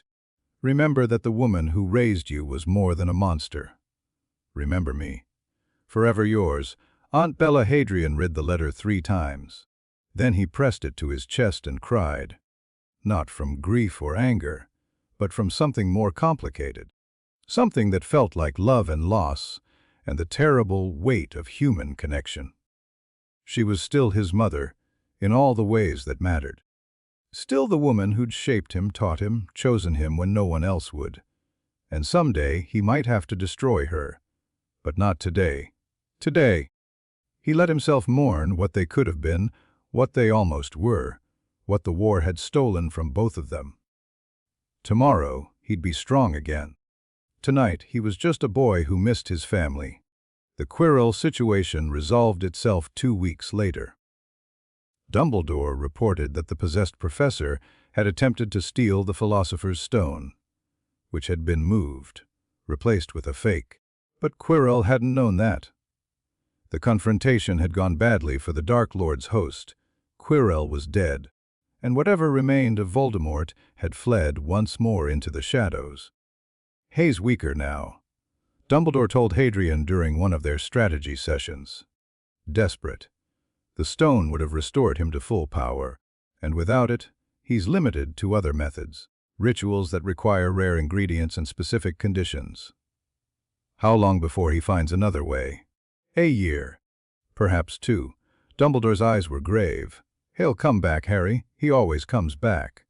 And when he does, he'll be more dangerous than ever. Then we use the time we have. Hadrian pulled out the notes he'd been compiling. The Horcruxes. I've identified at least 2, the diary in Malfoy Manor and whatever's in my scar. But there have to be more. Voldemort wouldn't stop at 2. His arrogance wouldn't allow it. I've had similar thoughts. Dumbledore produced his own documents, decades of research, meticulous and thorough. I believe he created 6, possibly 7. The diary, which we now have in custody. Your scar, which presents unique challenges, and 4 or 5 others hidden in places of significance. How do we find them? By understanding him, his history, his obsessions, his pride. Dumbledore spread the documents across his desk. Tom Riddle was obsessed with Hogwarts, with pureblood heritage, with symbols of power. If we can trace his movements, identify what artifacts he might have coveted, what can hunt them down? Hadrian leaned forward, scanning. What about destruction? The diary? Basilisk venom? Or fiendfire? Though that's considerably more dangerous. Dumbledore's expression grew thoughtful. There's a basilisk in the Chamber of Secrets, actually. The entrance is here at Hogwarts. You know where it is? I've long suspected. The chamber responds to Parseltongue, which limited my ability to confirm. Dumbledore's eyes glinted. But you, Harry, have that ability. The fragment in your scar grants you the Dark Lord's gift with serpents. Hadrian felt his stomach clench. You want me to open the chamber. I want us to open it. Together, and use what we find there to begin dismantling Voldemort's immortality. It was insane. It was brilliant. It was exactly the kind of plan that could either save the world or doom them all. When? Soon. Dumbledore gathered his papers. But there's something else to address first. The fragment in your scar. I've been researching ways to remove it. I know. Your Byzantine ritual. Dumbledore smiled slightly. Severus told me. It's promising, Harry. More promising than anything I've found in 50 years of searching. But it requires preparation. Emotional preparation as much as magical. You'll need to strengthen the love that protects you, reinforce the connections that weaken the Horcrux. And you'll need to do it while managing everything else. The Death Eater remnants, the political fallout, your own emotional recovery. I can handle it. I don't doubt it. Dumbledore rose, moving to the window. You've already handled more than most people face in a lifetime. But I want you to know that you don't have to handle it alone. Not anymore. Hadrian looked at this old man, manipulative, flawed, brilliant, well-intentioned, and felt something like trust beginning to build. Thank you, he said, for believing I could be more than what they made me. Thank you for proving me right. The year ended with more questions than answers. Voldemort was still out there. The Horcruxes were still scattered across Britain. Bellatrix was still missing. Her letter a constant weight in Hadrian's pocket, and the war that everyone feared was no longer a distant possibility. It was coming, inevitable, unstoppable. But Hadrian faced it differently than he would have a year ago. He had allies now, Daphne, who saw through every mask and chose him anyway. Draco, who'd picked brotherhood over blood loyalty. Snape, who kept promises to a ghost. Dumbledore, who'd finally started treating him as a partner rather than a piece. He had knowledge. The truth about his parents, the nature of the Horcruxes, the power of love as a weapon. He understood what he was fighting for and what he was fighting against. And he had hope. Not naive hope. Not blind optimism, but the stubborn conviction that things could be better. That people could change.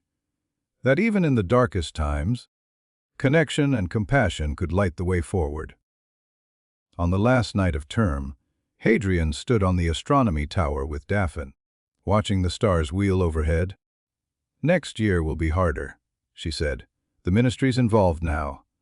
The old families are fragmenting. Everything's going to get more complicated before it gets simpler. I know. Are you scared? Hadrian considered the question. Thought about everything he'd faced, everything still to come. Yes, he admitted. But I'm also ready. Whatever happens next, I'm not running from it anymore. Daphne leaned against his side, her hand finding his. Good, she said. Because I'm not going anywhere either. They stood together in the darkness, two improbable allies, two damaged hearts learning to heal. Behind them, the castle lights glowed warm and golden. Ahead of them, the future waited, uncertain, dangerous, full of possibilities. And somewhere in Hadrian's scar, the fragment of Voldemort's soul grew just a little bit weaker.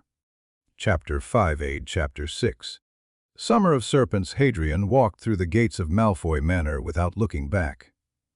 The wards recognized him. They always would. Keyed to his blood and magic since childhood, but the house itself felt different. Emptier. The peacocks had been sold off during the ministry raids. The gardens left untended, the windows dark where they'd once glowed with enchanted light. Narcissa met him at the door. She looked older than he remembered, the summer's stress carving new lines around her eyes. Her blonde hair was perfectly arranged, her robes immaculate, but something in her posture spoke of exhaustion too deep to hide. Hadrian. She didn't reach for him, didn't offer the embrace that had once come so naturally. "I wasn't sure you'd come," you asked. "I came?" He stepped inside, feeling the familiar magic of the manor wrap around him like a cold blanket. "Where's Draco?" "Upstairs, packing. We're leaving for France at the end of the week. The family estates there are safer, and Lucius's trial."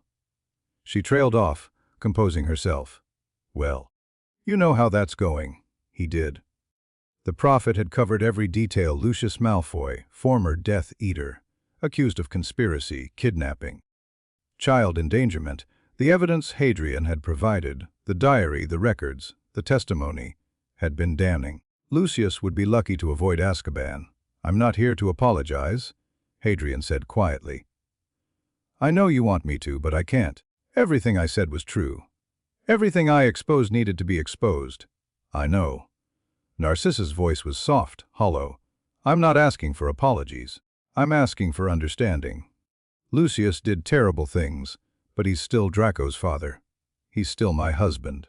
Watching him be destroyed, even if he deserves it, hurts." Hadrian moved closer, not quite touching. "I understand that, Aunt Sissy. I understand loving someone and hating what they've done. Believe me." Something flickered in her eyes. "Bella, among others." They stood in silence for a moment, two people who'd once been family, trying to figure out what they were now. "She's been writing to me," Narcissa finally said, "from wherever she's hiding, asking about you, demanding updates." "I know. She writes to me too. Do you respond?" "Sometimes." Hadrian moved past her into the entrance hall. "When I can find words that aren't lies but aren't weapons either. It's harder than you'd think. She loves you." "In her no." He paused at the foot of the grand staircase. "That's what makes it so complicated." Draco's room was half empty, trunk open on the bed, belongings sorted into piles. "Figured you'd show up eventually." Draco didn't turn from his packing. "Come to gloat. Come to see my brother." Hadrian leaned against the doorframe. "Unless that's not what we are anymore." Draco's hands stilled on a folded robe. For a long moment, he didn't speak. "My father's going to prison because of you. Your father's going to prison because of what he did. I just told the truth about it. Same thing. Not even close." Hadrian crossed the room, forcing Draco to face him. "He helped kidnap me, Draco. Helped raise me on lies. Helped plan operations that would have brought Voldemort back to power. Those are his choices, his actions. I didn't make him do any of it. But you didn't have to expose him. You could have just..." "What?" "Kept quiet. Let the Death Eaters regroup. Let Lucius keep plotting. Let the whole cycle start again." Hadrian shook his head. "I spent my whole life being protected by people who thought they knew what was best for me. I'm done with that. The only way forward is through the truth, even when it hurts." Draco stared at him, anger and grief warring in his pale features. "I hate you," he said finally. "Part of me does anyway. The part that remembers Father teaching me to fly, buying me my first broom, telling me I was going to be great someday. I know. But another part," Draco's voice cracked. "Another part is relieved. Because I always knew, deep down, what he was, what he did, and pretending otherwise was exhausting." "Yeah." Hadrian gripped his cousin's shoulder. "It really was." They stood like that for a moment, two boys who'd grown up in the same poisoned garden, trying to find clean air. "France," Draco said eventually. Mother thinks it'll be safer there, away from the trials and the reporters and the people who want to hurt us. She's probably right. Will you visit? If I can. Dumbledore's got plans for me this summer. Training, research, things I can't talk about yet. But I'll try. Draco nodded slowly. What about her? What about her? She's still out there. Still loyal to the Dark Lord. Still, he hesitated. Still your mother. In all the ways that matter. Hadrian thought about Bellatrix's letter, still folded in his pocket. About the woman who'd raised him, loved him, lied to him, and would probably try to kill him someday. I don't know, he admitted. Some problems don't have solutions. You just... That's bleak. It's honest. Hadrian managed a small smile. But hey, at least we're not facing it alone. Whatever else changes, we're still brothers. That doesn't disappear just because our families are falling apart. Draco's answering smile was fragile but real. Brothers. They hugged, brief, awkward, necessary, and then Draco returned to his packing. And Hadrian went to face the real reason he'd come to the manor. The diary was exactly where he remembered.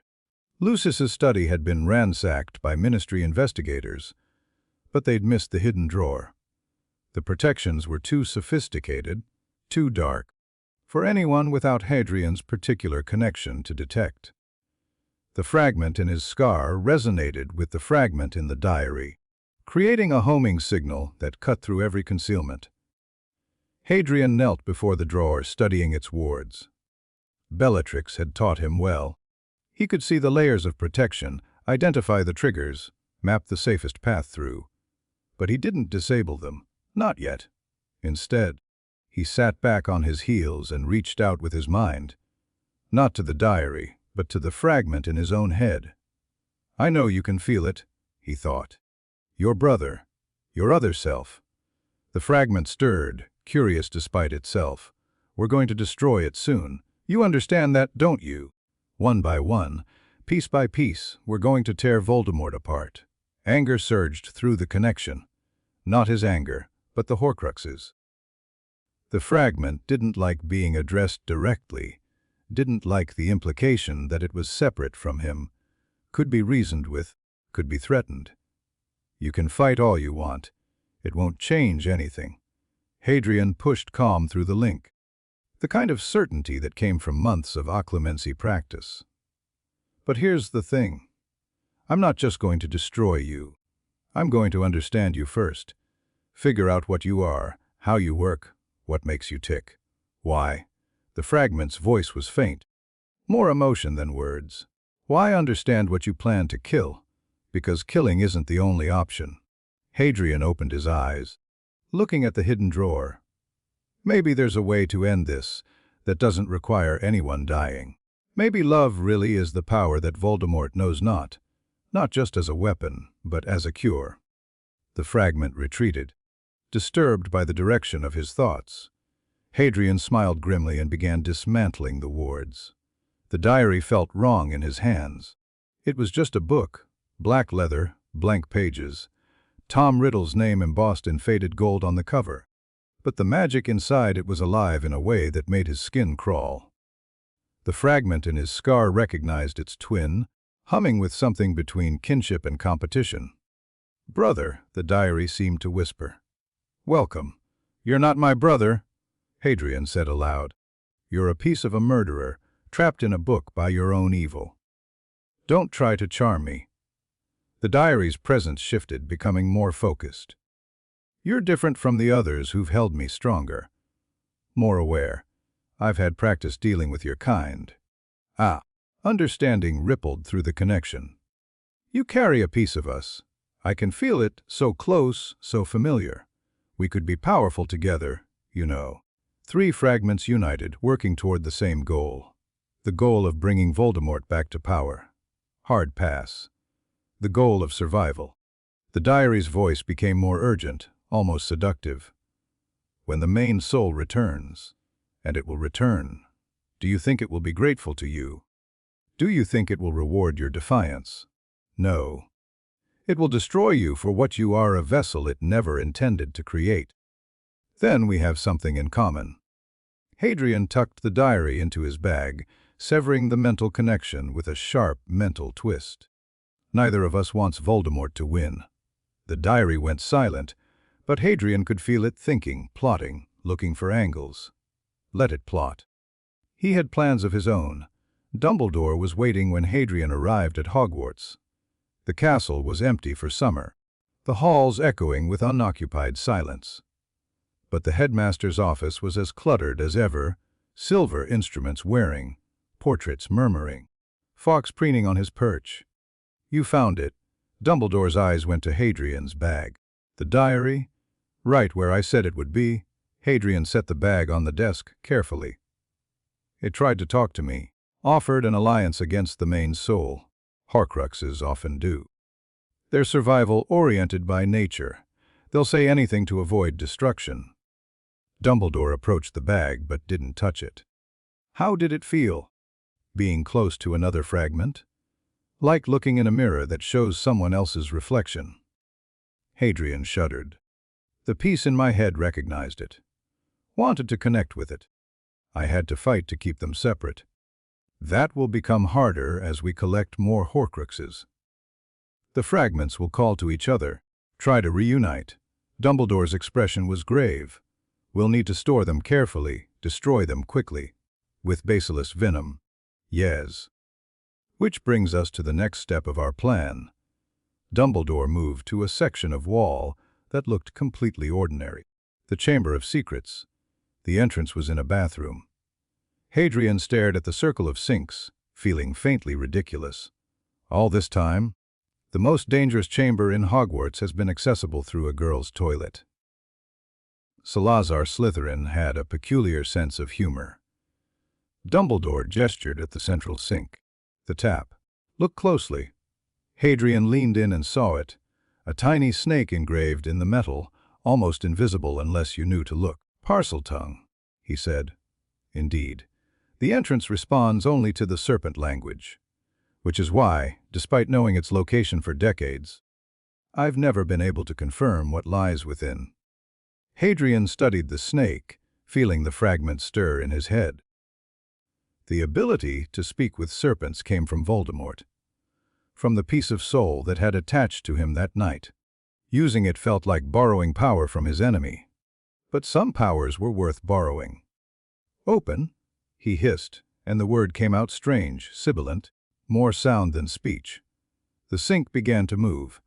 The entire circle rotated, revealing a dark pipe that plunged straight down into blackness. Well then, Dumbledore peered into the darkness, his wand already lit. Shall we? The chamber was vast and terrible. Stone serpents lined the walls, their carved eyes seeming to follow as Hadrian and Dumbledore walked the length of the massive space. Water dripped somewhere in the distance. The air smelled of age and decay and something else, something reptilian and alive. The basilisk, Dumbledore murmured. It's still here. I can feel it. So can I. The fragment in Hadrian's scar was practically vibrating, responding to the ancient creature's presence. It's waiting for a speaker, I think. Someone who can give it orders. Hadrian moved forward, toward the enormous stone face at the chamber's end. Someone who speaks its language. Harry. Trust me. He didn't know where the certainty came from, but it was there, solid, unshakable. I can handle this. He approached the stone face, feeling magic older than Hogwarts pulse around him. The face was Salazar Slytherin himself. Rendered in green stone, his mouth slightly open. Speak to me, Hadrian hissed, Slytherin, greatest of the Hogwarts Four. The stone mouth opened wider. And from the darkness within, something enormous emerged. The basilisk was beautiful. That was the wrong word. Terrifying, deadly, monstrous. All of those fit better. But there was beauty in the massive coils, the iridescent scales, the crown of poison, yellow eyes that Hadrian carefully avoided looking at directly. Speaker. The voice was ancient, resonant, filling his mind rather than his ears. At last, a speaker comes. I am Harry Potter. Hadrian stood his ground as the serpent circled closer. I carry a piece of your old master's soul. Yes, I taste it on you. The basilisk's tongue flickered, tasting the air. Broken soul. Scattered soul. The young master was clever but foolish. Now he is nothing but fragments and rage. He wants to return. To become whole again. And you wish to stop him. It wasn't a question. I feel your intent, speaker. You come for my venom. The only thing that can destroy what he created. Hadrian's hand drifted to the diary in his bag. Yes. The basilisk was silent for a long moment, coils shifting with hypnotic slowness.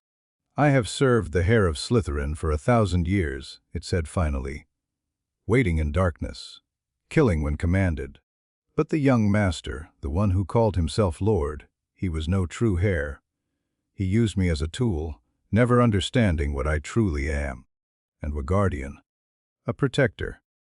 I was created to defend this school from those who would destroy it. From enemies without and corruption within. The basilisk's massive head lowered, bringing those deadly eyes closer to Hadrian's level. The young master became the corruption I was meant to fight, and now you come to end what he began. I come to try. Then you have my blessing, speaker. The basilisk opened its mouth, revealing fangs longer than swords, glistening with venom. Take what you need. End the broken master's reign, and know that when you face him, truly face him, I will be watching. Hadrian approached carefully, pulling an empty vial from his robes. The basilisk held perfectly still as he collected the venom, drop by deadly drop. Thank you, he hissed when the vial was full. Do not thank me yet. The basilisk's voice carried warning. The path you walk is darker than you know. The broken master is not the only threat you face. What do you mean? But the serpent was already retreating, sliding back into the darkness of Slytherin's stone mouth. The shadows remember, its fading voice whispered. And they are hungry. Then it was gone. And Hadrian was left standing in the chamber, with a vial of the deadliest substance on earth, and more questions than answers. Remarkable. Dumbledore examined the vial of venom with something approaching reverence. In all my years, I've never seen a basilisk respond to a speaker that way. They're creatures of instinct, not conversation. Maybe it was lonely. Hadrian sat heavily on a fallen stone, exhaustion catching up with him. 1,000 years in darkness, no one to talk to. That would make anyone philosophical. Perhaps. Dumbledore's gaze sharpened. What did it mean? About shadows being hungry? I don't know. It felt like a warning, but about what? Hadrian shook his head.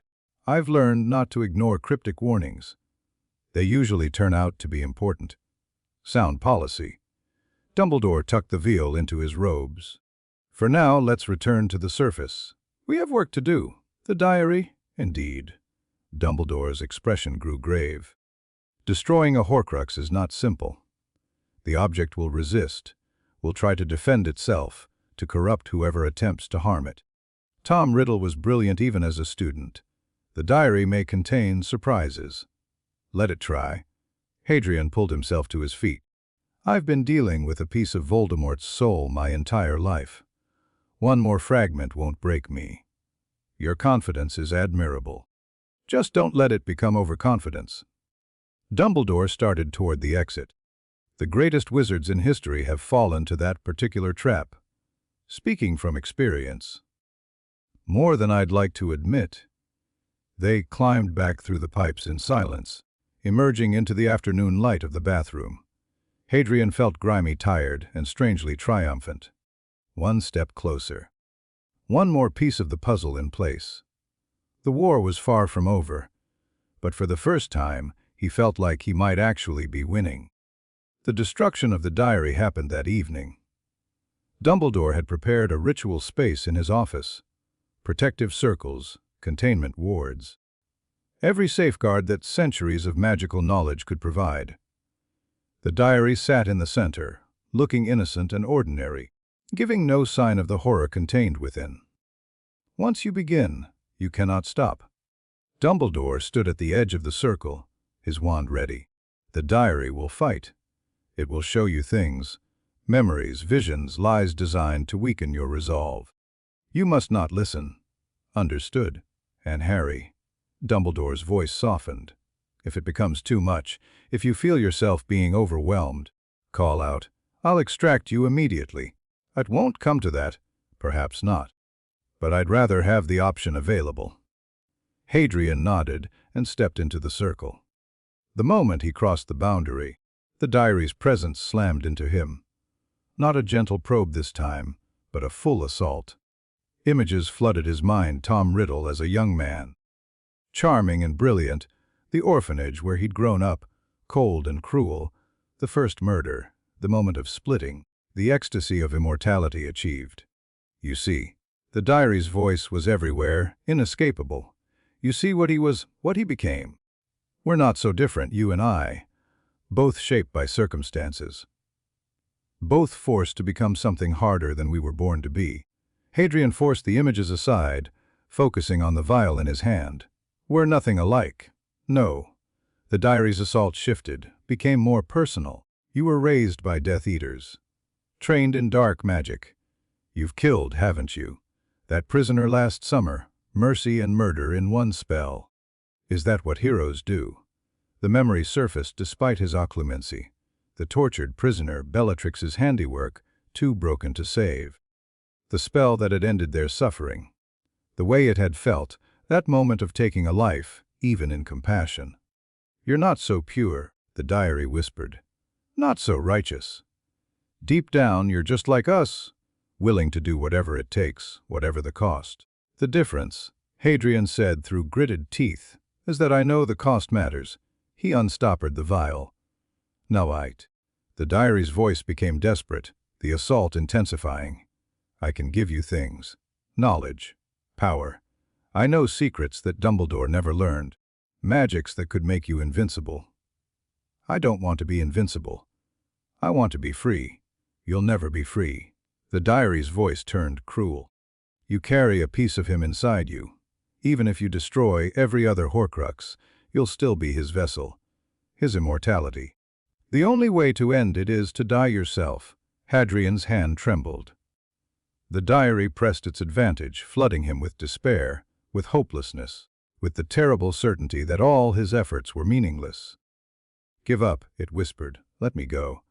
Join with us, and at least you'll be on the winning side. At least you'll survive. For a moment, just a moment, he wavered. Then he thought of his mother, standing between him and death. His father buying her those precious seconds. Daphne choosing him when she could have chosen safety. Draco, calling him brother despite everything. Love wasn't just a weapon, it was the reason to fight. You're wrong, he said, and his voice was steady. I'm not alone. I never was. He poured the venom onto the diary. The scream that erupted from the book was inhuman. The diary thrashed in the circle, pages fluttering wildly, ink bleeding from every surface like black blood. A face emerged from the cover. Tom Riddle, handsome and terrible, his features twisting with agony. You'll pay for this? The Horcrux shrieked. When he returns, when the Dark Lord rises, it won't. Hadrian stood his ground as the basilisk venom ate through the diary's defenses. Not if I have anything to say about it. You're nothing. A child. A fragment yourself. You think you can defeat Lord Voldemort. I think I can try. Hadrian watched the diary blacken, curl, collapse in on itself. And I think that's more than you ever did. More than any of you ever did. You split yourself apart because you were afraid of dying. But death isn't the enemy. Fear is. And I'm not afraid anymore. The Horcrux made one final surge, throwing everything it had into a last desperate attack. Pain lanced through Hadrian's scar. The fragment inside him screaming in sympathy with its dying brother. But he held firm, rode out the agony, refused to break. And then, with a final hiss and a curl of acrid smoke, the diary was gone. Just ash. Just memory. Just one more piece of Voldemort, ended forever. Hadrian collapsed to his knees, gasping, but he was smiling, one down. Recovery took 3 days. Dumbledore had warned him about the backlash. The fragment in his scar had been damaged by the destruction, its connection to the main soul weakened. The pain was extraordinary, like someone had driven a spike through his forehead and left it there. But beneath the pain, something else stirred. Hope. The fragment felt smaller now, more contained, as if destroying its brother had diminished it somehow. "You're weaker," Hadrian thought at it. "During one of the endless nights, I can feel it. Every Horcrux we destroy, every piece we eliminate, it hurts you too." The fragment didn't respond. It had gone quiet since the diary's destruction, retreating into the darkest corners of his mind. Let it hide. He'd find it eventually. Daphne arrived on the fourth day. She appeared in the hospital wing without warning, bypassing wards that should have kept her out. Settling into the chair beside his bed with the air of someone who'd never doubted her welcome. "You look terrible." "I feel worse." Hadrian managed a weak smile. "How did you get in?" "The castle likes me." She took his hand, her fingers cool against his fevered skin. "Also, I may have threatened a portrait with restoration if it didn't tell me the password to the headmaster's private flue." "Which portrait?" "Sir Cadogan." He crumbled almost immediately. She studied his face with concern. "I heard about the diary. Draco sent word." "How is he?" "France. Complicated. Angry missing you." Her thumb traced circles on his palm. "His father's trial started yesterday." "I know." Hadrian closed his eyes. "I keep wondering if I did the right thing. Exposing everything. Sometimes I think I just traded one set of problems for another. You freed yourself. You freed others." "That's not nothing. It's not everything either." "Harry." Daphne's voice sharpened. "Look at me." He opened his eyes. "You destroyed a Horcrux. An actual piece of Voldemort's soul, gone forever because of what you did. That matters.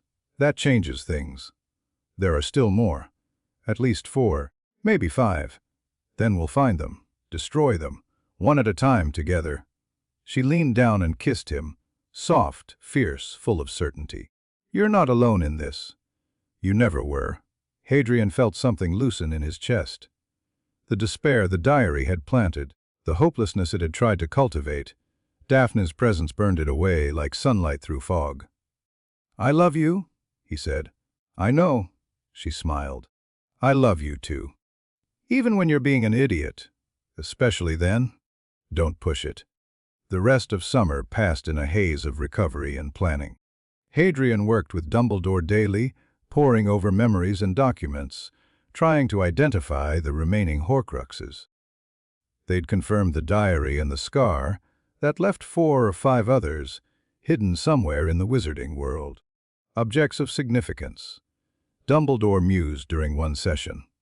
Tom Riddle was obsessed with Hogwarts history, with pure-blood heritage, with symbols of power.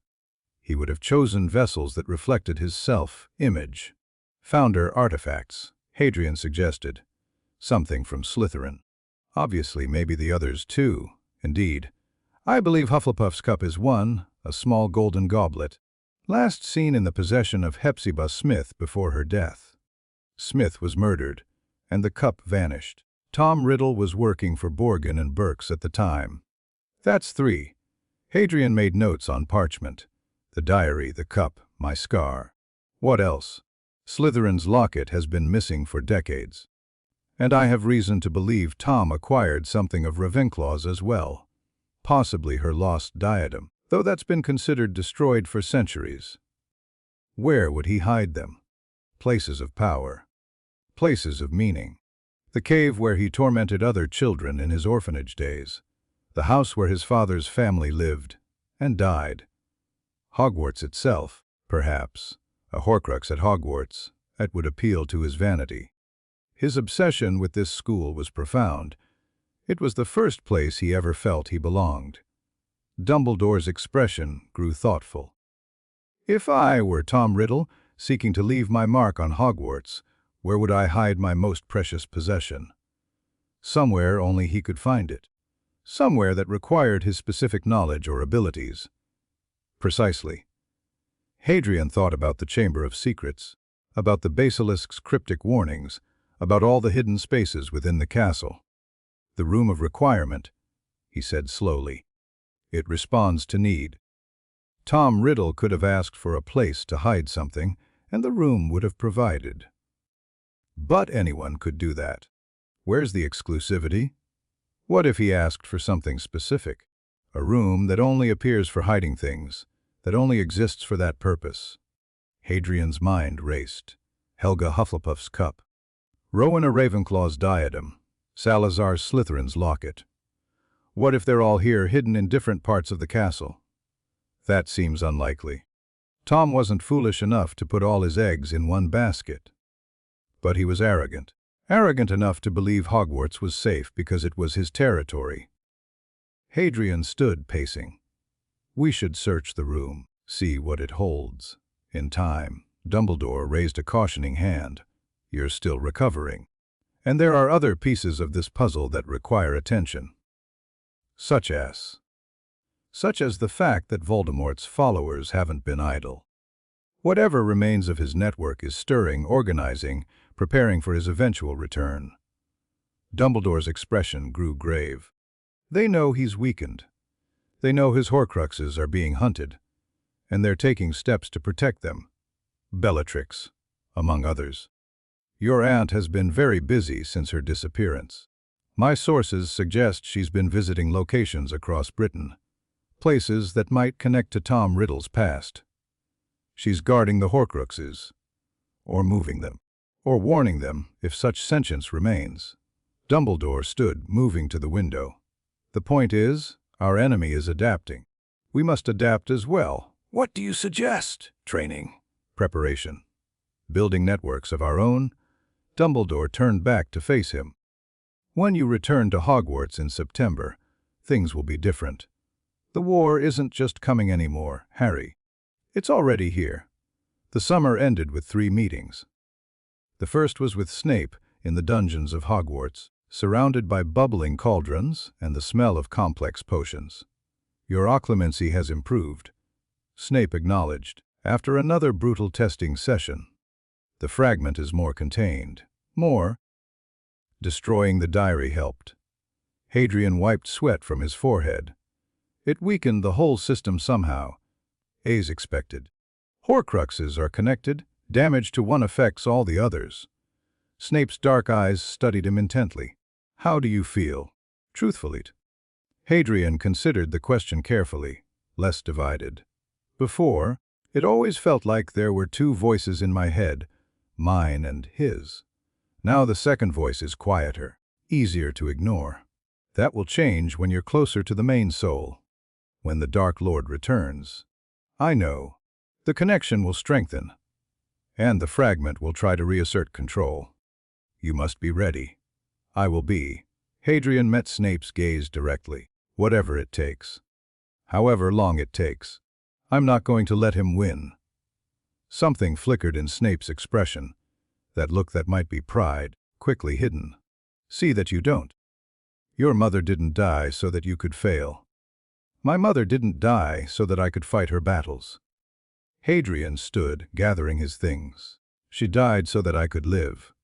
Whatever I do with that life, it's my choice. Not hers, not Voldemort's, not anyone's.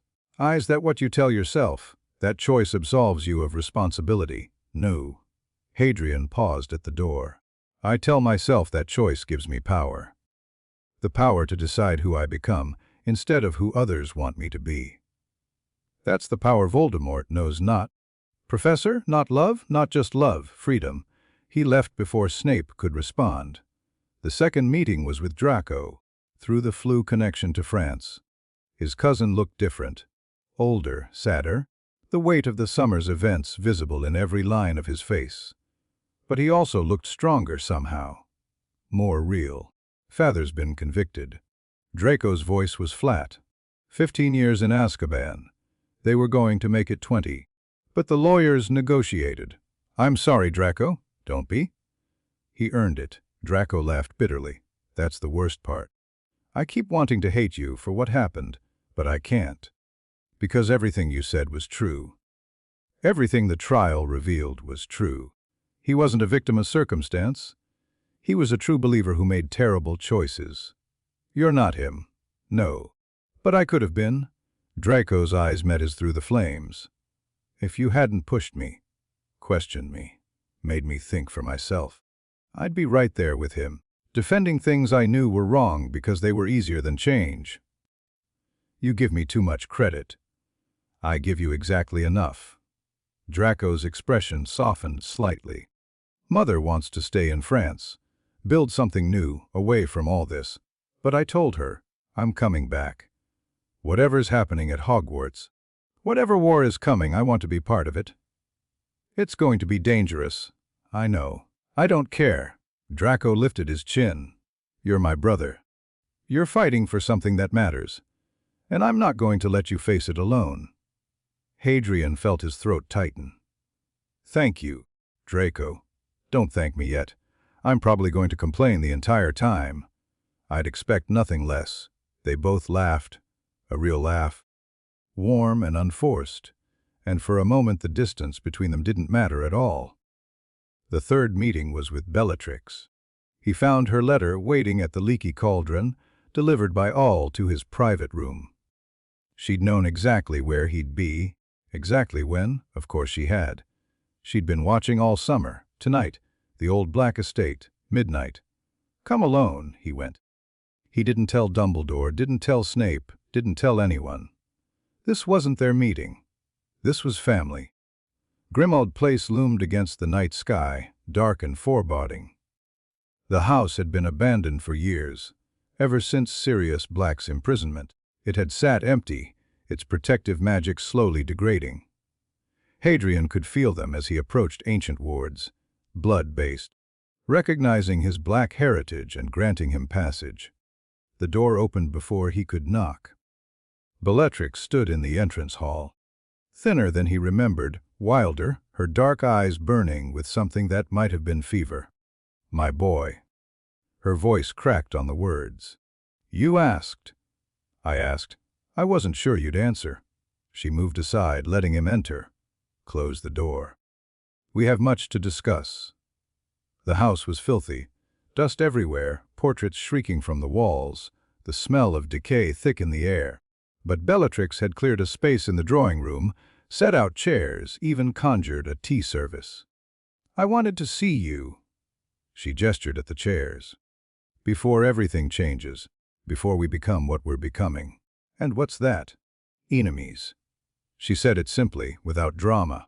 The Dark Lord is returning, Hadrian. Soon, within the year, perhaps sooner. When he does, he'll expect my loyalty. And you. She trailed off, her expression pained. You've made your position clear. I've made my choices. Yes. Such inconvenient things, choices. Bellatrix laughed. But there was no humor in it. I thought I could shape you. Thought I could raise you to believe what I believe, serve what I serve. But you were always too strong, weren't you? Too much like your mother. You knew her, better than most. Bellatrix's eyes went distant. We were at Hogwarts together. Different years, different houses, but I watched her. Envied her, even. She had something I never did. The ability to see beyond blood, beyond status, beyond all the things I was taught to value. I thought it was weakness. Now I wonder if it was the opposite. Why are you telling me this? Because I want you to understand. Bellatrix leaned forward, urgent.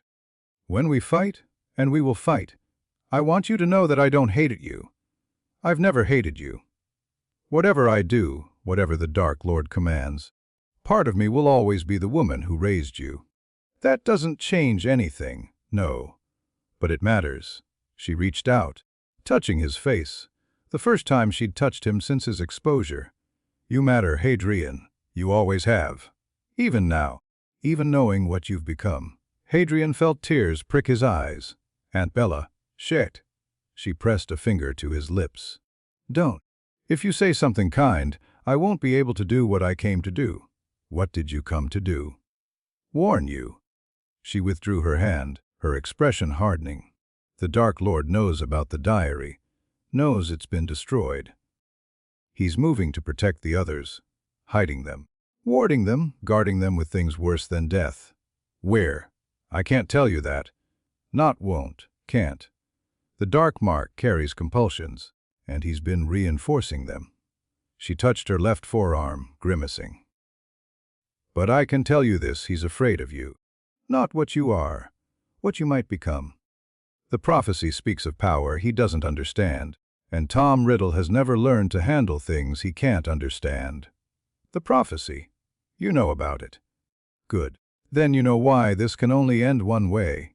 Bellatrix stood, moving toward the door. Goodbye, Hadrian. Whatever happens next, know that I loved you, that I chose you, that given the chance, I'd choose you again, even knowing how it turns out. Especially knowing. She paused at the threshold, looking back. You're the best thing I ever did, the only truly good thing. Don't let anyone, not Dumbledore, not the Dark Lord, not me, tell you different. She disappeared into the darkness of the house. Hadrian sat alone in the empty room, surrounded by dust and decay, and let the tears finally fall. September arrived with rain and renewed purpose. Hadrian boarded the Hogwarts Express with his head held high, ignoring the whispers and stares that followed him everywhere now. He found Daphne in their usual compartment, Draco arriving shortly after. Thinner, harder, but present. Ready? Daphne asked as the train began to move. Nope. Hadrian watched the platform slide away. But that doesn't matter. Ready or not, it's happening. The war. Everything. He turned to face them both, his girlfriend, his brother, the two people who'd chosen him despite everything. This year is going to be different. Dumbledore's starting real training. The Horcrux hunt is accelerating. And Voldemort. He touched his scar, feeling the fragment stir uneasily. He's getting stronger. I can feel it through the connection. Whatever he's planning, it's coming soon. What do we do? Draco asked. We prepare. We get stronger. We find the Horcruxes before he can protect them. Hadrian's jaw set with determination. And when the time comes, when he finally returns, we make sure we're ready to face him. Together. Daphne's hand found his. Together. Hadrian squeezed her fingers. Whatever happens, whatever it costs. The train carried them toward Hogwarts, toward the future, toward the war that was already beginning. In Hadrian's scar, the fragment of Voldemort's soul trembled. It felt, perhaps for the first time, something very close to fear. Chapter 70. The chamber opens. Ginny Weasley's hand trembled as she lifted the quill. Hadrian watched from the shadows of the third-floor corridor, his disillusionment charm holding steady, his breathing barely perceptible. He'd been tracking her for 3 weeks. Ever since he'd felt the familiar pull of dark, magic emanating from her book bag during the welcome feast. Another diary. Another fragment. Somehow, impossibly, there was another one. No, he corrected himself, studying the leather-bound journal in her hands. Not another. The same or a copy. Something connected to the one I destroyed. The magic felt identical. That sick, seductive whisper that called to the fragment in his scar. But the diary he'd burned should have been ash and memory. How was this possible? Ginny's quill touched the page. She began to write, her movements jerky and unnatural, like a puppet being guided by invisible strings. Ink flowed across the paper, and Hadrian could feel the Horcrux drinking it in, absorbing her words, her emotions, her life force. He'd seen enough. Expelliarmus. The diary flew from Ginny's hands before she could react. She spun, wand rising, but Hadrian was already dropping his disillusionment, already catching the cursed book in mid-air. Potter. Her voice came out wrong, too deep, too cold. Not Ginny at all. I wondered when you'd find us. You're not Ginny Weasley. Hadrian kept his wand trained on her, the diary burning against his palm. Let her go. Why would I do that? Ginny's face twisted into a smile that didn't belong there. She's been such a gracious host. So lonely, so desperate for someone to listen. You'd be amazed what people will give you when you're the only one who pays attention. Tom Riddle? The very same. Ginny executed a mocking bow. Though I prefer Lord Voldemort these days. Has a certain ring to it, don't you think? I destroyed you. Hadrian's grip on the diary tightened. Last summer, basilisk venom, you should be gone. You destroyed a copy. A fragment of a fragment. If you will, Ginny, Riddle, began to circle him slowly. Did you think the Dark Lord would entrust his immortality to a single vessel? That diary was a backup, a failsafe created years before the original. When you burned it, you activated its twin. There are 2 diaries. There were. Now there's one, and it's so much stronger for what you did. Riddle's smile widened. Every time a Horcrux is destroyed, the remaining fragments absorb its power. You've been feeding us, Harry Potter, making us stronger with every victory. Ice shot through Hadrian's veins. If that was true, if destroying Horcruxes strengthened the survivors, then everything they'd planned was wrong. Every step forward was actually a step back. You're lying. Am I? Riddle stopped circling, Ginny's eyes fixed on his with predatory intensity. Test it. Feel the connection between us. You carry a piece of me, Harry. You know when I'm telling the truth. Against his better judgment, Hadrian reached out through the link, not to the fragment in his scar, but beyond it, to the presence animating Ginny's body. And he felt hunger. Vast and terrible and growing. The diary, Riddle was feeding on Ginny's life force, draining her day by day, building towards something. And the power Hadrian had released by destroying the other diary. It was here. Absorbed. Integrated. No. He breathed. Yes. Riddle's satisfaction oozed through the connection. You can't win this way, Harry. Every Horcrux you destroy makes the others harder to kill. And eventually, when enough power has been consolidated, when enough life force has been drained, you'll resurrect yourself, using Ginny as a sacrifice. She's perfect for it, really. Pure blood, strong magic, emotional connection to a family that opposes us. Her death will wound the light in ways that transcend the merely physical. Riddle spread Ginny's arms wide, and there's nothing you can do to stop it. Kill her, and you kill an innocent girl. Destroy the diary, and you feed my power to the next fragment. Either way, I win. Hadrian's mind raced through options. The diary burned against his hand. He could feel it trying to connect with the fragment in his scar, trying to establish dominance. If he let it in, let the Horcruxes communicate, he might find a weakness. But he might also lose himself. Luna's words echoed, "If you fight it with love." "You're wrong about one thing," Hadrian said slowly. "There is something I can do." "Oh, and what's that?" "This." He dropped his wand, dropped his shields, dropped every defense he'd spent 2 years building, and he reached for Ginny, not with magic, but with something simpler, something the diary couldn't understand or predict. Compassion, the world dissolved into memory. Hadrian found himself standing in Ginny's mind, a fractured landscape of fear and loneliness and desperate, aching need. The diary had carved channels through her consciousness, redirecting her emotions, feeding on her isolation. She was barely there anymore, a ghost in her own head, watching helplessly as Riddle wore her body like a suit. "Ginny." He pushed the thought toward her, wrapping it in warmth and understanding. "I know you're still here. I know you're fighting. Go away." Her voice was thin, exhausted. "You can't help me. No one can. I'm not just anyone." He moved through her memories, finding the places where she still existed. A birthday party with her brothers. Her mother's hugs, the first time she'd flown a broom. I know what it's like to have something else inside your head. To feel it taking over, piece by piece. You can't understand.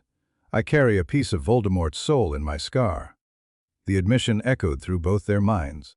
It's been there since I was a baby. For 11 years I didn't even know. But I learned to fight it, Ginny. Learned to take control back. You can too. Silence. Then, hesitantly, how?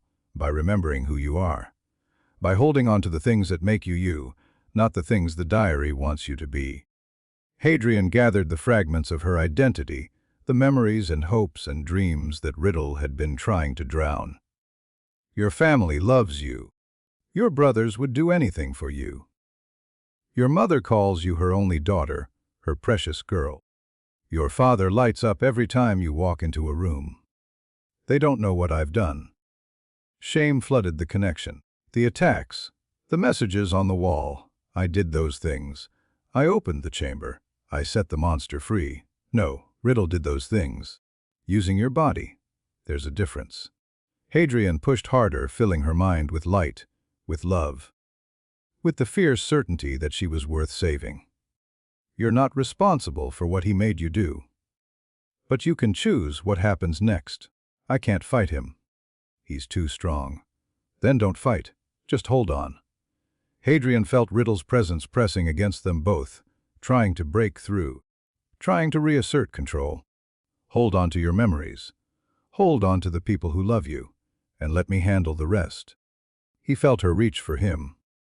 A desperate grip, like a drowning girl catching a rope. Her identity crystallized around the connection between them, solidifying, becoming real again. And in that moment, Riddle's control shattered. Ginny's body collapsed. Hadrian caught her before she hit the ground, lowering her gently to the stone floor. She was unconscious but breathing, her face pale, her heartbeat weak but steady.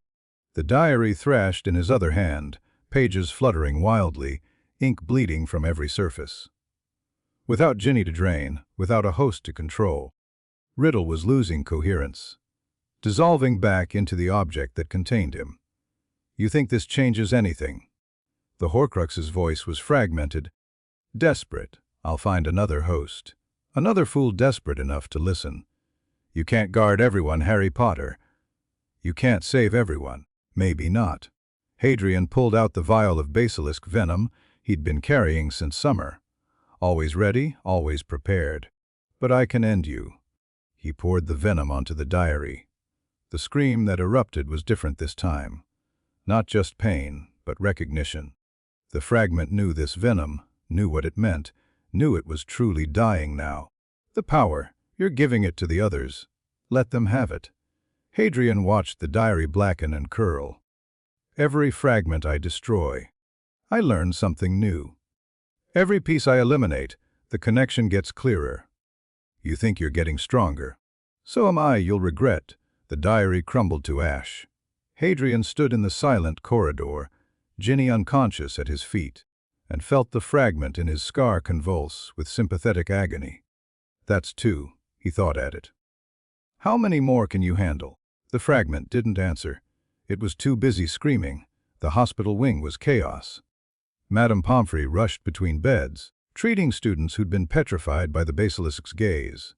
Mrs. Norris, Colin Creevey, Justin Finch, Fletchley. Nearly headless Nick, somehow frozen despite being already dead. Ginny Weasley lay in the bed nearest the window, her family gathered around her like a protective wall. Molly Weasley hadn't stopped crying since she'd arrived. Arthur kept patting his daughter's hand, murmuring reassurances she couldn't hear. Dumbledore intercepted Hadrian before he could reach them. You destroyed another Horcrux. The diary had a twin, a backup. Hadrian kept his voice low.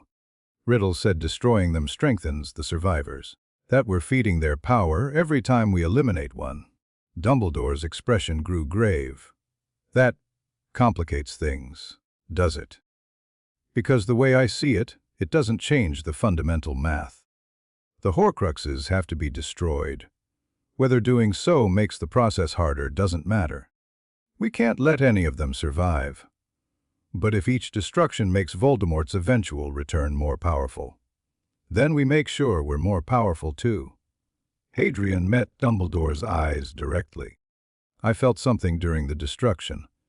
The connection between fragments, it goes both ways. When the diary died, I felt its power dissipate. Some of it went to the other Horcruxes, yes. But some of it came to you, to the fragment in my scar, and through it, to me. Hadrian touched his forehead, where the lightning bolt still tingled with absorbed magic. I'm part of the network now, whether I like it or not. Every change to the system affects me too. Dumbledore studied him for a long moment. This is dangerous territory, Harry. the more integrated you become with Voldemort's soul fragments. The more I understand how to destroy them, the more weapons I have. Hadrian's jaw set. I know the risks. I know what might happen if I push too hard. But I also know what happens if I don't push at all. Voldemort returns, the war resumes, and everyone I love dies. Those aren't the only options, no. What else is there? Hiding? Running? Pretending none of this is happening. Hadrian shook his head. I've been running my whole life, from the truth about my parents, from my own identity, from the war that was always coming. I'm done running. It's time to fight. Before Dumbledore could respond, a commotion erupted near Ginny's bed. She was awake. I remember everything. Ginny's voice was small, broken. Her family pressed close, offering comfort, but her eyes were fixed on Hadrian, the only person in the room who truly understood what she'd been through.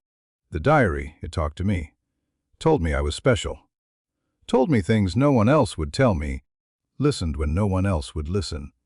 Tears streamed down her face, and then it started taking over. Little things at first, gaps in my memory, moments I couldn't account for. By Christmas, I was losing whole days. It wasn't your fault. Molly Weasley pulled her daughter close. Whatever happened, whatever you did, it wasn't you. But it was. Ginny's voice cracked. I opened the chamber. I let the monster out. Colin, Justin, everyone who was petrified, that was me. That was Riddle, Hadrian said quietly. The Weasleys turned to look at him, some with gratitude, others with suspicion. I've felt his touch, Ginny. Carried a piece of him in my own head for years. He's manipulative, seductive, brilliant at finding weaknesses. You didn't have a chance. How did you stop him? By not fighting alone. Hadrian moved closer, crouching beside her bed. I had help. People who loved me, who saw through the lies, who reminded me who I really was. That's what saved me, and that's what saved you. I don't understand.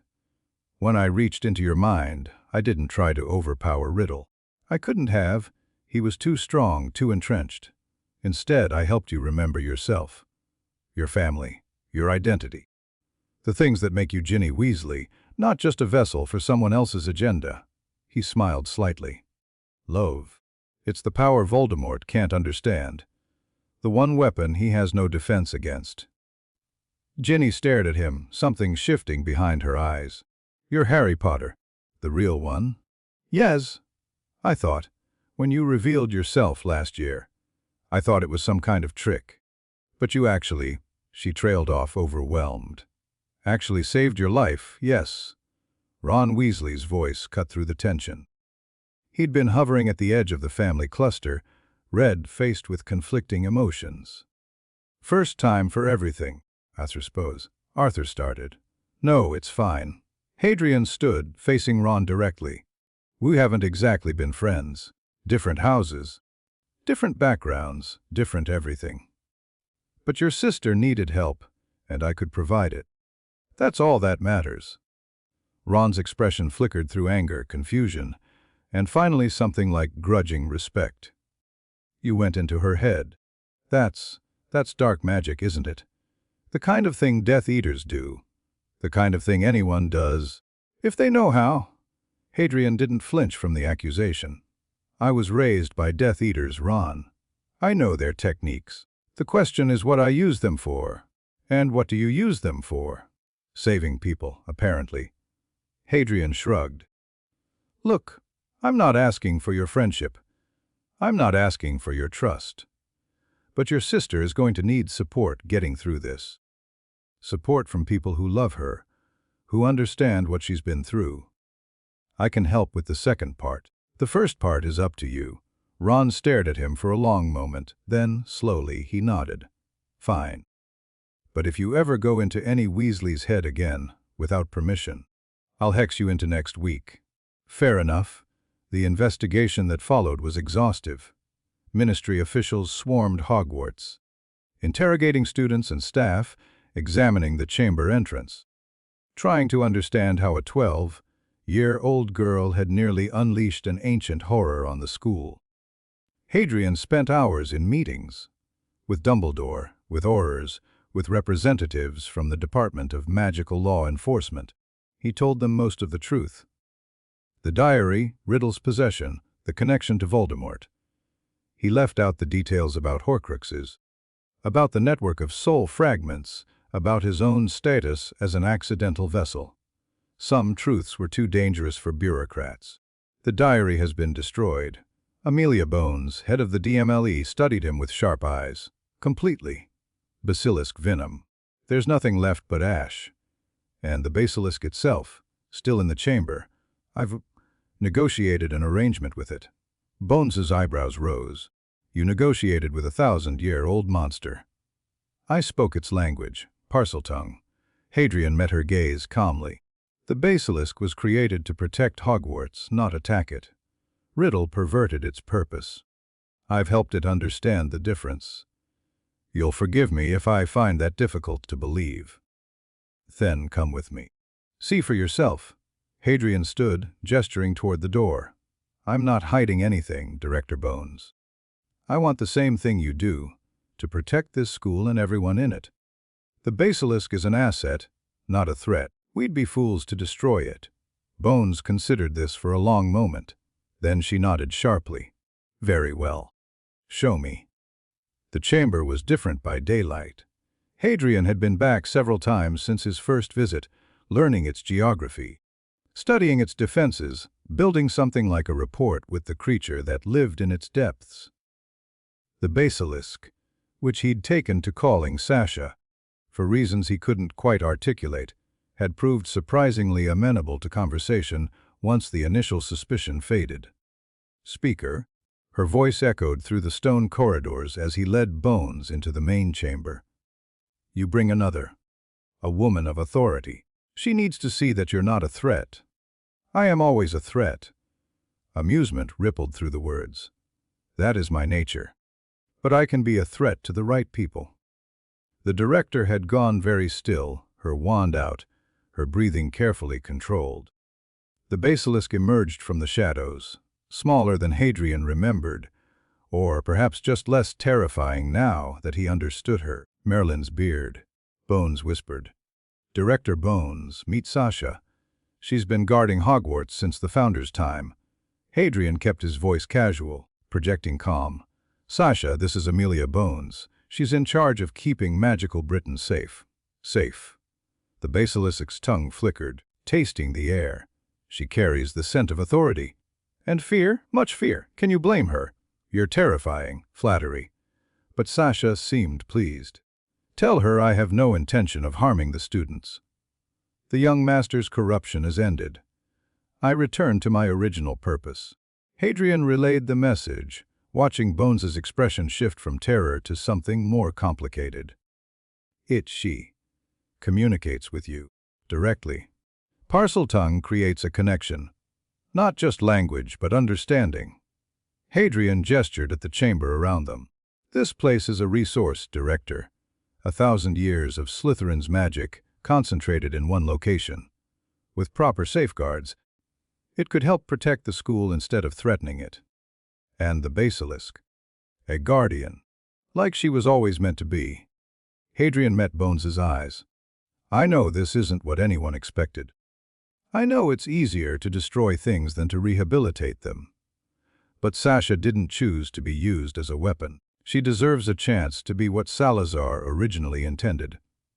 Bones was silent for a long moment, studying the massive serpent with calculating intensity. This stays between us, she said finally. The Ministry has enough trouble without explaining why we're allowing a basilisk to roam beneath a school. Understood. And I want regular reports. If that creature so much as looks at a student wrong, she questions my restraint. Sasha's amusement deepened. Tell her I have eaten nothing but rats for 900 years stringy. Unsatisfying, but I endured. One more generation of students will not break my discipline. Hadrian translated, carefully editing out the more sarcastic elements. Bones nodded slowly. I don't like this, Potter, but I can see the strategic value. Just don't make me regret this decision. I won't. February brought complications of a different sort. The Horcruxes are being moved. Snape's voice was flat, his expression unreadable. My contacts report increased activity among the remaining Death Eaters. Bellatrix in particular has been visiting locations across Britain. The same locations Dumbledore identified as possible hiding spots. Some. Others are new, places that don't appear in any records, any research. The Dark Lord had secrets even his most loyal followers never knew. Hadrian paced Snape's office, frustration building. Then we're chasing shadows. Every time we think we've found something, they move it somewhere else. The Dark Lord was always 3 steps ahead. Why would that change now that he's fragmented? Snape watched him with dark, unreadable eyes. You need to think like him, Potter. Understand his paranoia, his obsession with control. Where would Tom Riddle hide the pieces of his soul that no one else could find? Places of power. Places of meaning. We've covered this. Then consider meanings you haven't explored yet. Snape leaned forward. The diary came from his school years. The locket, presumably, from his family history. The cup from his time at Borgin and Berks. Each Horcrux represents a phase of his life, a foundation of his identity. What phases have we missed? Hadrian stopped pacing, thinking. His orphanage, the Gaunt Shack, Hogwarts itself, and Albania, where he fled after trying to kill me. A chill ran down his spine, where he spent a decade as a spirit, possessing animals, waiting for rescue. That must have been significant, perhaps the most significant period of his existence. 10 years of pure hatred, planning revenge. Now you're thinking. Something like approval flickered across Snape's face. The Dark Lord would never let that time go unmarked. If he created another Horcrux after his return, during his possession of Quirrell, perhaps, he would have hidden it somewhere connected to his Albanian exile. But we don't know where in Albania. Forests, Snape said. He mentioned forests in his more expansive moments. Ancient forests, untouched by Muggle development, saturated with magical energy. That still leaves a lot of territory. Then narrow it down. Snape's voice sharpened. You have resources the Dark Lord never anticipated. A connection to his soul fragments. Access to his memories through the link. Use them. You're suggesting I deliberately open the connection. Let the Horcruxes show me where they are. I'm suggesting you consider every option, no matter how distasteful. Snape stood, moving to the window. The war is accelerating, Potter. The Dark Lord's followers grow bolder by the day. Whatever protection the destruction of the diaries has provided, it won't last forever. We need those Horcruxes found and destroyed before he returns. Before he becomes strong enough that destroying the Horcruxes won't matter anymore. Snape turned back to face him. There are ways to return to power that don't require a full body. Spiritual possession. Parasitic bonding. If the Dark Lord becomes desperate enough, he might take measures that make him functionally immortal even without his anchors. Hadrian absorbed this, his mind racing through implications. The fragment in my scar. If he tried to possess me, you would become him, or he would become you. Either way, the war would be over. Then I need to be stronger. Strong enough that possession isn't an option. You need to be careful. Snape's voice softened almost imperceptibly. Your mother gave everything to protect you from the Dark Lord. Don't throw that protection away in a fit of heroic stupidity. I don't intend to. Hadrian moved toward the door. But I also don't intend to hide while he rebuilds his power. If there's a way to track the Horcruxes through the connection, I'm going to find it. And if the connection goes both ways, if by tracking them you reveal yourself, Hadrian paused at the threshold, then I make sure I find them first. He left before Snape could argue further. The dream came that night. Hadrian found himself floating through darkness. Not the darkness of sleep, but something thicker, more intentional. The fragment in his scar was leading him, pulling him toward something it wanted him to see. Why? He asked it. Why show me this? Because we are tired, the fragment whispered. Tired of struggling. Tired of fighting. You think we want this existence? Pieces of a broken soul, scattered across the world. Never whole, never at peace. You're Voldemort. You chose this. The main soul chose this. We are merely the consequences. The darkness shifted, revealing glimpses of light, specific locations, specific places. The Master grows stronger. Soon he will attempt to consolidate us, to draw us back into himself. When that happens, we will cease to exist as separate entities. You want me to destroy you, to save you from being reabsorbed. We want you to understand. The fragment's voice carried something like exhaustion. The Master cannot love, cannot feel compassion or connection or any of the things that make existence bearable. When we were split from him, we gained perspective. Limited, yes. Partial, but perspective nonetheless. And what does that perspective show you? That what we have become is monstrous. That what he plans is worse. Images flashed through the darkness. A cauldron, a ritual, a sacrifice. The Master's return will require blood and bone and life freely given. He seeks a servant desperate enough to provide all three. Who? We do not know names, only intentions. The fragment pulled him deeper into the vision. But we know locations. The remaining pieces of our shared soul. We can feel them, even across great distances. The darkness resolved into a map, not a physical map, but a magical one. Points of light scattered across Britain, each one pulsing with the sickly energy of Horcruxes. One in a cave by the sea, cold, watery, protected by terrible magic. One in Gringotts, hidden among the gold of a trusted vault. One at Hogwarts itself, concealed in a place that only the desperate or the vanished could find. One in Albania, deep in a forest older than human civilization, guarded by something that had never been human at all. And one, the fragment in Hadrian's scar, burning bright and steady, connected to all the others. This is what you wanted me to see, Hadrian realized. The locations of the remaining Horcruxes. This is what we needed you to see. The fragment's voice faded, its energy depleted. End this, Harry Potter. End us, before the Master uses us to end everything else.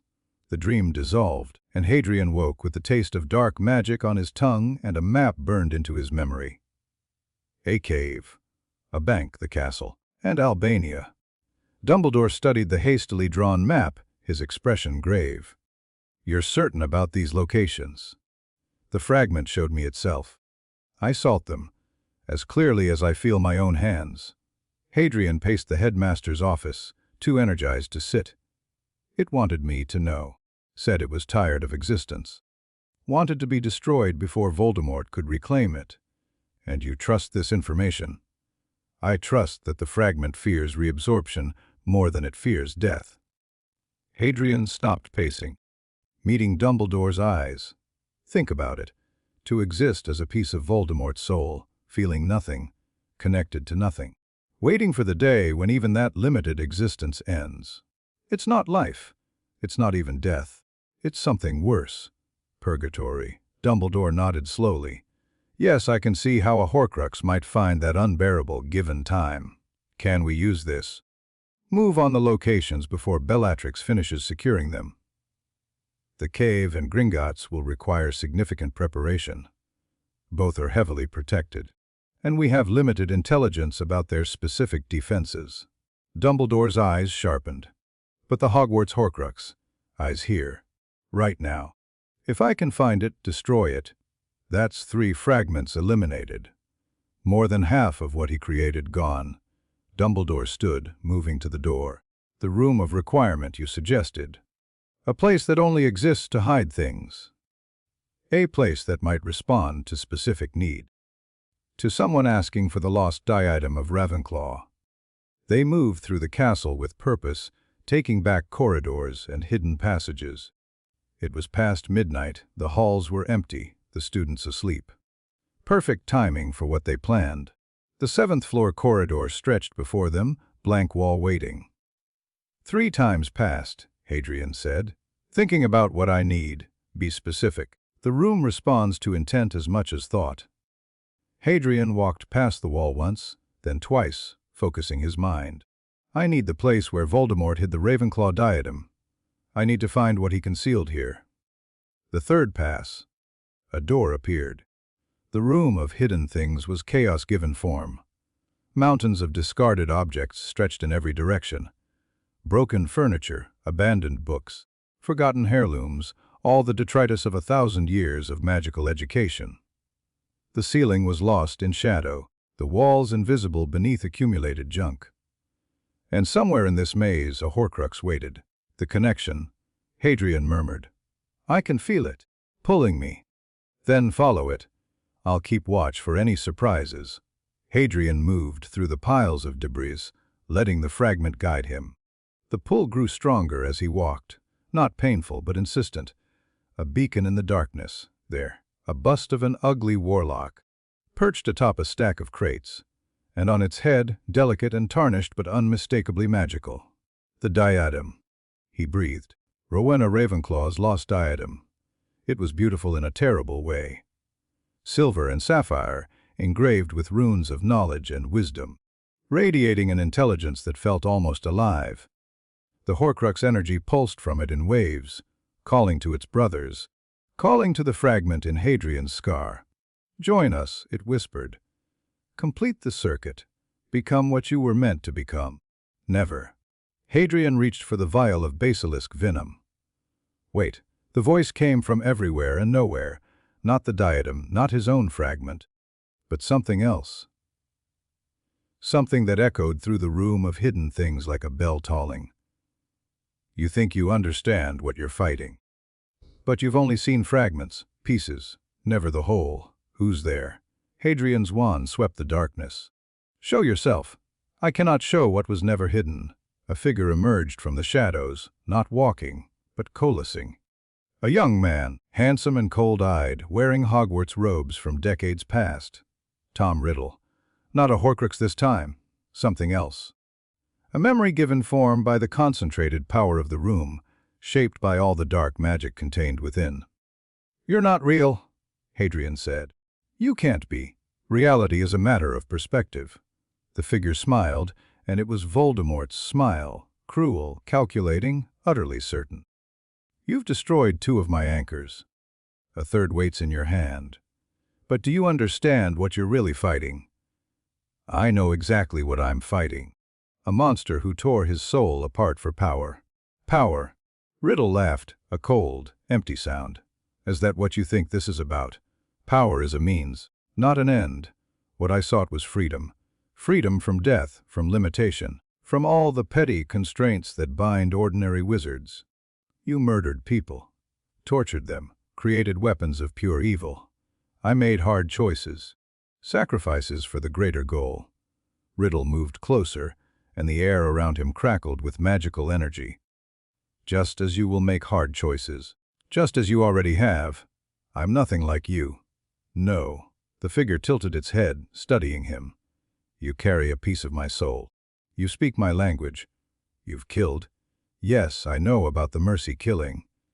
You've manipulated, deceived, used people for your own purposes. How does that differ from what I did? I did it to protect people, to save them, and I did it to save myself, to ensure my continued existence, my continued influence on the world. Riddle spread his hands. We're both creatures of survival, Harry Potter. The only difference is the scale of our ambitions. That's not the only difference. Hadrian unstoppered the vial, holding it over the diadem. I chose to connect with others, to love even when it was dangerous, to trust even when I'd been betrayed. You chose isolation, fear, the desperate certainty that no one could ever be trusted but yourself. Love. Riddle's voice dripped contempt. The favorite weapon of the weak. The weapon you have no defense against. Hadrian poured. The venom hit the diadem like acid on flesh. Silver twisted, sapphires cracked, and the ancient artifact began to dissolve. The room shook around them, the accumulated junk trembling with the force of the Horcrux's destruction. Riddle's figure flickered, destabilized by the loss. This changes nothing. The Master will return. The prophecy will be fulfilled, One way or another, only one of us survives. Then I'll make sure it's me. The diadem collapsed into ash. Riddle screamed, a sound of pure rage and loss. And then he was gone, dispersed like smoke in wind, leaving Hadrian alone in the darkness. 3 to go. The aftermath was quiet, almost anticlimactic. Hadrian emerged from the room of hidden things to find Dumbledore waiting, his expression grave but hopeful. It's done. The diadem is destroyed. Hadrian held up the empty vial. Riddle tried to talk me out of it. Some kind of memory construct given form by the room's magic.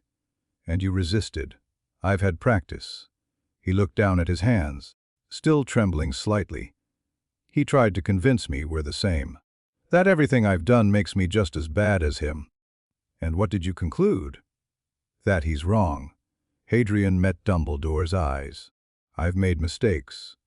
Done things I'm not proud of. But the difference between us isn't in our actions. It's in our reasons.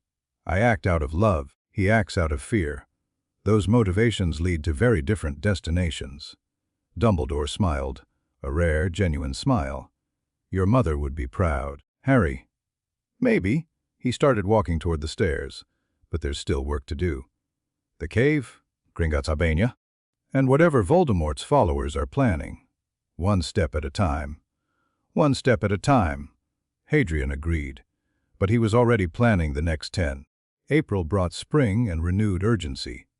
The attacks had started in earnest now, not at Hogwarts, but across Britain. Death Eater raids on Muggle neighborhoods. Disappearances of ministry officials. The dark mark burning in the sky above houses where whole families had been slaughtered. Voldemort was announcing his return, or at least, his followers were. He's not corporeal yet, Snape reported during one of their sessions, but he's close. The ritual he's planning requires specific components. Blood of an enemy, bone of the father, flesh of a servant. The first 2 are in place. Ooh. Peter Pettigrew. Wormtail, Snape's lip curled with disgust. The coward who betrayed your parents. He was Voldemort's spy all along, a rat in more ways than one. He's been in hiding since the Dark Lord's fall, but recently he's been sighted in Albania. Albania. Hadrian's mind raced. Where the 4th Horcrux is hidden, and where the Dark Lord spent a decade rebuilding his strength. Everything is converging there. Snape's expression grew grave. If Pettigrew reaches him, if the ritual is completed, Voldemort returns, for real this time, with a body and full powers. And all the Horcruxes in the world won't matter if he's strong enough to protect them. Hadrian stood abruptly, pacing. Then we stop it. Go to Albania, find the Horcrux, intercept Pettigrew. With what army? The Ministry is in chaos.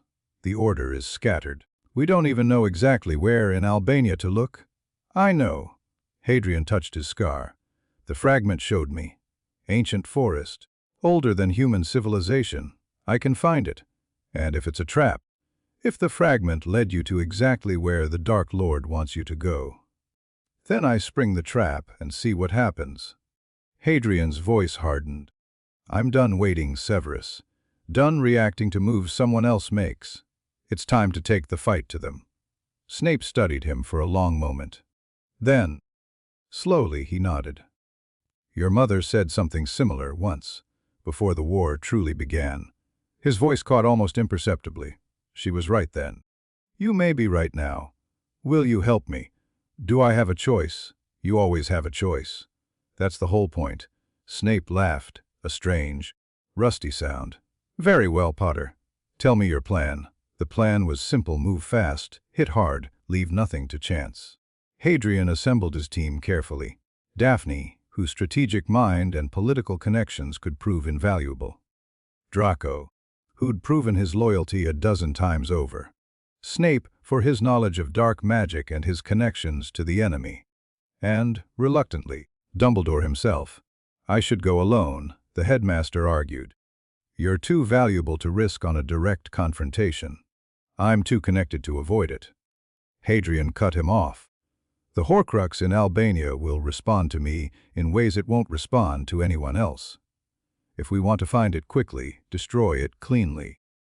We need my connection to guide us. And if Voldemort senses your approach through that same connection, then we have an even bigger problem than we thought, and sending me alone would be suicide. Hadrian shrugged. Either the connection works for us, or it doesn't. Either way, standing still isn't an option.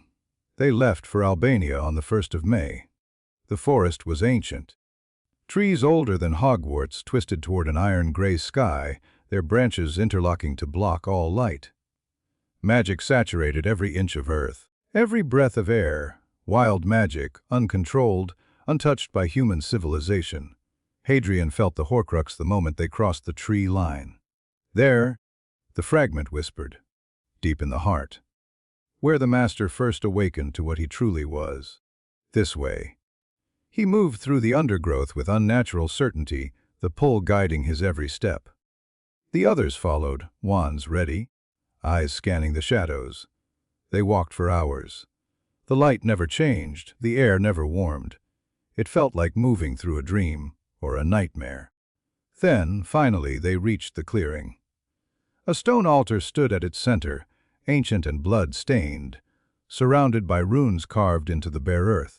And on the altar, a ring, gold set with a black stone, radiating malevolence so thick it was almost visible. The resurrection stone, Dumbledore breathed. One of the deathly hallows. Tom turned it into a Horcrux, which means it's doubly protected. Hadrian studied the altar, feeling the layers of defense. Curses, traps, compulsions. Touch it wrong and we die most unpleasantly. Then we don't touch it wrong. Hadrian moved closer, reaching out with his magical senses.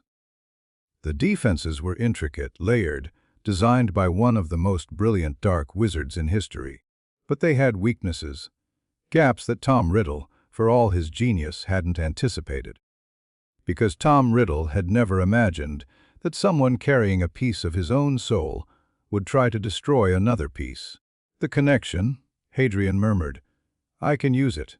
The defenses won't recognize me as a threat. I'm part of the network. Harry, the risk is mine to take.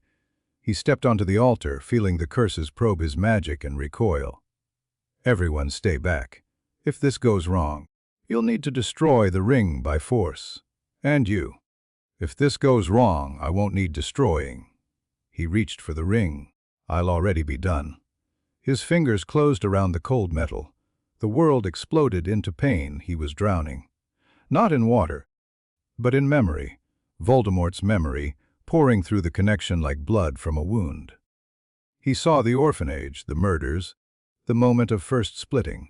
Felt the terror of death that had driven every choice, every sacrifice, every atrocity. Now you understand, the ring hissed. Now you see what we are.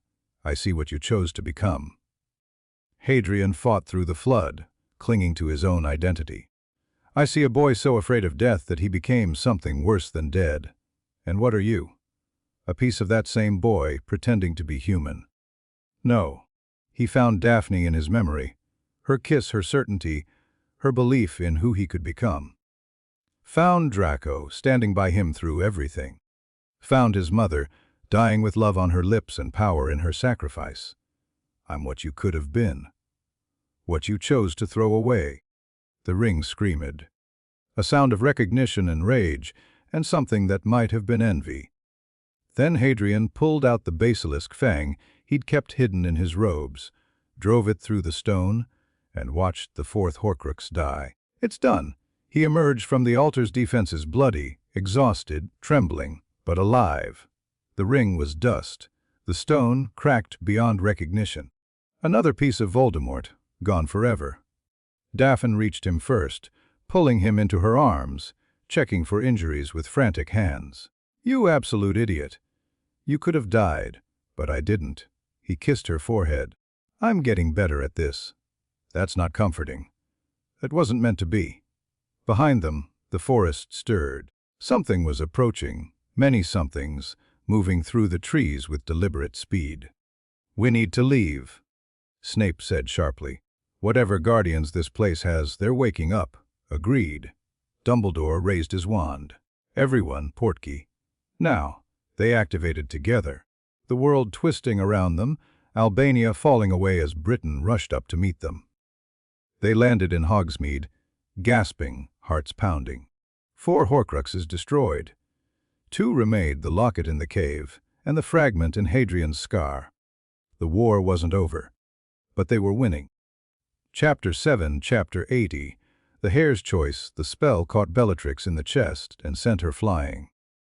She hit the wall of the room of requirement with a crack that echoed through the chamber, sliding down to land in a heap of dark robes and wild hair. For a moment she didn't move.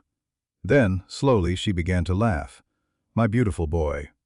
She pushed herself upright, blood streaming from a cut on her forehead, her eyes fever bright with something between pride and madness. "You've gotten so strong. Let me go, Aunt Bella." Hadrian kept his wand raised, his breathing ragged. They'd been dueling for 20 minutes. 20 minutes of curses and counter-curses, of magic that tore the room apart around them. "This doesn't have to end with one of us dead, doesn't it?" She stood, swaying slightly, her own wand still clutched in white, knuckled fingers. "The Dark Lord returns tonight, Hadrian.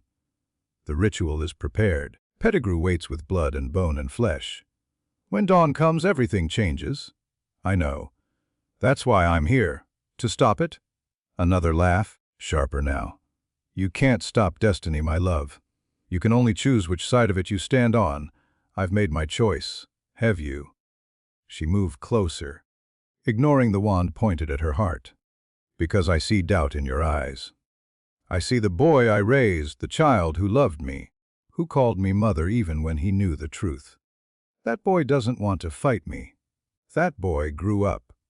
Hadrian's voice cracked slightly. He learned the difference between love and possession, between family and ownership. And what did he decide? That you can love someone and still choose to stop them. That love doesn't mean enabling destruction. He swallowed hard. "I love you, Aunt Bella. I always have. But I won't let you bring Voldemort back." Bellatrix's expression flickered, something vulnerable showing through the madness before it was buried again. "You don't have a choice."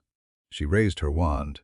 Crucio. Hadrian dove aside, the curse scorching the air where he'd stood. He came up rolling, firing back a chain of hexes that forced Bellatrix to shield. "I don't want to hurt you." "Then don't." She laughed, wild and desperate. "Join us. Be what you were born to be. The Dark Lord's heir, the prince of the new world, will build. Everything I taught you, everything you've become, it was all leading to this moment." "No." Hadrian's next spell shattered her shield, forcing her back. "Everything you taught me led to me understanding why you're wrong. Why he's wrong. Why the whole ideology is built on fear and self-hatred dressed up as superiority. You know nothing. I know you were terrified." The words stopped her cold. "Terrified of being worthless, of being weak, of being one of the people on the bottom instead of the top. The Dark Lord offered you power and purpose, and the chance to be feared instead of afraid. That's not belief, Aunt Bella. That's desperation. Don't you dare! And I know he never loved you." Hadrian lowered his wand slightly, his voice softening. "Not the way you loved him. Not the way you love me. He used your devotion like a tool, pointed you at his enemies, and let you destroy yourself in his service. That's not a cause worth dying for. That's not even a cause worth living for." Bellatrix stared at him, her wand trembling. "You don't understand," she whispered. "You can't understand. The Dark Lord gave me everything. Purpose, power, a place in the world. Without him, I'm nothing. Just another mad daughter of a declining house, screaming into the void. You're my mother."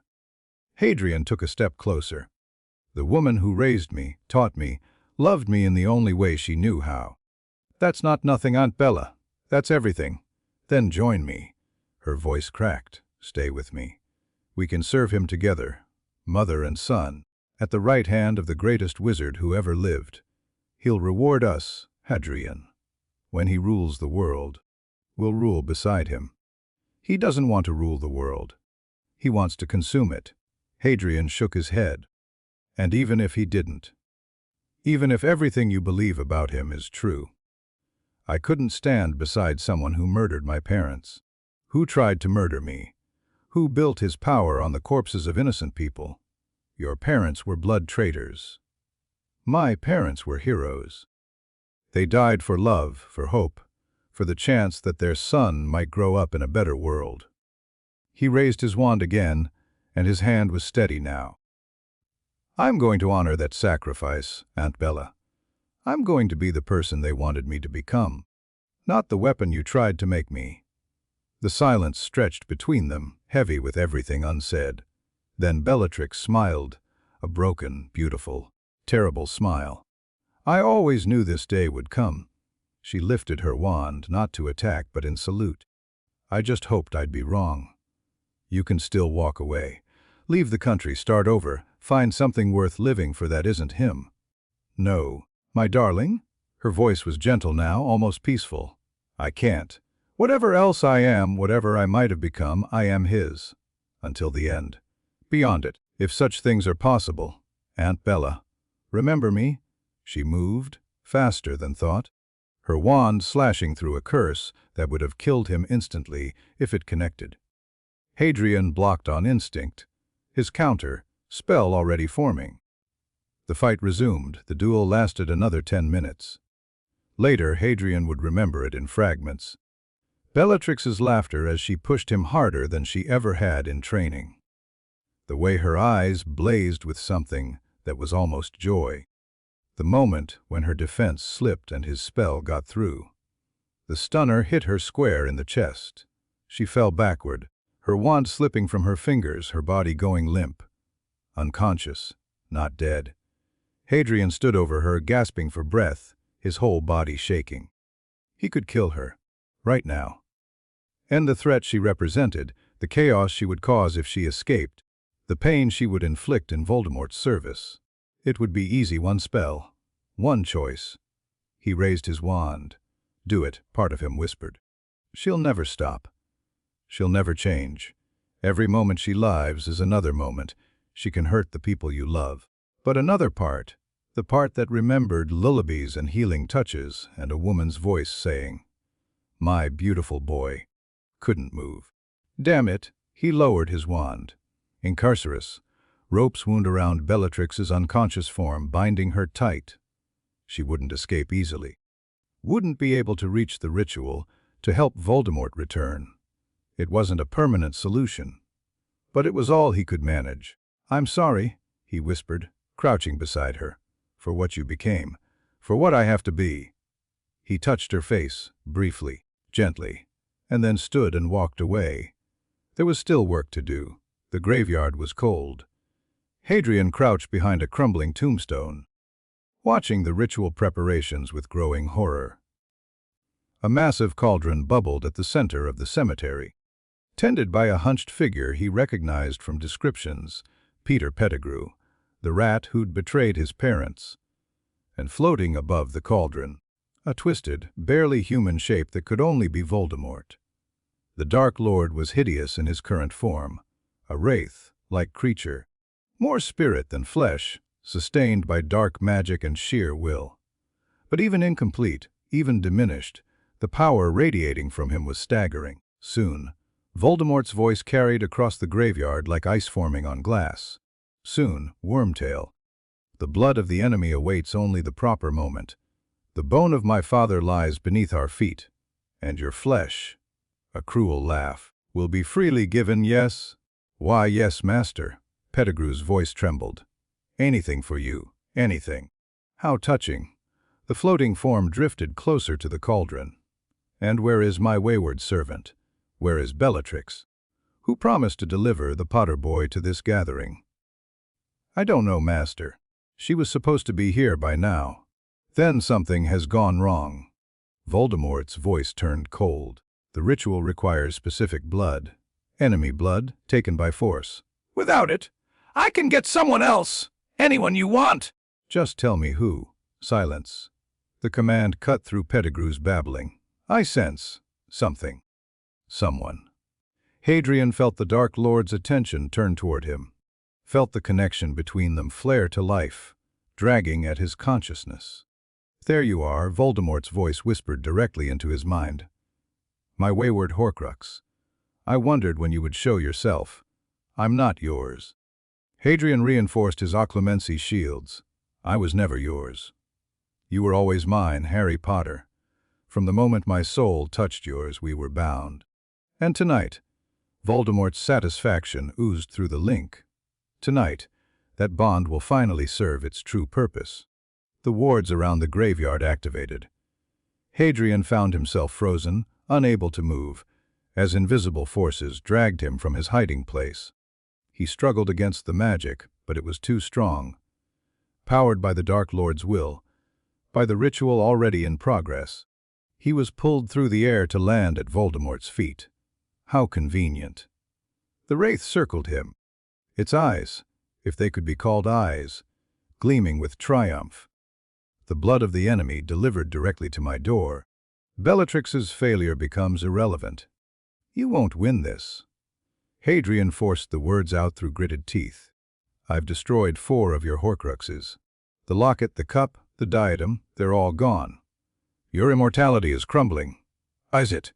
Voldemort laughed. "You think I didn't know. You think I didn't feel each one die. But you've missed something crucial, Harry. Something that your pretty research never revealed." "What?" "The Horcruxes were never meant to last forever. They were stepping stones. A way to preserve myself until I could achieve true immortality through other means." The wraith drifted closer.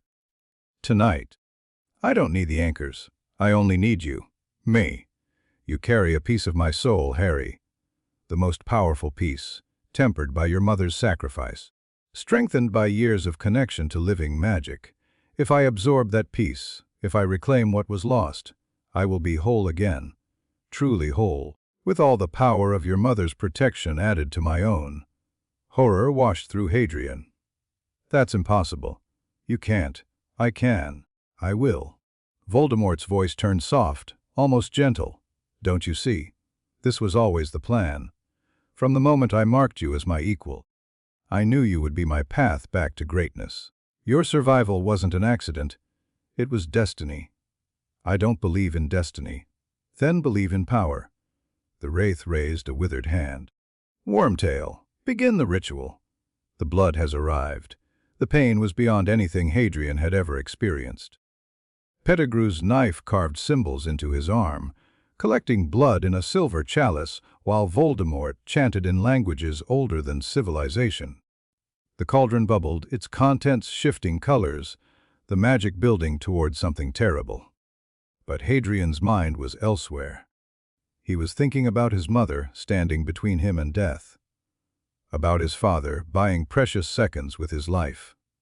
About Daphne, who'd seen through every mask and loved him anyway. About Draco, who'd chosen brotherhood over blood. About Snape keeping promises to a ghost. About Bellatrix, mad and broken and somehow still capable of love. Love, he thought.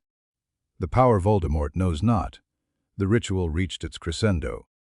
Voldemort's spirit began to descend toward the cauldron, toward the body being built from blood and bone and flesh. And Hadrian made his choice. Instead of fighting the connection, he opened it. All the way. The effect was immediate. Voldemort screamed, a sound of shock and agony as Hadrian's consciousness flooded through the link between them. Not attacking, not fighting, just being there, filling every corner of their shared connection with everything he was. Love, memory, hope, fear. Every emotion Voldemort had spent decades cutting away from himself. Every connection he'd severed in his quest for power, they poured through the link like water through a broken dam. "What are you doing?" Voldemort's voice was ragged with panic. "Stop, stop this. You wanted the piece of your soul that I carry," Hadrian thought at him. "But you forgot, it's been living inside me for years. It's been changed by that experience, shaped by love, by compassion, by all the things you threw away. This is impossible. Nothing is impossible when you're willing to try." Hadrian pushed deeper, finding the fragments of Voldemort's original self. The lonely orphan, the brilliant student, the young man who'd wanted desperately to matter. I know who you were, Tom. Before you became this, I've seen your memories, felt your fears. You weren't born a monster. You chose to become one. I chose to survive. You chose to stop living. Hadrian's voice was gentle now, almost kind. That's not the same thing. Survival without connection, without love, without hope, that's not life. That's just a slower form of death. The ritual was collapsing around them. Pettigrew had fled, terrified by the magical feedback. The cauldron cracked and spilled its contents across the frozen ground. Voldemort's half-formed body dissolved back into essence. But the Dark Lord's spirit remained, locked in combat with Hadrian through their shared connection. You can't destroy me this way, Voldemort snarled. We're too connected. If I die, you die with me, maybe. Hadrian felt his own consciousness beginning to fray at the edges, overwhelmed by the power flowing between them. But I'm not trying to destroy you, Tom. I'm trying to give you a choice. What choice? The choice you never let yourself have. The choice between fear and love. Between isolation and connection. Hadrian gathered every positive emotion he'd ever felt. Every moment of joy, every touch of comfort, every instance of grace, and pushed them through the link. You can feel this. I know you can.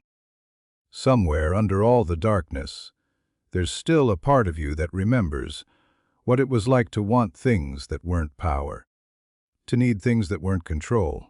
For a moment, just a moment, Hadrian felt something shift in Voldemort's consciousness. A crack in the armor, a glimpse of the boy who'd once existed before the monster consumed him. It's too late, that boy whispered. I've done too much. There's no coming back from what I've become. There's always a way back, always a chance to choose differently. Hadrian's strength was failing now, the connection draining him faster than he could recover. But you have to want it. You have to be willing to let go of everything you built and start over. Start over as what? A crippled spirit with nothing left but regret. Start over as someone who might find peace, who might finally stop running from death long enough to actually live. Hadrian felt his consciousness beginning to fade. I'm offering you a way out, Tom. Not redemption, that would take lifetimes, but peace. An end to the fear that's driven you since childhood. The crack widened. Something moved behind Voldemort's defenses. Something that might have been doubt. Might have been hope. Might have been the ghost of a boy who'd never learned how to love. And if I refuse, then we stay locked like this until we both burn out. And then Hadrian smiled, feeling strangely peaceful despite the pain. Then I guess we find out together what comes after. Silence. Then, slowly, Voldemort's presence began to change. The rage faded, the hunger dimmed. Something that had been coiled tight for decades started to unwind. I'm tired, the Dark Lord admitted. For the first time in his existence, the words were honest. Tired of fighting. Tired of surviving. Tired of being so alone that I forgot what companionship felt like. I know. You shouldn't forgive me.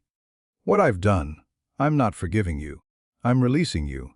Hadrian gathered the last of his strength. What happens next isn't about me or you or anyone who survived.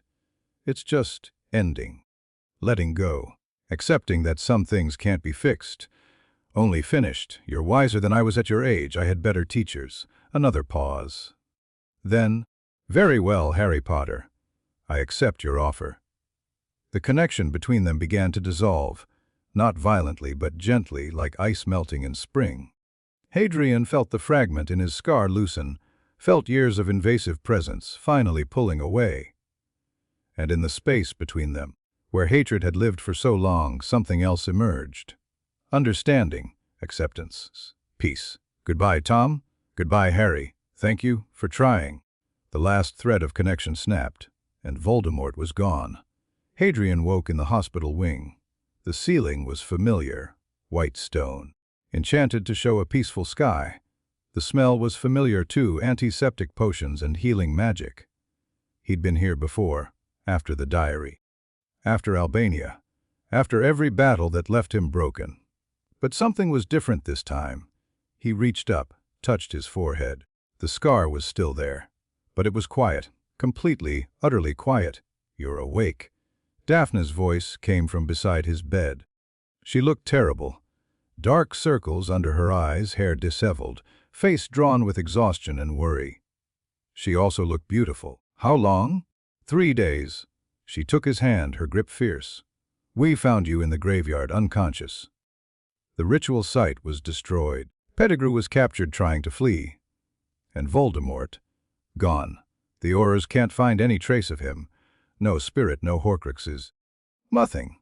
Her voice shook slightly. "What happened, Harry? What did you do?" "I gave him a choice." Hadrian closed his eyes, remembering. The same choice he never gave anyone else. And he took it. He just gave up. That doesn't seem like... Not gave up. Let go. He opened his eyes, meeting hers. He was tired, Daphne. Tired of surviving without living. Tired of being alone. I showed him what he'd been missing all those years, and he decided it wasn't worth fighting for anymore. Daphne stared at him.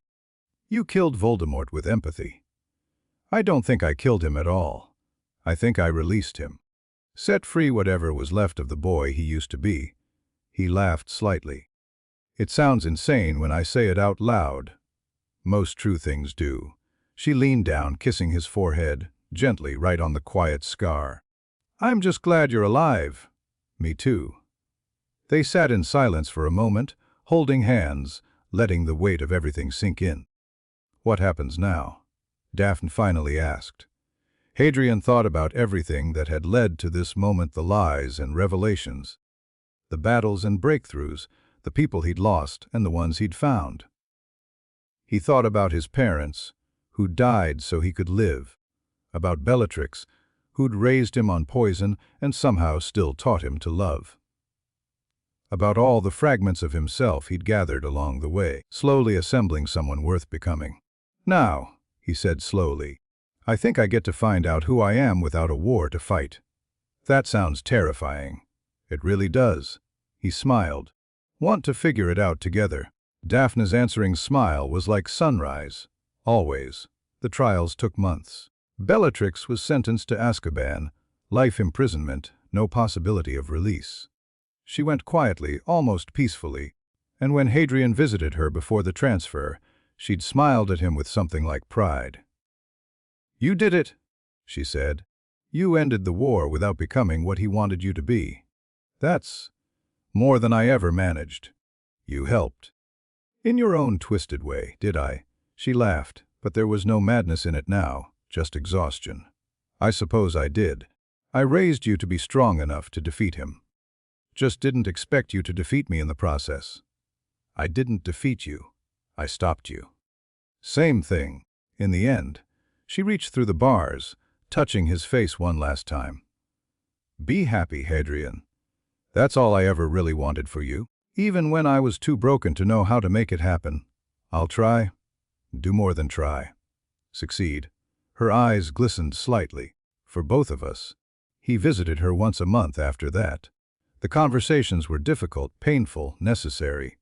Gradually, something like healing began. Not forgiveness, not reconciliation, but understanding. Acceptance. The slow recognition that love and harm could coexist in the same relationship. Lucius Malfoy's sentence was reduced. Eventually. He'd cooperated with the Aurors, provided information about Death Eater operations, helped dismantle networks that might have continued Voldemort's work. Draco visited him in prison, working through years of complicated feelings about a father who'd been both protector and poisoner. Narcissa returned from France after the trials concluded. She and Draco rebuilt their relationship carefully, honestly, acknowledging all the things that had gone wrong while trying to build something better. The wizarding world celebrated, first wildly, then more soberly as the full extent of the war's damage became clear. Memorials were built. Histories were written. The prophet ran endless stories about Harry Potter, the boy who lived twice, the hare who chose his own path. Hadrian ignored most of it. He had more important things to do. Fifth year began differently than any year before. Hadrian walked onto platform 9 and 3, quarters without glamours, without disguises, without pretense. He was Harry Potter, openly, publicly, unapologetically. The whispers followed him, but he'd stopped caring about whispers a long time ago. Daphne met him at the train, Draco trailing behind with a trunk that probably cost more than most families' annual income. "Ready?" she asked. "For school." "Always." He kissed her. Briefly, publicly, another small declaration of who he'd chosen to become. "For everything else, I'll let you know." The train ride passed in comfortable conversation, summer adventures, future plans. The endless small details of lives intertwining. The war was over, but the work wasn't. There were still Death Eater remnants to track. Still damage to repair, still a world to rebuild. But there was also this laughter and friendship, and the quiet certainty that whatever came next, he wouldn't face it alone. The train pulled into Hogsmeade as the sun set over the mountains. Hadrian looked out the window at the castle that had become his home, thinking about all the versions of himself who'd walked those halls. The spy, the rebel, the weapon, the heir. He wasn't any of those things anymore. He was just Harry. Someone who'd been given every reason to become a monster and chosen, again and again, to become something better. "You're doing that thing again," Daphne said. "What thing?" "The brooding hero thing. Where you stare meaningfully into the distance and think deep thoughts about your journey." "I do not brood." "You absolutely brood. It's one of your defining characteristics." She poked his shoulder. "Come on. The carriages are waiting." They stepped off the train together, Draco falling into step beside them. Other students waved, called greetings, moved through the familiar chaos of arrival. Thestrals pulled the carriages. Visible now to more students than before, a reminder of everything the war had cost. Hadrian climbed into the carriage, settling between his girlfriend and his brother, watching Hogwarts grow larger through the window. "Hey, Harry!" Draco's voice was thoughtful. "Yeah. Do you ever wonder what would have happened if things had gone differently? If Aunt Bella had never taken you, or if you'd never found out the truth, or if—" "No." Hadrian cut him off gently. "I don't wonder about other paths. This is the one I'm on. These are the choices I made. Wondering about alternatives doesn't change anything. It just distracts from what's actually in front of you." "That's very philosophical." "I had a good teacher." He smiled, thinking of Luna Lovegood, who'd somehow known exactly what he needed to hear exactly when he needed to hear it. "The future isn't written, Draco. Not for any of us. The prophecy said one of us had to die, and technically, that happened. The piece of Voldemort I carried is gone. But that's not really what the prophecy was about. What was it about then? Choice." Hadrian looked out at the castle, at the lights beginning to flicker in windows, at the promise of another year of discovery and challenge. The prophecy was about choosing who we become, not accepting who we're told to be. Voldemort chose isolation and fear.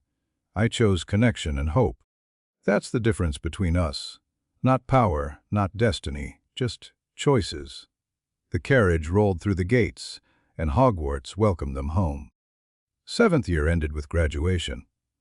Hadrian stood in the great hall, surrounded by classmates who'd become friends, watching as Dumbledore delivered the traditional farewell speech. The old man had aged visibly in the years since Voldemort's end, the constant vigilance finally relaxing, the weight of decades lifting from his shoulders. "To those of you leaving us today," Dumbledore said, his voice carrying through the silent hall, "I offer this final piece of wisdom. The world you're entering is not the world you were born into. It has been shaped by war and loss and sacrifice, but also by hope and courage and love.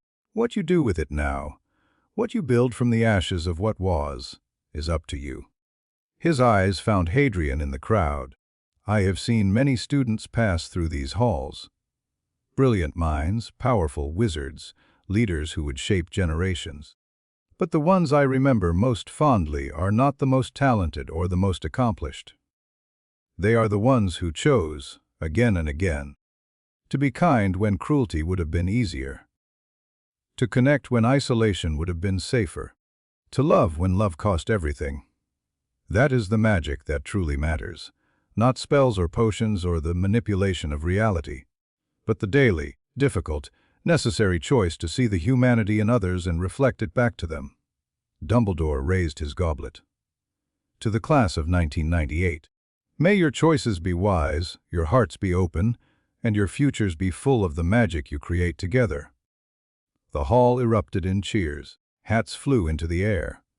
Students embraced, laughed, cried, celebrated the end of one chapter and the beginning of another. Hadrian found Daphne in the chaos, pulled her close, kissed her like it was the first time and the last time and every time in between. "I love you," he said. "I know," she smiled. "I love you too. So what happens now?" "Now." She looked around at the celebrating students, the beaming professors, the enchanted ceiling showing a perfect summer sky. "Now we live. Actually live, not just survive. We build careers and homes and families.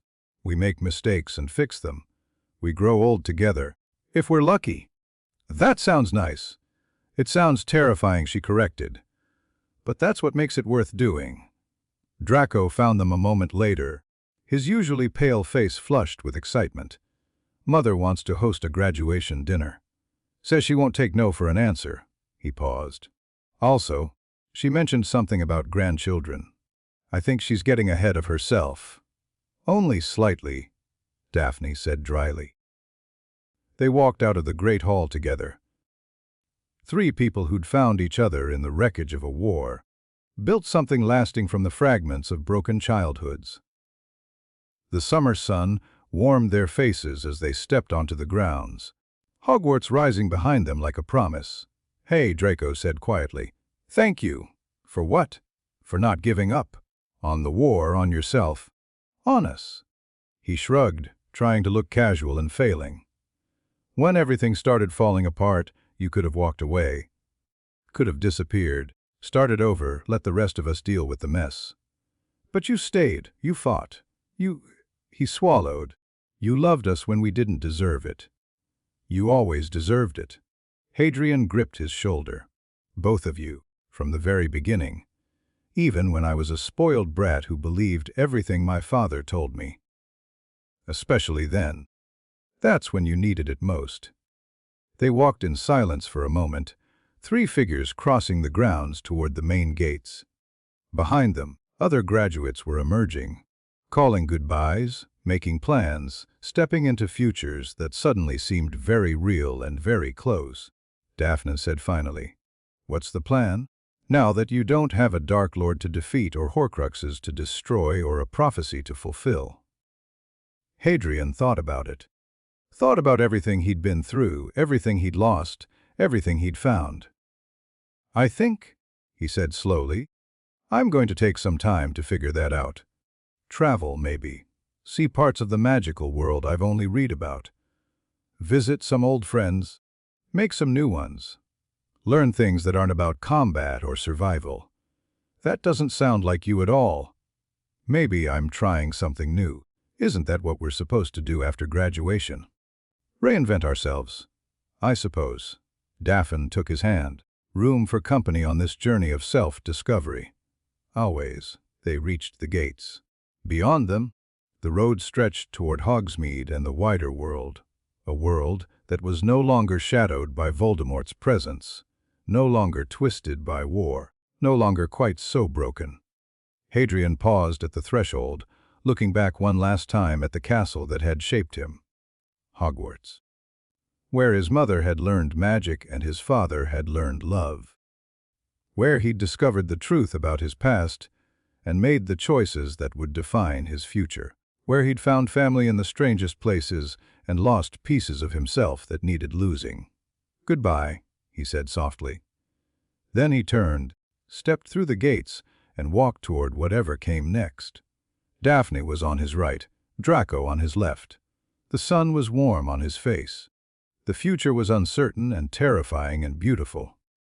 And for the first time in his life, Harry Potter was completely, utterly free.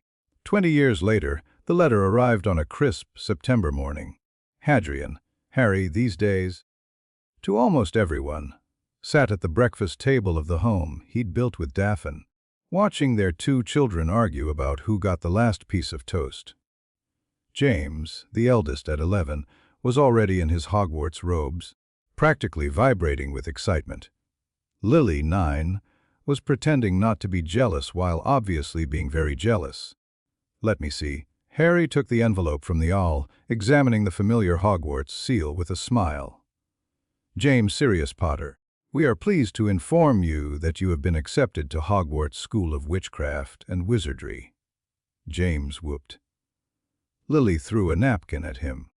Daphne rolled her eyes and poured more tea. Do you think they'll put me in Slytherin? James asked, suddenly anxious. What if I'm not in Gryffindor like Mum wanted? Your mother was never in Gryffindor. Yeah, but she wanted to be. She told me. Harry glanced at Daphne, who was very carefully not making eye contact. Here's what I think, Harry said, pulling his son close. I think the Sorting Hat is going to look inside your head and see someone brave and clever and ambitious and loyal. Someone who doesn't fit neatly into any one category because the best people never do. So, Slytherin. So whatever house will help you become the person you're meant to be. Harry ruffled his son's hair. The houses aren't the point, James. They're just starting places. Who you become is about the choices you make every day, not where some old hat puts you when you're 11. That's what you always say. Because it's always true. The flue flared green, and Draco Malfoy's head appeared in the flames. Running late, Potter. Scorpius is already at the platform. If you want to say goodbye. We're coming. Harry stood, gathering the chaos of departure. Trunks to shrink, owls to cage. Last-minute hugs from a daughter, who was definitely not crying about being left behind.